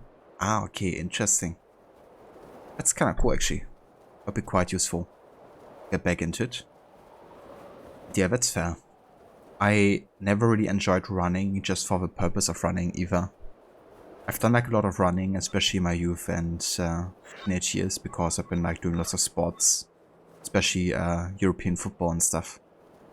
But yeah, for me, like I always had to have like an aim in front of myself, you know. Like in football, of course, it was like the ball or like the enemy or whatever. I never really enjoyed just like running for the purpose of running.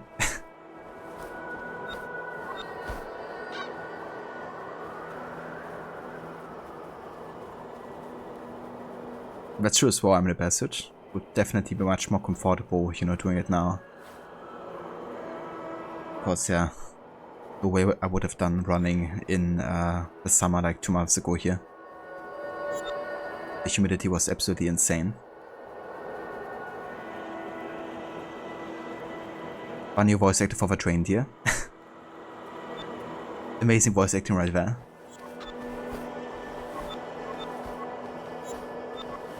Yeah, guys, this is gonna be where we will call it for today with AC Valhalla. It's a pretty solid progress, actually. We finished the entire London story arc and also, of course, made our way to Asgard here. Next time we will definitely be finishing the story arc of Asgard, and then we will head to the next story arc in England, which is gonna be Shropshire, I think. So that's the one between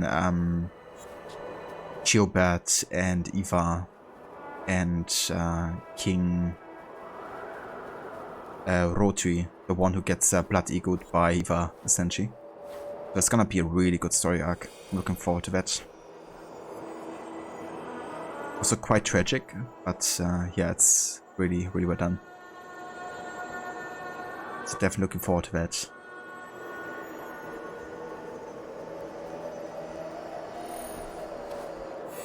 Funny, that is the cool thing about this app. The coach is relentlessly positive and it's contagious. Running is a celebration with this guy.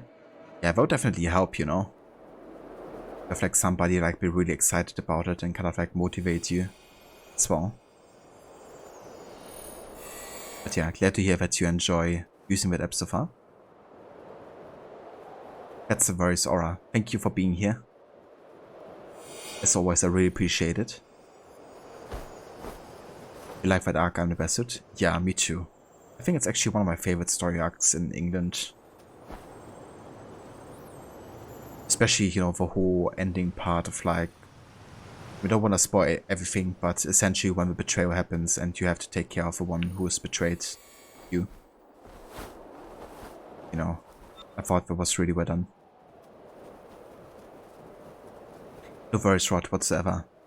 And cheers. Thanks also again for the raid earlier.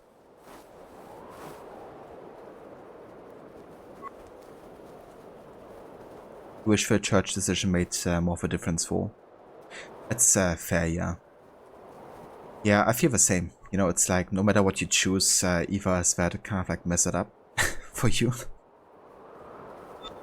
So yeah, it's kind of like one of those Odyssey choices essentially, right? You have like all of these people you could give the money to. But actually it doesn't matter. Jesus, let's zoom in. But yeah, let's go ahead and have a save here.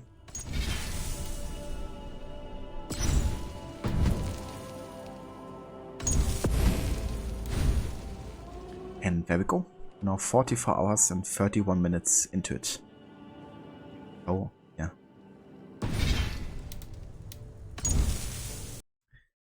But yeah, before we call it, of course, for today with our stream. I want to have a look to see who's online and who we can raid. So let's have a look, shall we?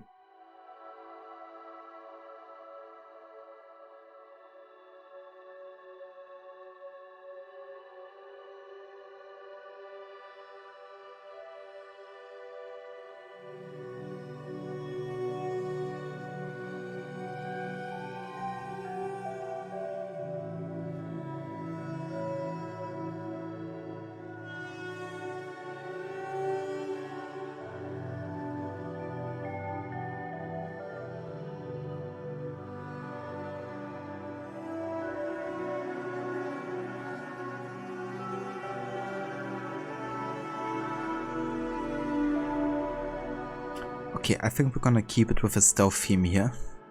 At least theoretically stealth.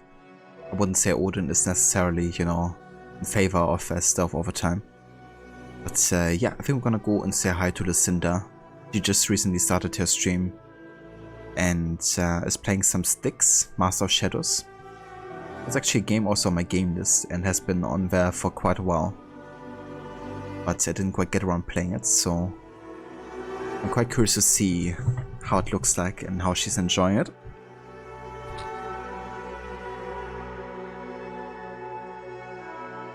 If you guys want to hop along with a raid and say hello to Lucinda, here's also some raid emotes you can copy and paste into chat. And before we raid out, I also want to highly recommend to everybody Rod, who's also a massive fan of Assassin's Creed and is playing the games currently every Saturday. Currently he's doing a playthrough of AC Origins, doing New Game Plus, and trying to trigger all kinds of dialogues that are hidden in the game. He's also going to be playing Odyssey and Valhalla 2, of course, to finish off his annual series playthrough of the rest of the year.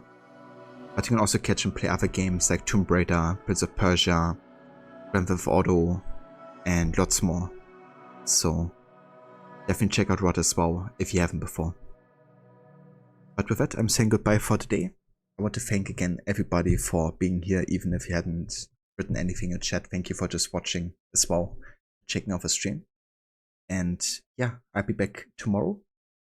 Until then, I hope you guys have a great rest of the day. And that's no worries as well, Rod. More than happy to give you a shout out, dude. I'll see you all over at Lucinda's.